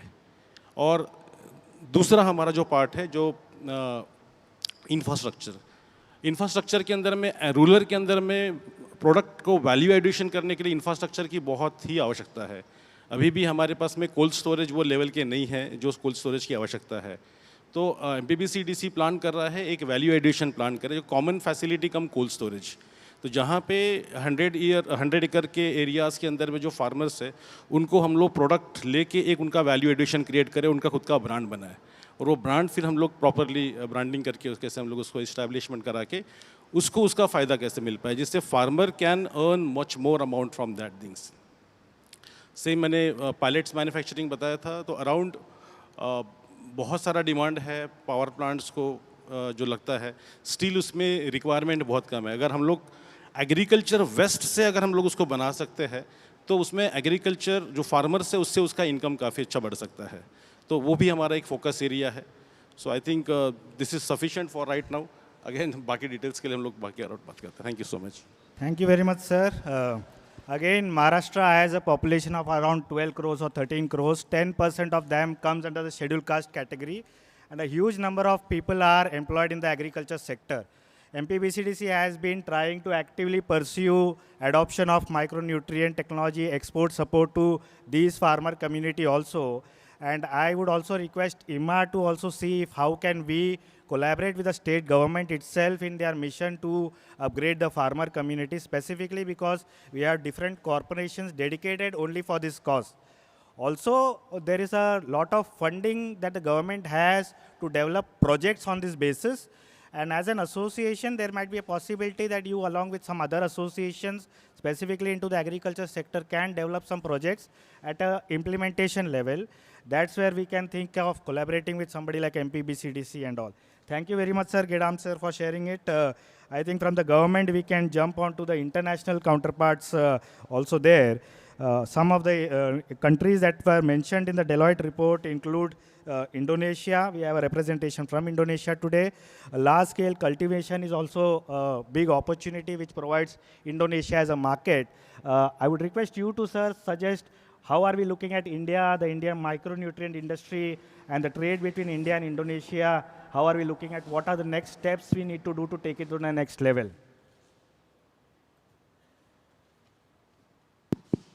Okay, thank you very much for your time. I'm Muhammad Kurniawan. I'm Consul for Trade at the Consulate General of Indonesia in Mumbai. It's audible. Okay, in terms of trade, India and Indonesia is still growing.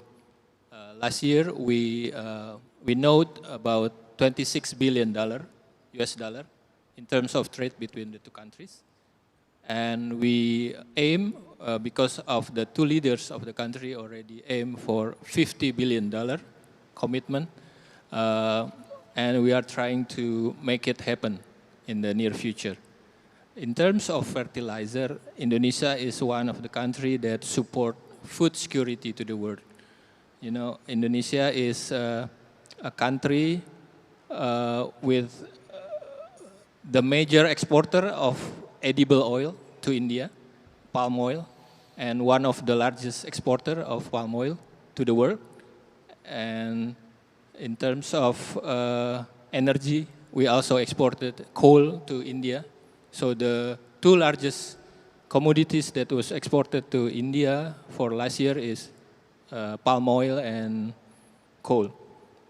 So with regards of fertilizer, we also one of the supporters for the world's food security. Instead of exporting edible oil, we also one of the largest producer for you call it the largest producer of tropical crops. Sorry, like rice and corn, maize or corn. So in terms of fertilizer, Indonesia is the 29th largest producer of fertilizer to the world. What I heard is, and what I read before, 1 hour before, India is the largest importer of fertilizer to the world. So I think there is an opportunity for the two countries to increase the trade in terms of fertilizer. So I think the opportunities is big, especially the Indonesian market is 1/5 of Indian market. We have almost 300 million population in Indonesia. So 1/5 of India, or 20%. And yeah, the opportunity to increase the fertilizer trade between the two countries are big, enormous. I think, yeah, that's from us. I think if any question, I will be happy to answer. Thank you so much. From IMA, we have Kishore sir, who is heading the international market. Sir, if you may want to, on behalf of your members, specifically looking at Indonesia, you may have to specific any question. Yes. As the Counsel General, Honorable Counsel General said that we are importing a lot of fertilizers, and that's true. The potassium-based, I guess Indonesian potassium is more so available in Indian market. But as he mentioned, Indonesia is growing a lot of rice and oil palm, and to supply the micronutrients or the value-added fertilizers, what we import is as a raw material. And many of us as a manufacturer may agree that they are doing value addition to it and reselling in India as well as exporting it to multiple countries. So that is one thing. So my question is how Indonesian Council and the government can help us in finding opportunities, because India is also one of the best rice producer in the world. If you take a basmati or any other kind of rice, India is also one of the good cultivator, I may say. So how we can join hands and see to it togetherly the usage of micronutrients and things, enhancement in usage of micronutrients. Okay, thank you so much. Let me describe the whole picture of Indonesian fertilizer industry. Right now, most of Indonesian producer in terms of fertilizer is with non-micronutrient. So we are still developing the bio, what do you call it, the bio using the nature, yeah. Because most of Indonesian fertilizer right now is from urea, because Indonesia is endowed with natural gas. We have many natural gas, so we can convert that one into urea. Most our fertilizer is going to urea, but we have a new regulation from the government enacted in 2023 that support the micronutrient and also more biofertilizer. So I think it's still growing, and there is a chance for more collaboration, more joint venture between India and Indonesia. So many opportunities. Thank you. Sure, sure. Thank you. Yeah, thanks a lot. You had something more to add on that? No. Okay, thank you very much, sir, for your time. In fact, I would request a big round of applause for him because he was the first one to arrive very early for the 2:30 session. He was here at 11 o'clock, and he's been very patiently waiting. He also met all the stall owners today here. And thank you, sir, for your kind knowledge that you shared about the trade opportunity. Moving towards from the international side, we have Ruya, sir, here from the Vietnam Chamber. He, I think, he represents both the international side as well as the Indian manufacturers and exporters, specifically from Vietnam and India trade. Sir, I would request you to kindly share a small introduction about yourself and the opportunity between India and Vietnam trade into the agriculture segment. You want to come here? That's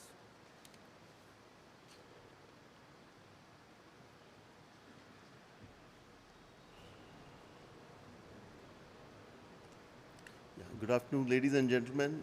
I thank IMMA, I thank Rahul Mirchandani and Mr. Krishnan for giving me this opportunity to address such a distinguished audience like yourselves. Crop nutrition, I don't have to tell you this, basically improves soil health to boost yield, enhance farmer income and food security for nations. So how can trade between India and Vietnam strengthen crop nutrition? There are 3 points. The first point is across Asia, farmers are facing declining soil fertility, micronutrient deficiencies, and pressure of climate change. The situation is balanced crop. The solution is balanced crop nutrition, which is using the right mixture of nitrogen, phosphorus, potassium, and essential micronutrients like zinc and boron. Both India and Vietnam have made strong progress in agricultural productivity, but both still face challenges related to fertilizer efficiency and access to advanced inputs. The second point, India and Vietnam are natural partners. India is one of the largest producers of and exporters of fertilizers and crop nutrition inputs. It has robust manufacturing base for urea, complex fertilizers, micronutrients, and biofertilizers. Vietnam, on the other hand, is a major agricultural producer, especially of coffee, pepper, fruits, and agricultural products. And it has a dynamic farming sector requiring the best inputs, meaning the best raw materials since they export to a lot of countries. Some trade between the two countries is already existing in fertilizers, agrochemicals, and raw materials, but for reasons I just stated, there is significant potential. The third point is stronger collaboration. Here, as far as collaboration is concerned, there are 5 things which we can do. Number 1 is fertilizer customization. Instead of simply exporting bulk fertilizer, Indian manufacturers can work with Vietnamese distributors and agronomists to supply customized nutrients, the blends which are suitable to Vietnam soil and crops. For example, there is rice in the Mekong Delta, there is coffee in Central Highland, and fruit crops in the south of Vietnam. It's a long country. Similarly, Vietnam, which has generally technical inputs from China, they get a lot of support from China. They can share its experience in efficient fertilizer use and site-specific nutrient management, which will help Indian agriculture move towards more precise and sustainable applications. Micronutrients and the point number 2, micronutrients and specialty nutrition. Micronutrient deficiencies such as zinc and sulfur shortages are common to both the countries. Trade in this fortified fertilizer and water-soluble nutrients can help farmers achieve higher yields. Joint ventures in these segments can be explored and to serve not just the domestic market, but also Southeast Asia and Africa. Biofertilizer, the third point is biofertilizer and sustainable inputs. Both India and Vietnam are investing in research in biofertilizers and microbial solutions. Collaborations in research, manufacturing and trade can accelerate adoption of these sustainable products. For example, Indian companies with large-scale fermentation capacity can supply bio-inputs, while Vietnam firms can contribute expertise in integrating them into intensive cropping systems.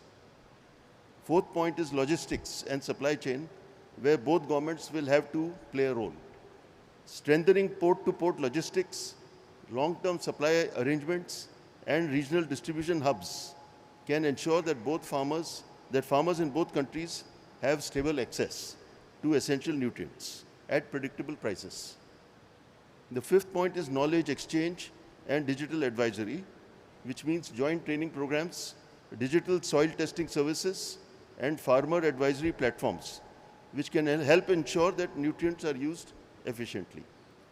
Finally, the broader benefits will be enhanced Indo-Vietnam cooperation, besides stabilizing input markets, which can reduce over or under application of fertilizers and promote environmentally responsible farming. We can explore opportunities for private sector partnerships, technology transfer, and joint ventures. As you know, Vietnam has FTA with 17 countries, which is a great advantage to manufacturing units in Vietnam. In conclusion, strengthening crop nutrition through trade between India and Vietnam is a win-win opportunity. And by combining India's manufacturing strength with Vietnam's dynamic agricultural sector and practical field expertise, both countries can improve soil health and raise productivity. This is not just about moving products across borders. It is about building a collaborative ecosystem that nourishes crops, farmers, and economies alike. If there's any assistance you would require for this, to connect with the chamber, with the government, we'll be open to receiving your inputs and requests. Thank you.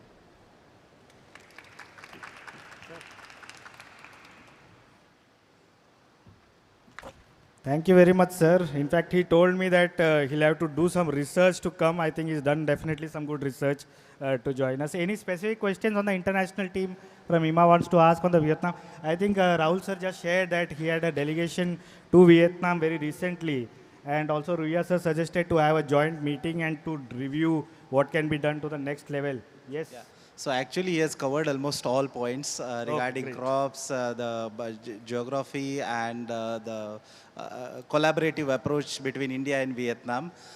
One thing is just, sir, as a IMA association, we would like to ask a help is connects to the good companies, and that's what all needed, because all other things are set up and needs to connect with the good companies so that we all can have a benefit of business. Yeah. So that's where we think, next time we take a delegation, let us also combine more network partners to us. So when we also take delegations, our focus is more to do buyer-seller meets. Conferences, exhibitions are all fine, but we need to have specific buyer delegations. And I've been chasing him to do something with Vietnam for long. Now I think we have an opportunity to take it further from here. Thank you very much, sir. I'd also now move on towards the next country representation that we have. We have Mexico here. Again, one of a very big area. The report also says Latin America is a very big market for the Indian micronutrients. I would request, sir, to please suggest the Indian trade, specifically on agri and micronutrients. How can we take it further to the next level? Hi, hello. I'm Alejandro Sanchez. I am in charge of Economic and Trade Affairs at the Consulate of Mexico here in Mumbai.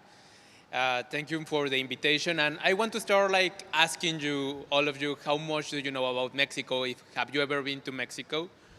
If that's not the case. To Mexico? Nobody. Well, if that is not the case, so let me tell you that Mexico represents a huge opportunity for the Indian market.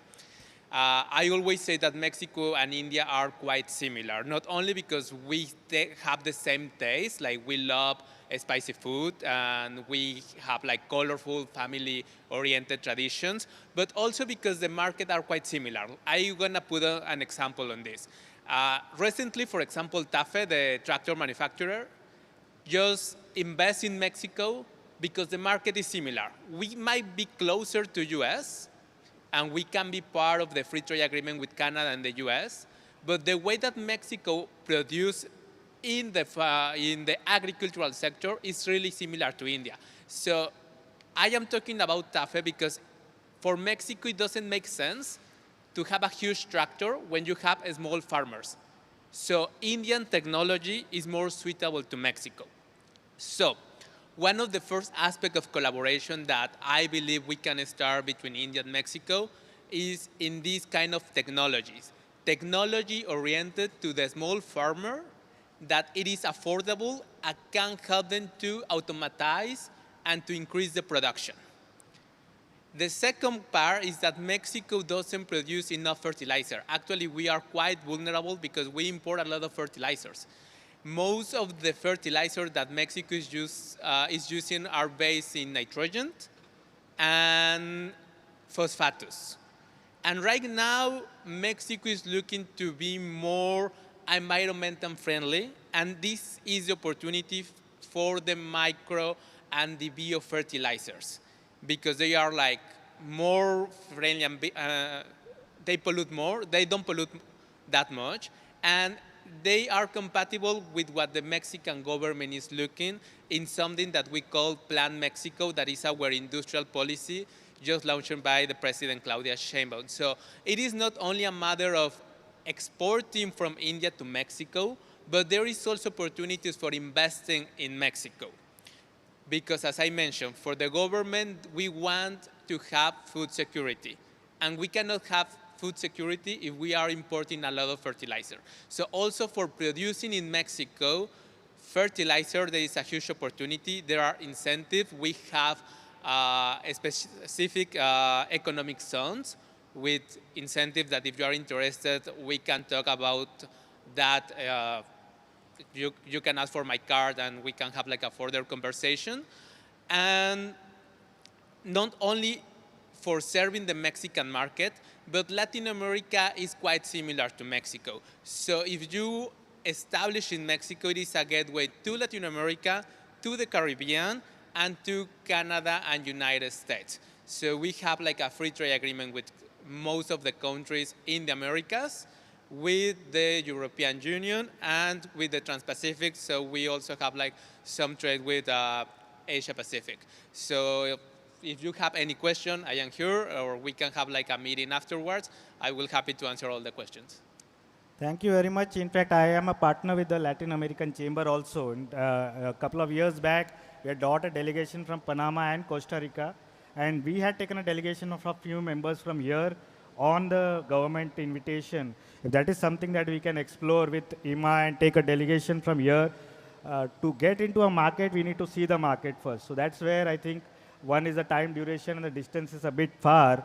But if we can start somewhere and take a delegation with IMA, and maybe through IC scheme if it is possible at all, if not still, to explore that as a market, that is something that I think we can look at an opportunity. Anything specific from the IMA's team on the international Mexican opportunity?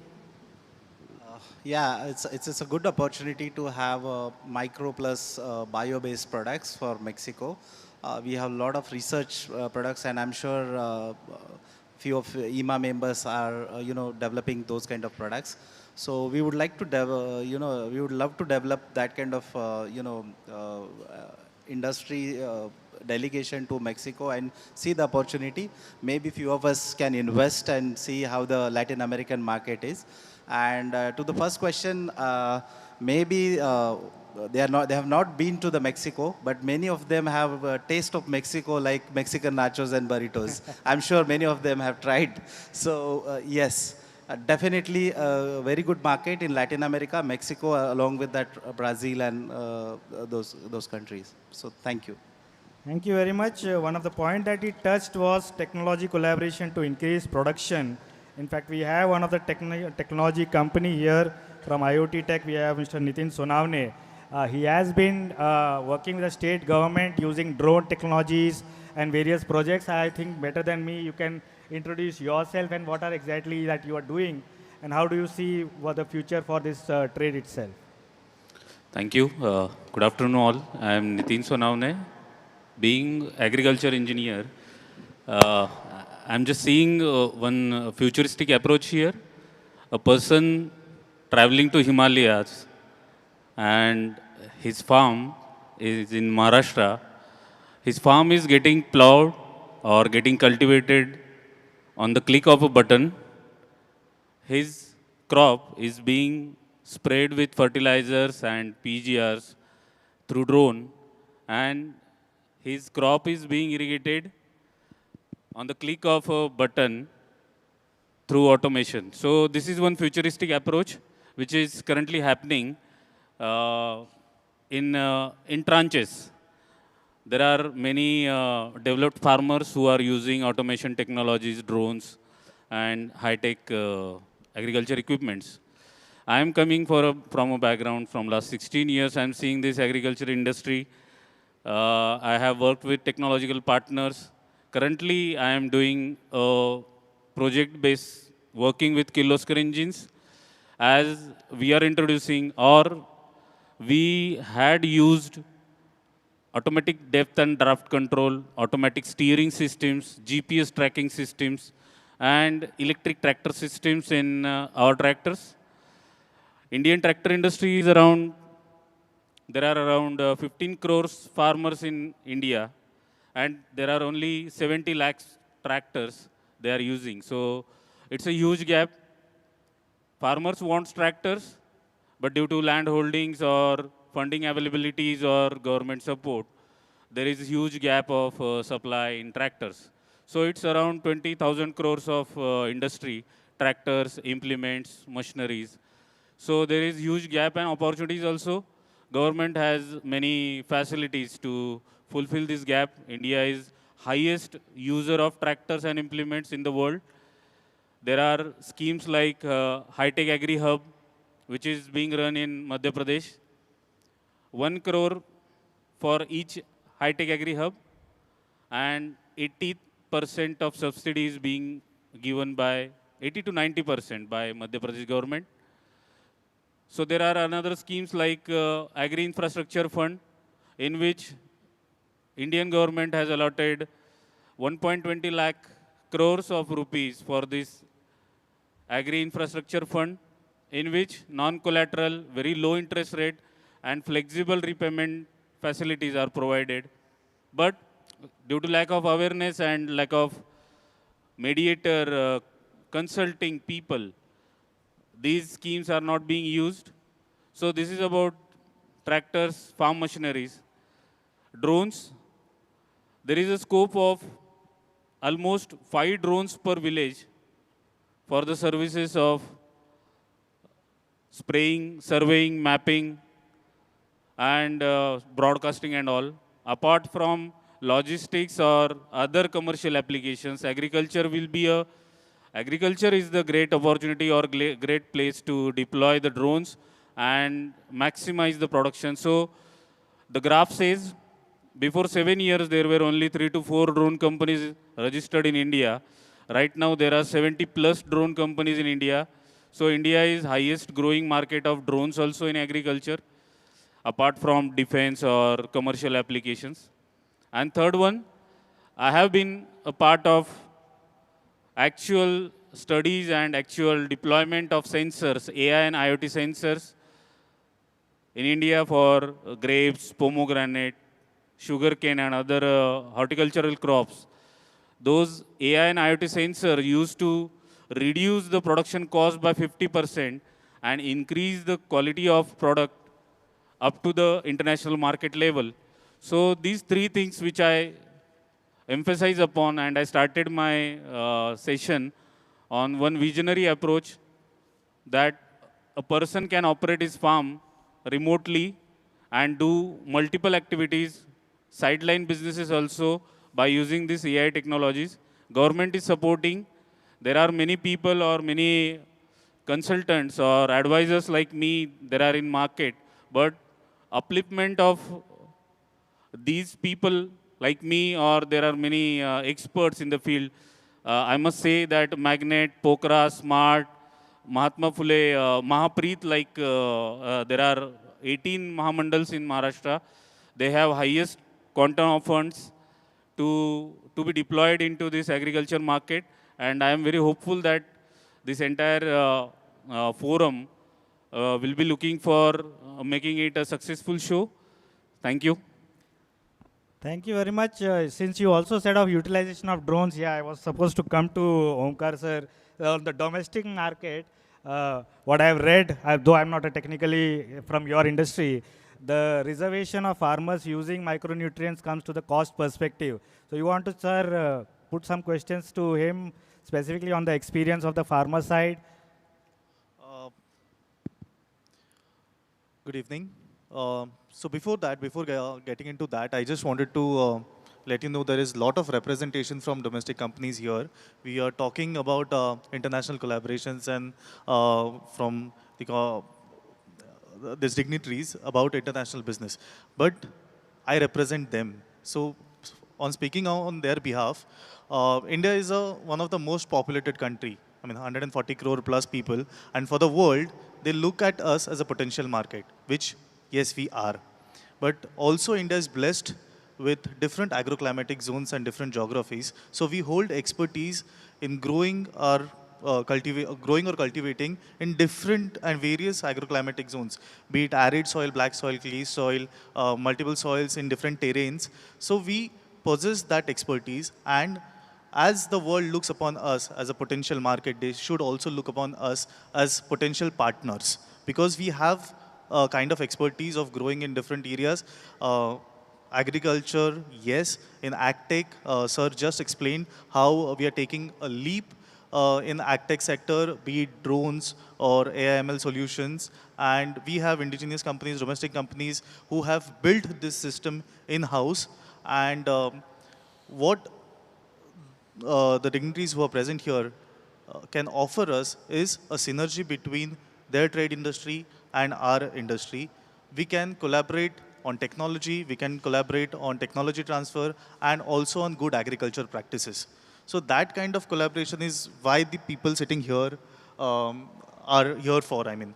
So if we can facilitate that topic for a little bit, where they could directly connect. Yes, we have heard from everyone, and it looked very positive from everyone, like how they are keen on sharing details of their trade desk. But beyond that, if we could may take a delegation, that is a very positive step. Apart from that, if they can connect us with direct industry people, that would be much, much, much more helpful. Thank you very much. In fact, my experience, at least with other different industry sectors, has been, it has to be a continued effort if you're looking at any market, specifically onto the B2B part. The one delegation doesn't give you business. Where we can look at is with some countries, we have already signed FTAs, etc. We can target those countries and try to see if we can do some sister state collaborations where every 6 months we have a delegation from there coming here, we take it there. A role that again IMA can play. If you know about Mumbai and Germany, like Stuttgart is a sister city of Mumbai. So every 6 months there is a delegation from Mumbai that is mandatory to go to Germany, and there's a delegation from Stuttgart that comes to here. Now they have defined which sector are they going to focus also. So since you already have a very focused approach within the association, and you also have the industry network with you, probably with each country partner, we can sit and design a city mapping or a state mapping, something like that, where the continuous engagement happens. One delegation, one event, unless until you are pursuing yourself is very difficult. But as a community, if we can look at that as an opportunity, and then we'll be very happy to facilitate that and see an opportunity. On the other side, what I would request is on the domestic side, let us be very clear on what are we expecting. What we have also realized is when we go to the country, it's more of an orientation. They all go, they come back, they have no plan. Why are we even going? So it is preferred that let us study what are our strengths, is there a demand, and then if we can take it and actually get on sign some MOUs, put some milestones in the place, and then backtrack it and try to deliver that outcomes for the industry. That is something, and I think the trade departments will be very helpful for that support. That's what I would like to suggest. Taking forward, we also have the Fertilizer Association of India. We have SP Shetty, sir, the regional head here. Sir, since you represent the fertilizer industry, kindly share your thoughts on the current situation about your organization as well as the trends that we are looking at markets, domestic and international. Okay.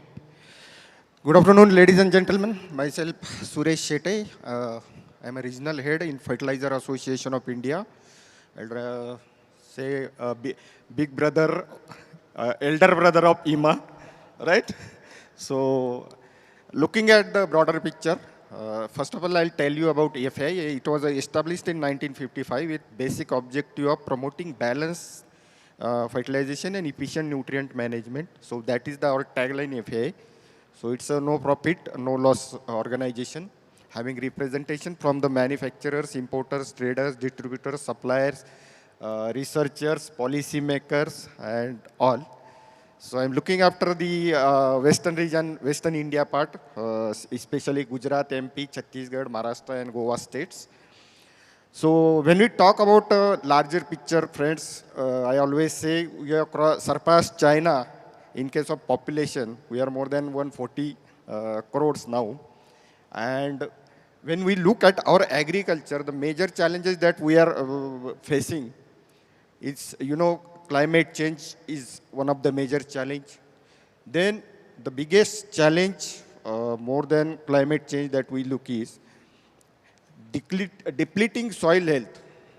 Okay, so when we today see our soils, our organic carbon content is very low. Our soil microflora has vanished. Okay, when we talk about micronutrients, take a case of zinc, take a case of boron, take a case of sulfur, take a case of calcium. Deficiency is to the tune of 30, 35, 40, 45%. Okay.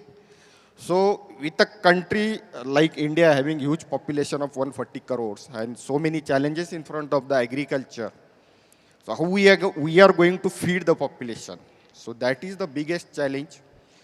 So when we talk about micronutrient deficiencies, when we say it is a challenge, I say, yes, it is a challenge, but equally it is an opportunity for all of us to grow.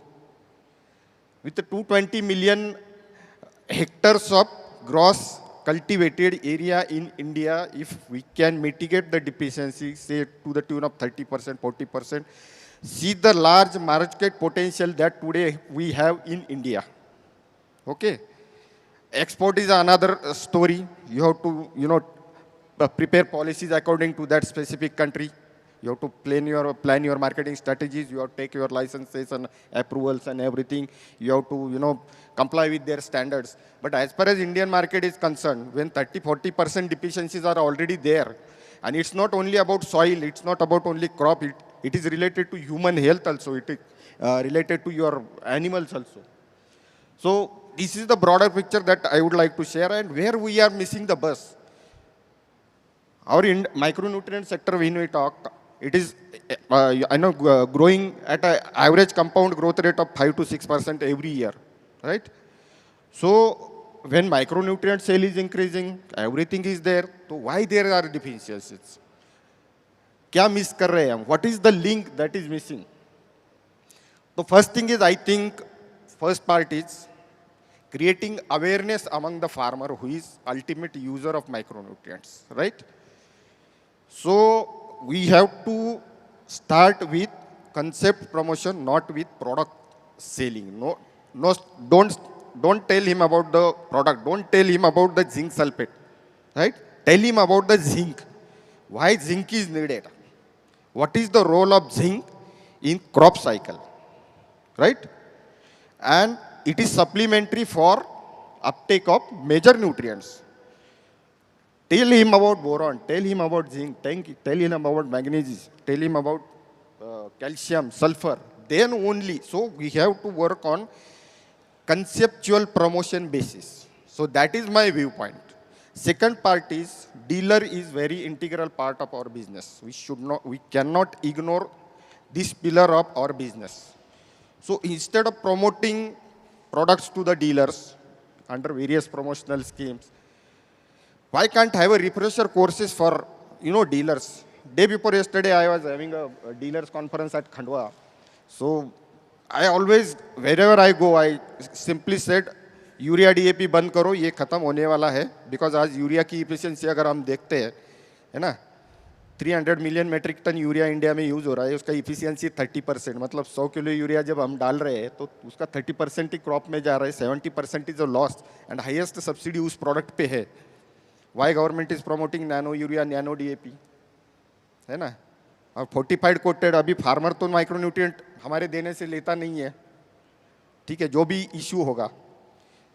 तो fortified fertiliser भी आ गए, आप nutrient based subsidy में आप देख लो, boron पे subsidy है, zinc पे सब्सिडी है, 500 रुपीज़ फोर्टिफिकेशन के लिए जिंक पे सब्सिडी है, 300 रुपीज़ बोरॉन पे सब्सिडी है, राइट।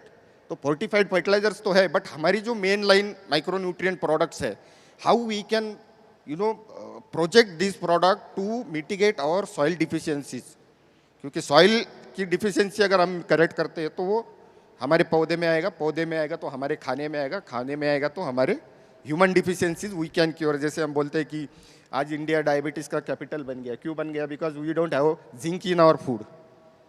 जिंक नहीं होने की वजह से आज इंडिया में डायबिटीज़ बढ़ रहा है। तो these are the opportunities that I think we all should. I will not specifically say IMA should do this. It's our responsibility also as a bulk fertilizer manufacturers and suppliers. So we have a vast network of 280,000 dealers in India. How can we engage them? How can we reach to the last mile farmers? So first is create awareness among the dealers.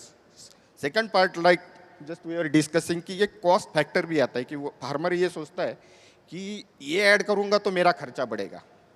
तो we straight away recommend, भैया तू 2 बोरी urea की फालतू में ज़्यादा डाल रहा है ना, वो कम कर, उसके बदले यू माइक्रो न्यूट्रिएंट ऐड कर। क्योंकि तू अगर माइक्रो न्यूट्रिएंट ऐड करता है तो 2 बोरी यूरिया तुझे ज़रूरत ही नहीं एक्स्ट्रा डालने की या DAP डालने की। So that type of extension work we have to, उसको कॉस्ट रिप्लेसमेंट होना चाहिए, उसको इकोनॉमिक्स उसका समझाओ कि how it can be beneficial, किस तरह से क्वालिटी में इम्प्रूवमेंट होता है ना, किस तरह से क्वांटिटी में इम्प्रूवमेंट हो सकता है, किस तरह से हायर यील्ड लेके, हायर क्वालिटी का यील्ड लेके you can get better market prices which will compensate your expenses on micro nutrients, secondary nutrients. So that is the broader perspective I wanted to give. Thank you so much. Thank you. A very valid point of creating more awareness. Again, I would say, in fact, when we meet the marketing minister also, he said this is a sector that is very interested in. In fact, he was complaining that you only invite me on the days when I am not there. Unfortunately, we do it in a much advanced preparation. So we would like to, in fact, MPBCDC also has a huge network of farmers. If we can try to develop some sort of a calendar and try to even do a pilot awareness camp in different clusters and see what is the response and then address it, bringing all the stakeholders together, including MSME, the manufacturers and the solution providers. That is something that we can try to develop. Thank you very much, sir. Also from the Maharashtra Chamber of Commerce, Industry and Agriculture, we have Mr. V. Namadev, the co-chairman of the chamber. Sir, I will, on the same part, since you are representing the industry side also, if you can kindly share your experience and what exactly is the opportunity that we are looking at.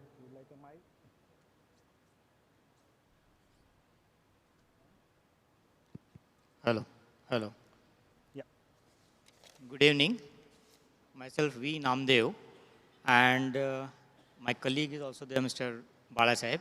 He is co-chairman of Agriculture Committee, and I am specially invited on the spot to talk on a subject which is very, very important for all the discussions what we are doing.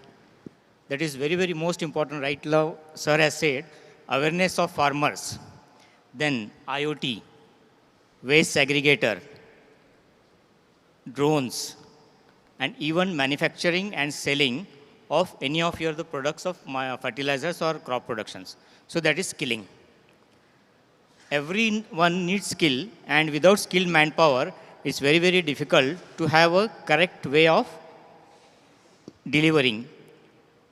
Once we say export, even for exports also, if you have a certified manpower, we can always mention for GAP and other certification that we are having all manpower certified by government.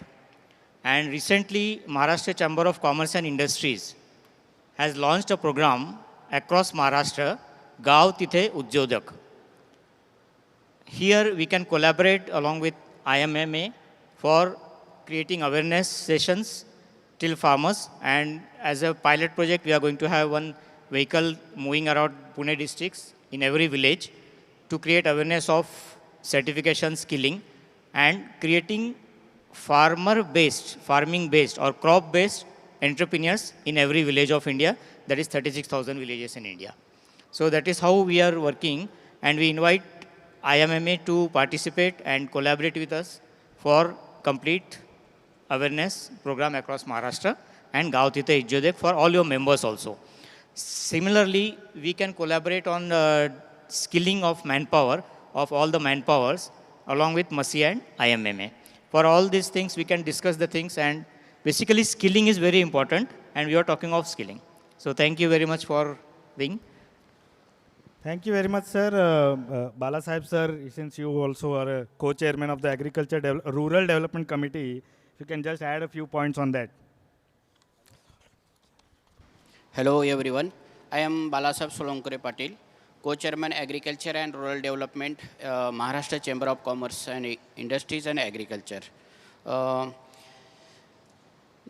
Maharashtra Chamber is a premium apex organism of industries, agriculture and business sector.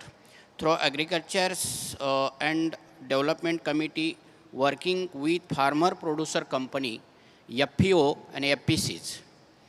This organic farming management MRL, minimum residue free level, and good agriculture practice certificate, youth European standard export business development, World Bank project, farmer producer company, and FPO.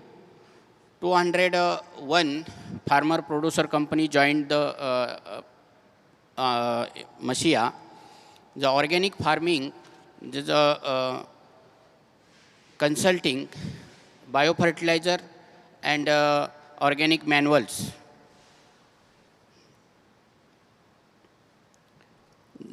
Same time you investors of the use of chemical fertilizers, pesticides, and biofertilizers. 30% is chemical fertilizers and 70% is in biofertilizer and organic manuals used in 210 farmer producer company consulting for World Bank project, Asia Bank project. Secondly, Maharashtra chamber of commerce के तरफ से अभी 100 years हम अभी cross कर रहे हैं, तो इंडिया के सबसे बड़ा चैम्बर्स के तरफ से महाराष्ट्र चैम्बर ऑफ कॉमर्स है. यहाँ पे 91 कंट्रीज़ के डेलीगेट्स हमारे साथ आ चुके हैं. अभी पिछले 3 मंथ से Poland chamber of commerce, UK chamber of commerce और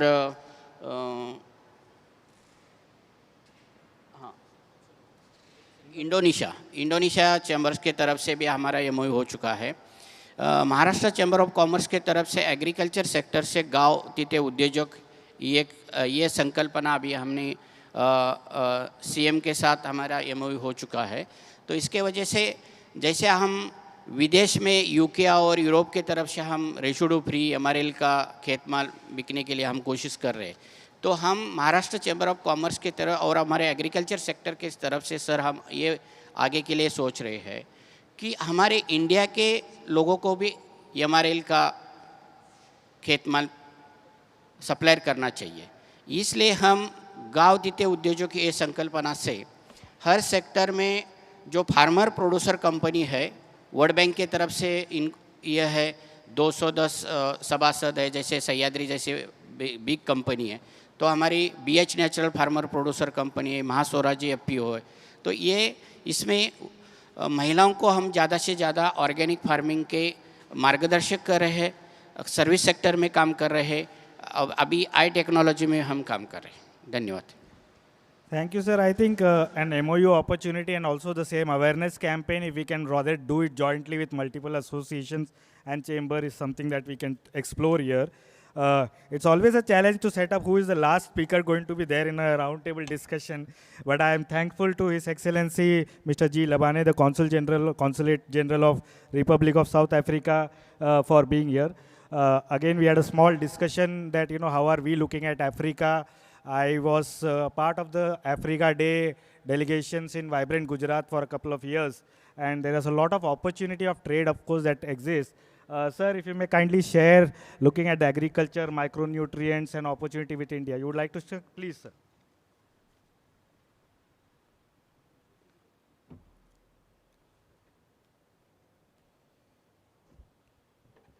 Good evening, ladies and gentlemen. Thank you to IMMA for the opportunity for me to come and talk to here about the fertilizer and crop nutrition market in South Africa. Ladies and gentlemen, South Africa's fertilizer and crop nutrition market is valued at 2.6 US dollars billions. That estimate was based on the 5-year historical analysis. Growth is driven by rising demand for food security, technological advancement in fertilizer blends, and increased adoption of precision agriculture and sustainable farming practices. The market is further shaped by innovations in soil testing, customized nutrient solutions, and government incentives for sustainable agriculture, alongside the adoption of bio-based and slow-release fertilizers to enhance soil fertility and crop yield. In addition, the South African fertilizer and crop nutrition market is divided into different types of fertilizers, each to specific nutrient requirements of crops. So we've got nitrogen-based fertilizers, including urea and ammonium nitrate, which dominate the market due to their essential role in promoting plant growth and increasing crop yields. We've got phosphorus-based fertilizers such as superphosphates, which are also significant as they enhance root development and flowering. The surge in organic farming has culminated in a rise in the adoption of biofertilizers, which are gaining traction among environmentally conscious farmers. The application segment of the market entails different agricultural practices, with crop production being the largest segment. This includes staple crops such as maize, wheat, and soybeans, which are essential for food security in South Africa. The South African fertilizer and crop nutrition market is characterized by a dynamic mix of regional and international players. That's where now the trade opportunities are, especially between South Africa and India, if you want to explore. So some of the leading players in that industry, if I can mention a few companies, we've got Omnia Holdings, which is a South African company. We have NOC Fertilizer, which is part of the ETG Group, a company that is based in Dubai. We have Yosasol. We already have a company from India, from Mumbai, a company called UPL, South Africa, and this is also a company from Mumbai. So if you can make notes, so there are trade opportunities in that space. And ladies and gentlemen, these companies are major contributors to innovation, geographic expansion, and service delivery in South Africa on the fertilizer and crop nutrition space. And some of the key growth drivers in South Africa are the national efforts that are aimed at increasing agricultural productivity, the anticipated rise in the demand for organic fertilizers, and government support for sustainable farming. So the government aims to increase productivity by 20% over the next 5 years, supported by initiatives that promote sustainable and environmentally friendly use of fertilizers in a quest to improve food security. Second, lastly, ladies and gentlemen, organic fertilizer market in South Africa is predicted to grow significantly with an estimated value of 2.5 billion rands in future. And this growth is empowered by increasing consumer awareness regarding sustainable farming practices and health benefits associated with organic produce. The government's push for organic farming includes a target of converting 10% of farmland to organic in future to further support this trend, creating a robust market for organic fertilizers. To conclude, ladies and gentlemen, the South African fertilizer and crop nutrition market is poised for transformation, driven by technological advancement and a shift towards sustainable practices. In the future, the integration of precision agricultural technologies is expected to enhance efficiency in fertilizer application, reducing waste and improving crop yields. Additionally, the growing emphasis on soil health and organic farming will likely create new market segments, fostering innovation in bio-based fertilizers and nutrient management solutions that align with environmental goals. Again, thank you, Program Director, and thank you for listening.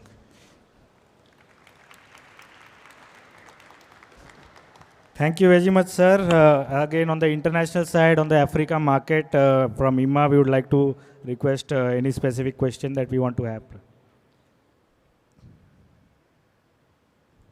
I would like to add to this, Africa is looking for bio-based or micronutrient-based product.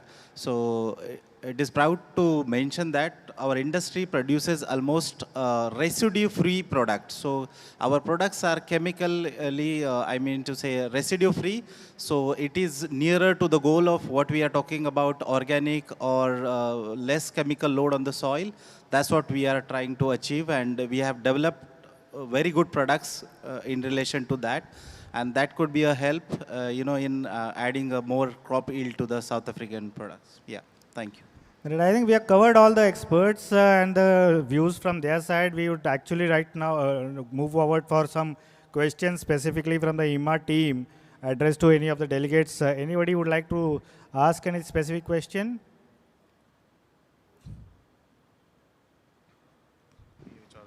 So it comes to Rahul sir again. No, I just wanted to ask one for our international panelists, just a one-word answer, just for us to get to understand from you. What does brand India mean in your country? If I could have a one-word answer, what does brand India mean when we position India in your nation? What would that entail? And I would maybe quickly, maybe a one-word answer from all four of you. From all four of you. We have from Vietnam. We'll start from Vietnam then. Yeah. Hello. Yeah. Yes. For Vietnam, India is a little distant because Vietnam is surrounded by so many different countries like Indonesia, Malaysia, China, and they have a very quick rapport, and they're very culturally also they're a little closer to them. So we have a little bit of a challenge. India has, but for India they have respect for our R&D and for our technological advancements. So we have a good scope there. So Mexico, nobody is there to Mexico yet, so I think the mic is not on. Yeah.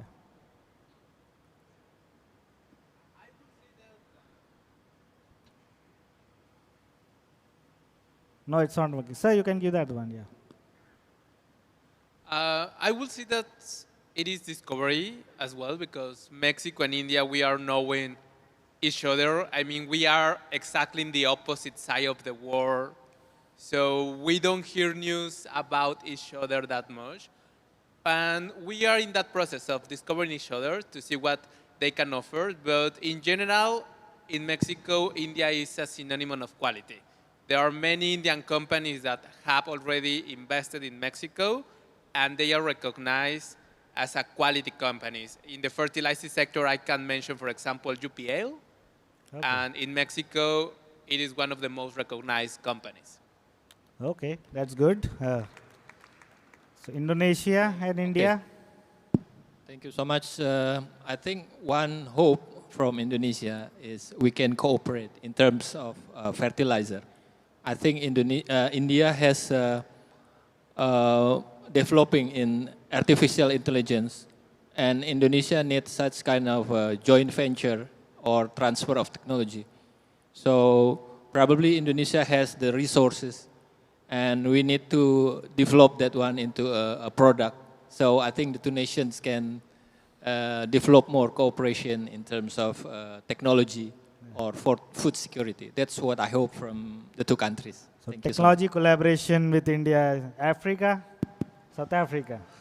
Thank you so much. At home, India is always associated with innovation that usually leads to technological advancement.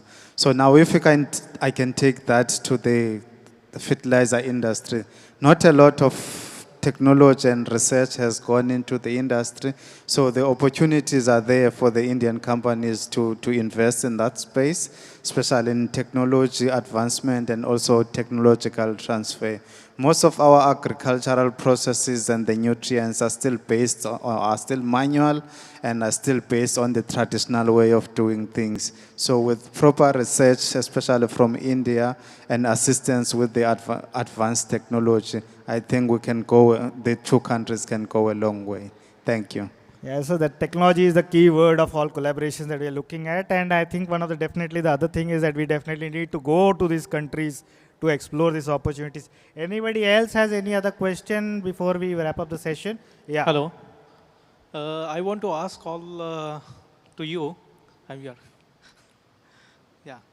For all, how can you help to register the Indian micronutrient fertilizers in your countries? How can you build an easy way to register for the like procedures for the registration, standards of the labels, as like NPKs, only for micronutrients? So yeah, micronutrient licensing or all the regulations in your country, is there any one-stop solution for our members who can reach out to you? Is there something that we can look at? I think from Indonesian side, I think I can give a general description. Actually, in 2023, our Ministry of Agriculture has issued a ministerial regulation with regards of micronutrient. So this regulation is aimed to increase by 20% the use of micronutrient in Indonesia.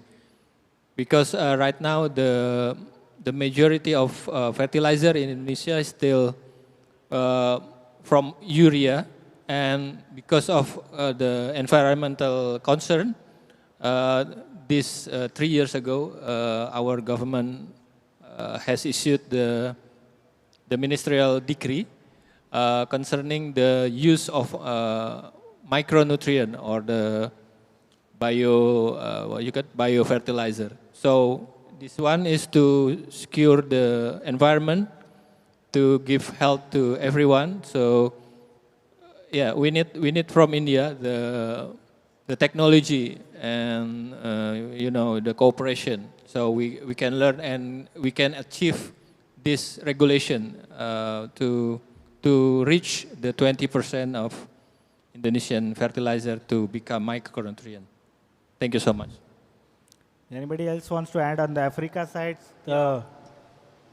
One more, I want to highlight some things. Yeah. In South Africa, India is also producer of grapes and vegetables. In South Africa, there is also a large type of grape farms, and that the requirement for the grape for the micronutrient fertilizer is same as in India and in Africa also. So I would like to ask you one more. How can we do by the ease of doing business in your country? Okay, thank you so much. I will answer both questions. So if we can start with the first one, the fertilizer and crop nutrition sector is regulated by an act of parliament, which is overseen by the Department of Agriculture. And that act regulates the registration, the import, sale, and quality standards of fertilizers in South Africa. And that particular legislation establishes compliance requirements for manufacturers and distributors, including mandatory registration, in labeling and adherence to safety and efficacy standards, thereby ensuring the quality and safety of fertilizers. So there's quite a rigorous process that you need to go through before your fertilizer or your product can be registered. In terms of doing business, it's quite easy. We have a department of trade and industry where you can open or register your company. Within 48 hours, your company can be registered. Most of the documents you need is your proof of identification, which is your document, your proof of residence, and the opening of your bank account, and the proof of the investment or the proof of funds that you are willing to invest in our country. Then your business will be opened, and then you will be able to operate seamlessly. Thanks. Thank you. Sir, एक second. Yes. Sir, hello. Already Africa खंडातील Kenya, Tanzania या देशामध्ये इस देश में हमारी तरफ से माइक्रोन्यूट्रिएंट्स और बायो फर्टिलाइज़र का फर्टिलाइज़र सप्लायर हो चुका है। सेकेंडली इंडोनेशिया के तरफ से गए साल हमारे महाराष्ट्र चैम्बर ऑफ के तरफ से डेलीगेट्स हमारे गए थे। उस वक्त हमारा जो पीजीआर है और उसके बाद माइक्रोन्यूट्रिएंट है उसका भी सप्लायर चालू है। अगर अफ्रीका या वियतनाम में भी मैं नेक्स्ट ईयर में मैंने विजिट किया था। अगर सप्लाई चेन जारी रखना चाहते हैं तो महाराष्ट्र चैम्बर ऑफ कॉमर्स के एग्रीकल्चर सेक्टर मेरा नंबर मैं अभी स्टेज पे देता हूँ। वही सप्लायर चेन में कोई दिक्कत आए तो हम उसको सहायता दे सकते हैं चैम्बर ऑफ कॉमर्स की तरफ से। Great. Thank you, sir. Yeah, you wanted to ask something? Yeah, sir? I have a question regarding FAI.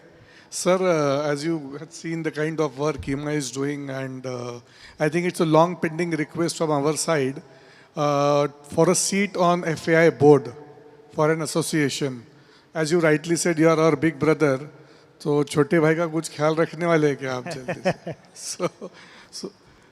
So platform में तो हाँ ही बोलेंगे।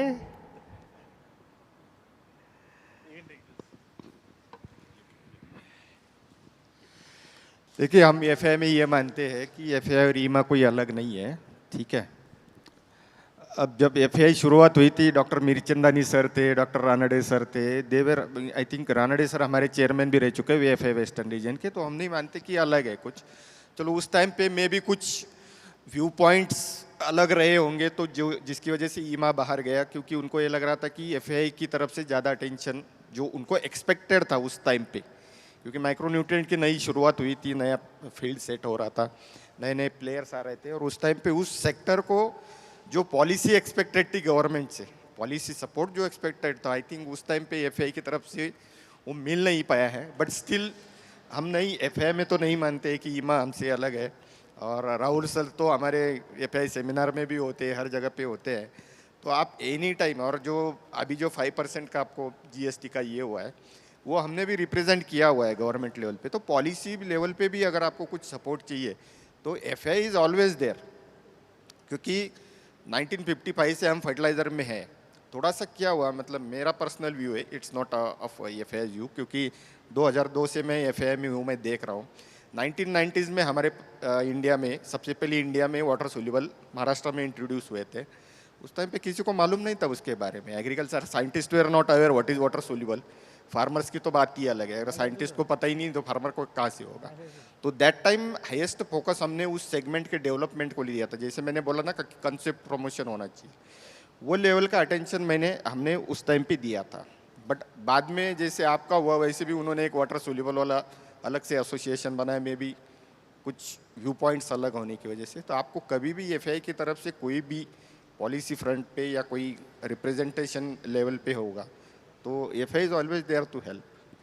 राइट सर, बट थोड़ा बोर्ड का सीट देख लेना फिर भी। बोर्ड का तो that you have to take up with our director general, because that you can just take our message to the exactly any time. और दिल्ली में भी जब आप आते हो राहुल सर को भी he can take up with, और एक बोर्ड सीट तो होना चाहिए to represent the interest of micronutrient industry.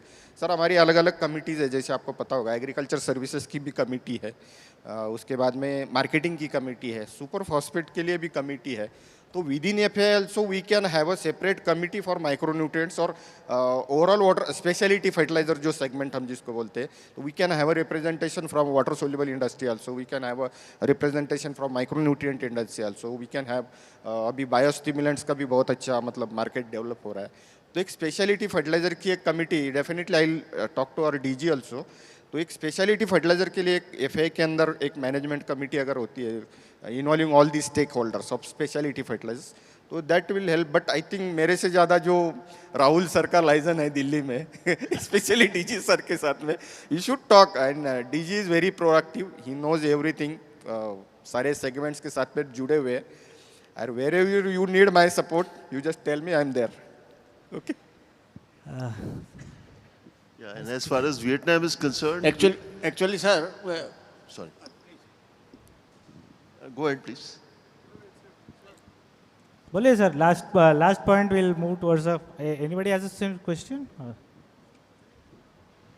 Just in addition, sir, I think we will take up this issue because Dr. Ranade, he was, I think, in our Agriculture Advisory Committee for many years. So that way, But as you have said, it should be in the board of directors, not in the specific committees. Yes, sir. Yeah, as far as Vietnam is concerned, I will get the maximum information possible and pass it on to the association. Great. So I think with that we'll come to the closure of the session. I request the IMA MC members to please come on the stage and felicitate our dignitaries before we wrap up the closure of the session. Can we have the mementos, please? Yeah, Rahul sir, please.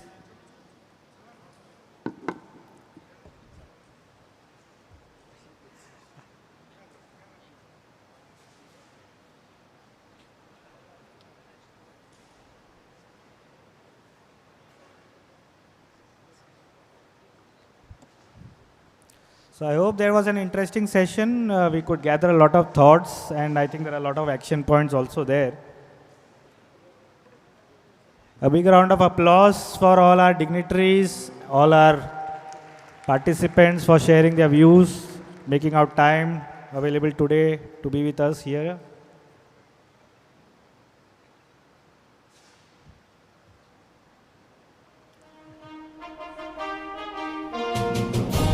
That's for South Africa. Just put a lot of applause.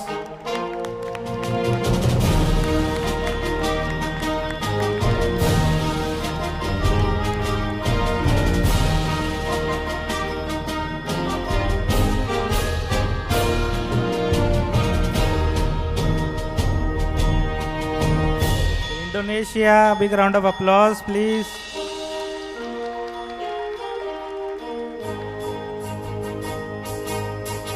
Thank you very much, sir.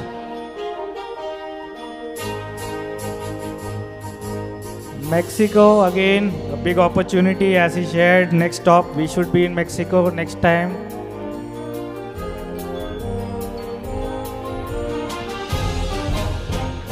Big round of applause, please.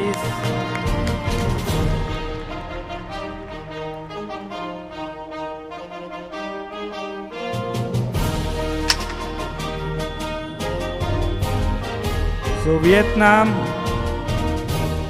a big round of applause. Thank you, sir, for being here.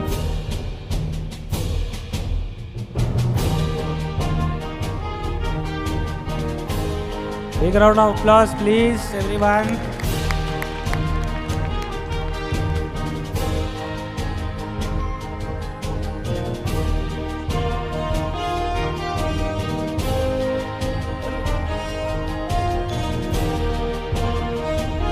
Praful Umre sir, the Ministry of MSME DFO. Bala Sahib Patil sir, the co-chairman MSCCIA.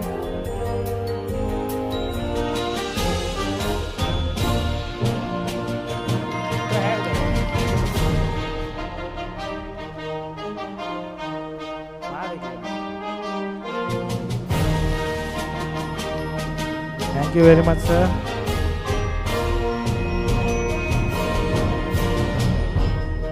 Praful Umre sir from the Ministry of MSME DFO, please put a big round of applause.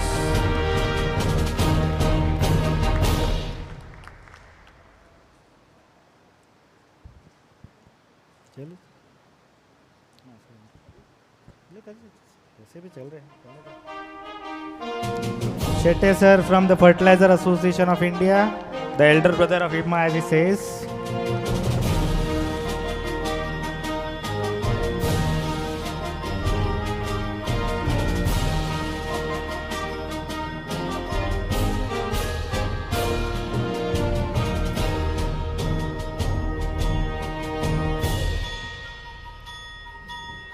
V. Namdev sir, the co-chairman, Maharashtra Chamber of Commerce, Industry and Agriculture. Thank you for your support and being here, sir. एक चीज मैं यहाँ पे I want to highlight. Dr. R.K. Teotia sir was my boss and he was my guru also. I learned a lot of things from him when he was Chief Agriculture Services. He don't promoted as a Director Agriculture Services in API. So he is my boss also and my guru. So thank you so much, sir. Thank you very much, sir. Prashant Gedam sir from Mahatma Phule Backward Class Corporation, Development Corporation.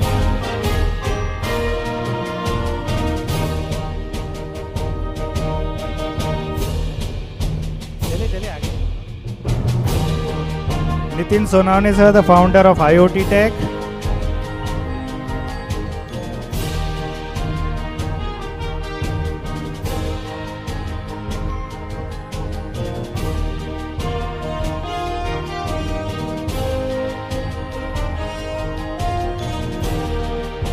We request everyone to please come forward, step forward for a group photo with the memento, please. And the IMA team. Kishore Omkar. Oh.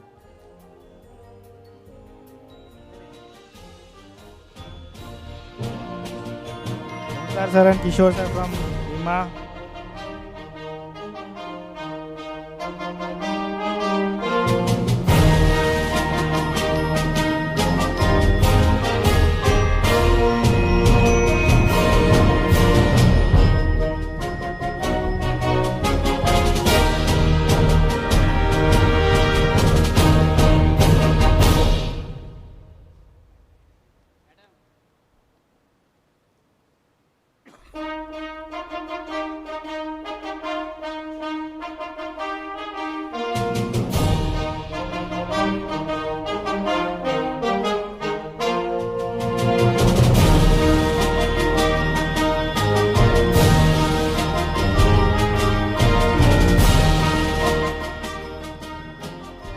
I will request the team IMA to give a closure remark and wrap up the session.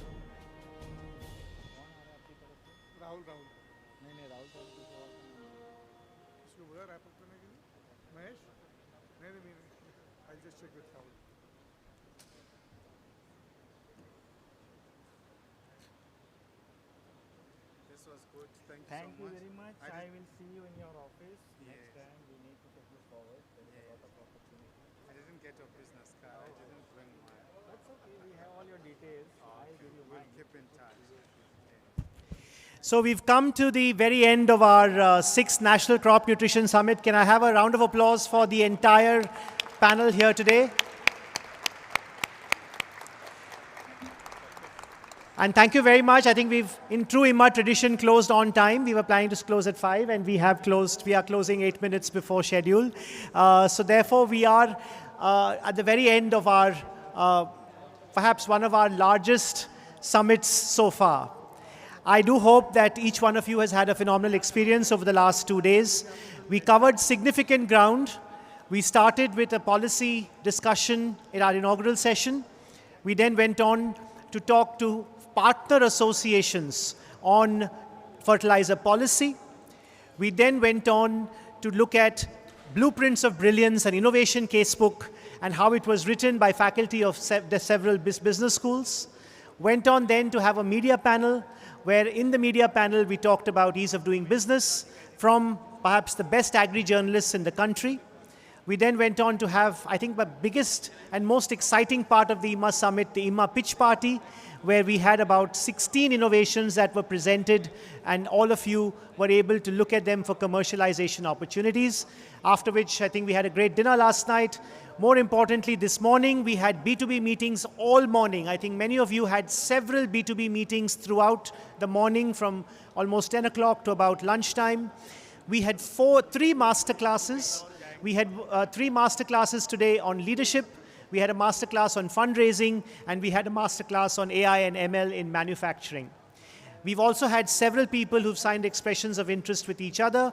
And now, as a part of the closing session, we had members from Chambers of Commerce and from 4 different countries come together and truly try to converge, co-create, and collaborate along with the IMA members from across the country. So I think this has truly been a landmark summit. We promise you much bigger and better summits as we go forward, but I hope that apart from the high decibel levels of our summit, this was an experience that you will take home and you will cherish for a very long time.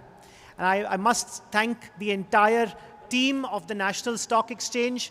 They opened their doors for us. They ensured that they literally laid out the red carpet for IMA, and for all of you to be here in this, perhaps the center of Indian capital growth and capitalism. I think we were here in the middle of our financial capital at one of the most prestigious venues that money can't buy, only reputation can get you in.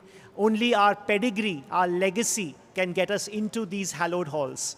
In these hallowed halls, we created history by hosting one of our largest summits. And I hope each one of you will carry forward not only memories, but great business opportunities that you will take into the next few weeks, years, and perhaps decades to come.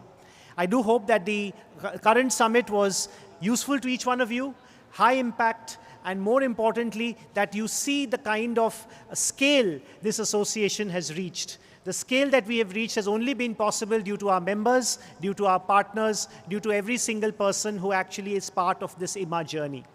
We would at this point like to once again give a big round of applause to our organizing team. Can I have the entire organizing team on stage once again, please? I know we felicitated you yesterday, but I think we want the organizing team on stage. Run up on stage, please. You know who you are.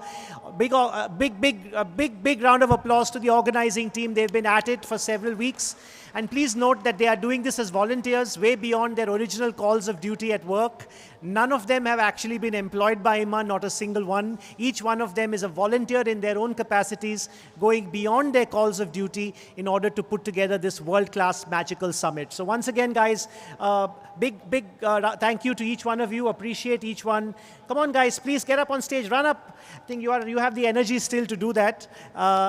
Each one of you, organizing team members, volunteers, please get up on stage, take a bow, and I think this is the team that actually created this magical event here at the NSE.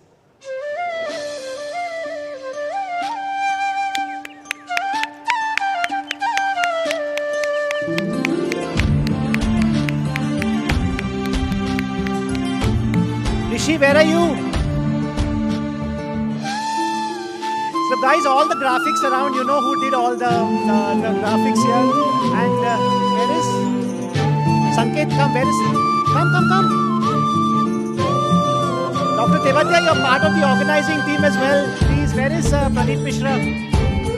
Tushar Budhiraja, I think he's gone. Is he there? There he is. So guys, this is the team that put the entire event together. Please, perhaps a standing ovation to each one of them. Brilliant work as a set of volunteers.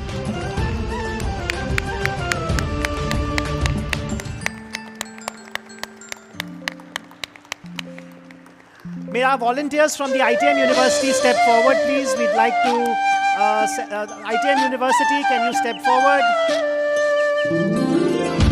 Can we have their certificates? You have their mementos? Yeah. Please stay there. We have to felicitate you as well. Say thank you from all of us. I hope you had a great experience. Yes? Phenomenal. Great. We were not a boring summit, right? Phenomenal. Great. Thank you. These are students from ITM University who actually did this as part of their volunteering program. Thank you very much once again.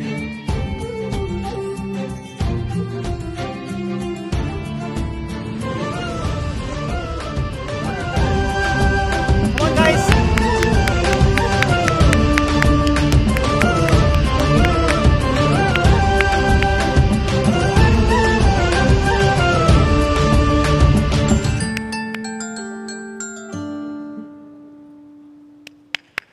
Louder.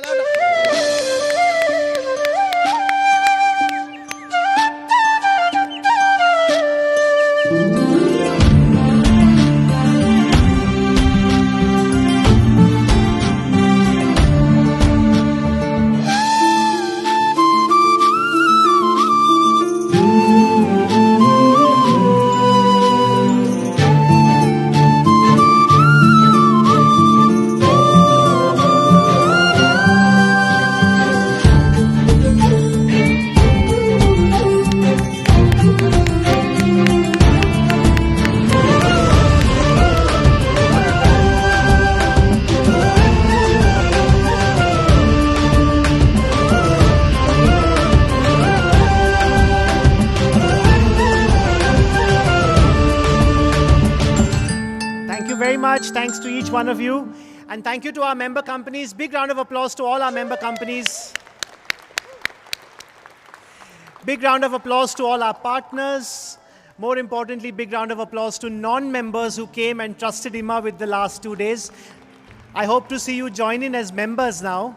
as full members of our association and to be part of this amazing institution and family that we've built up. Thank you very much. I think on behalf of each one of you, thank you. Thank you once again to the National Stock Exchange.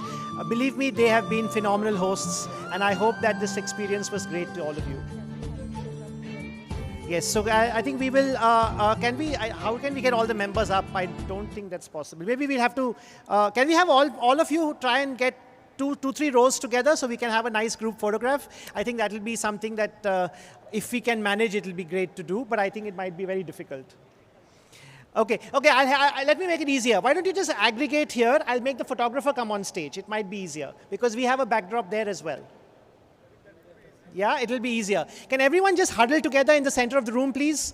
Everyone in the center. I think everyone's face will be visible as well. Everyone huddled in the center of the room, please.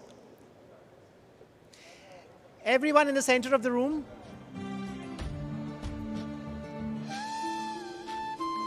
Yes, everyone in the center of the room. Can we have the backdrop there of the summit so we have a thing as well?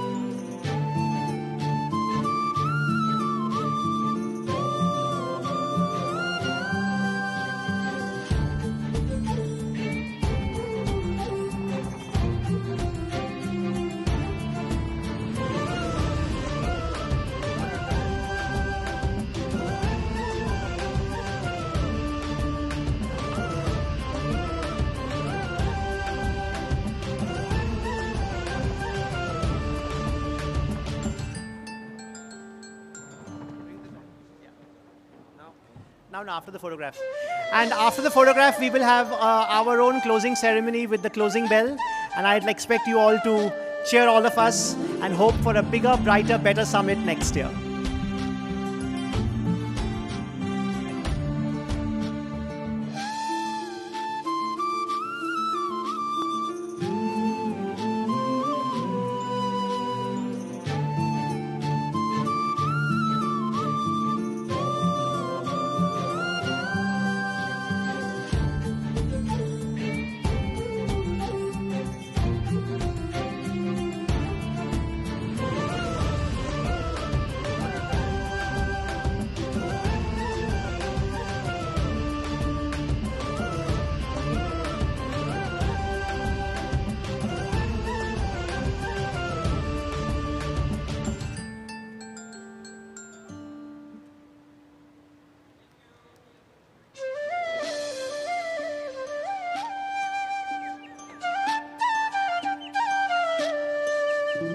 So guys, closing time. Can we do the honors? Yes, can I have Vaibhav join me, please?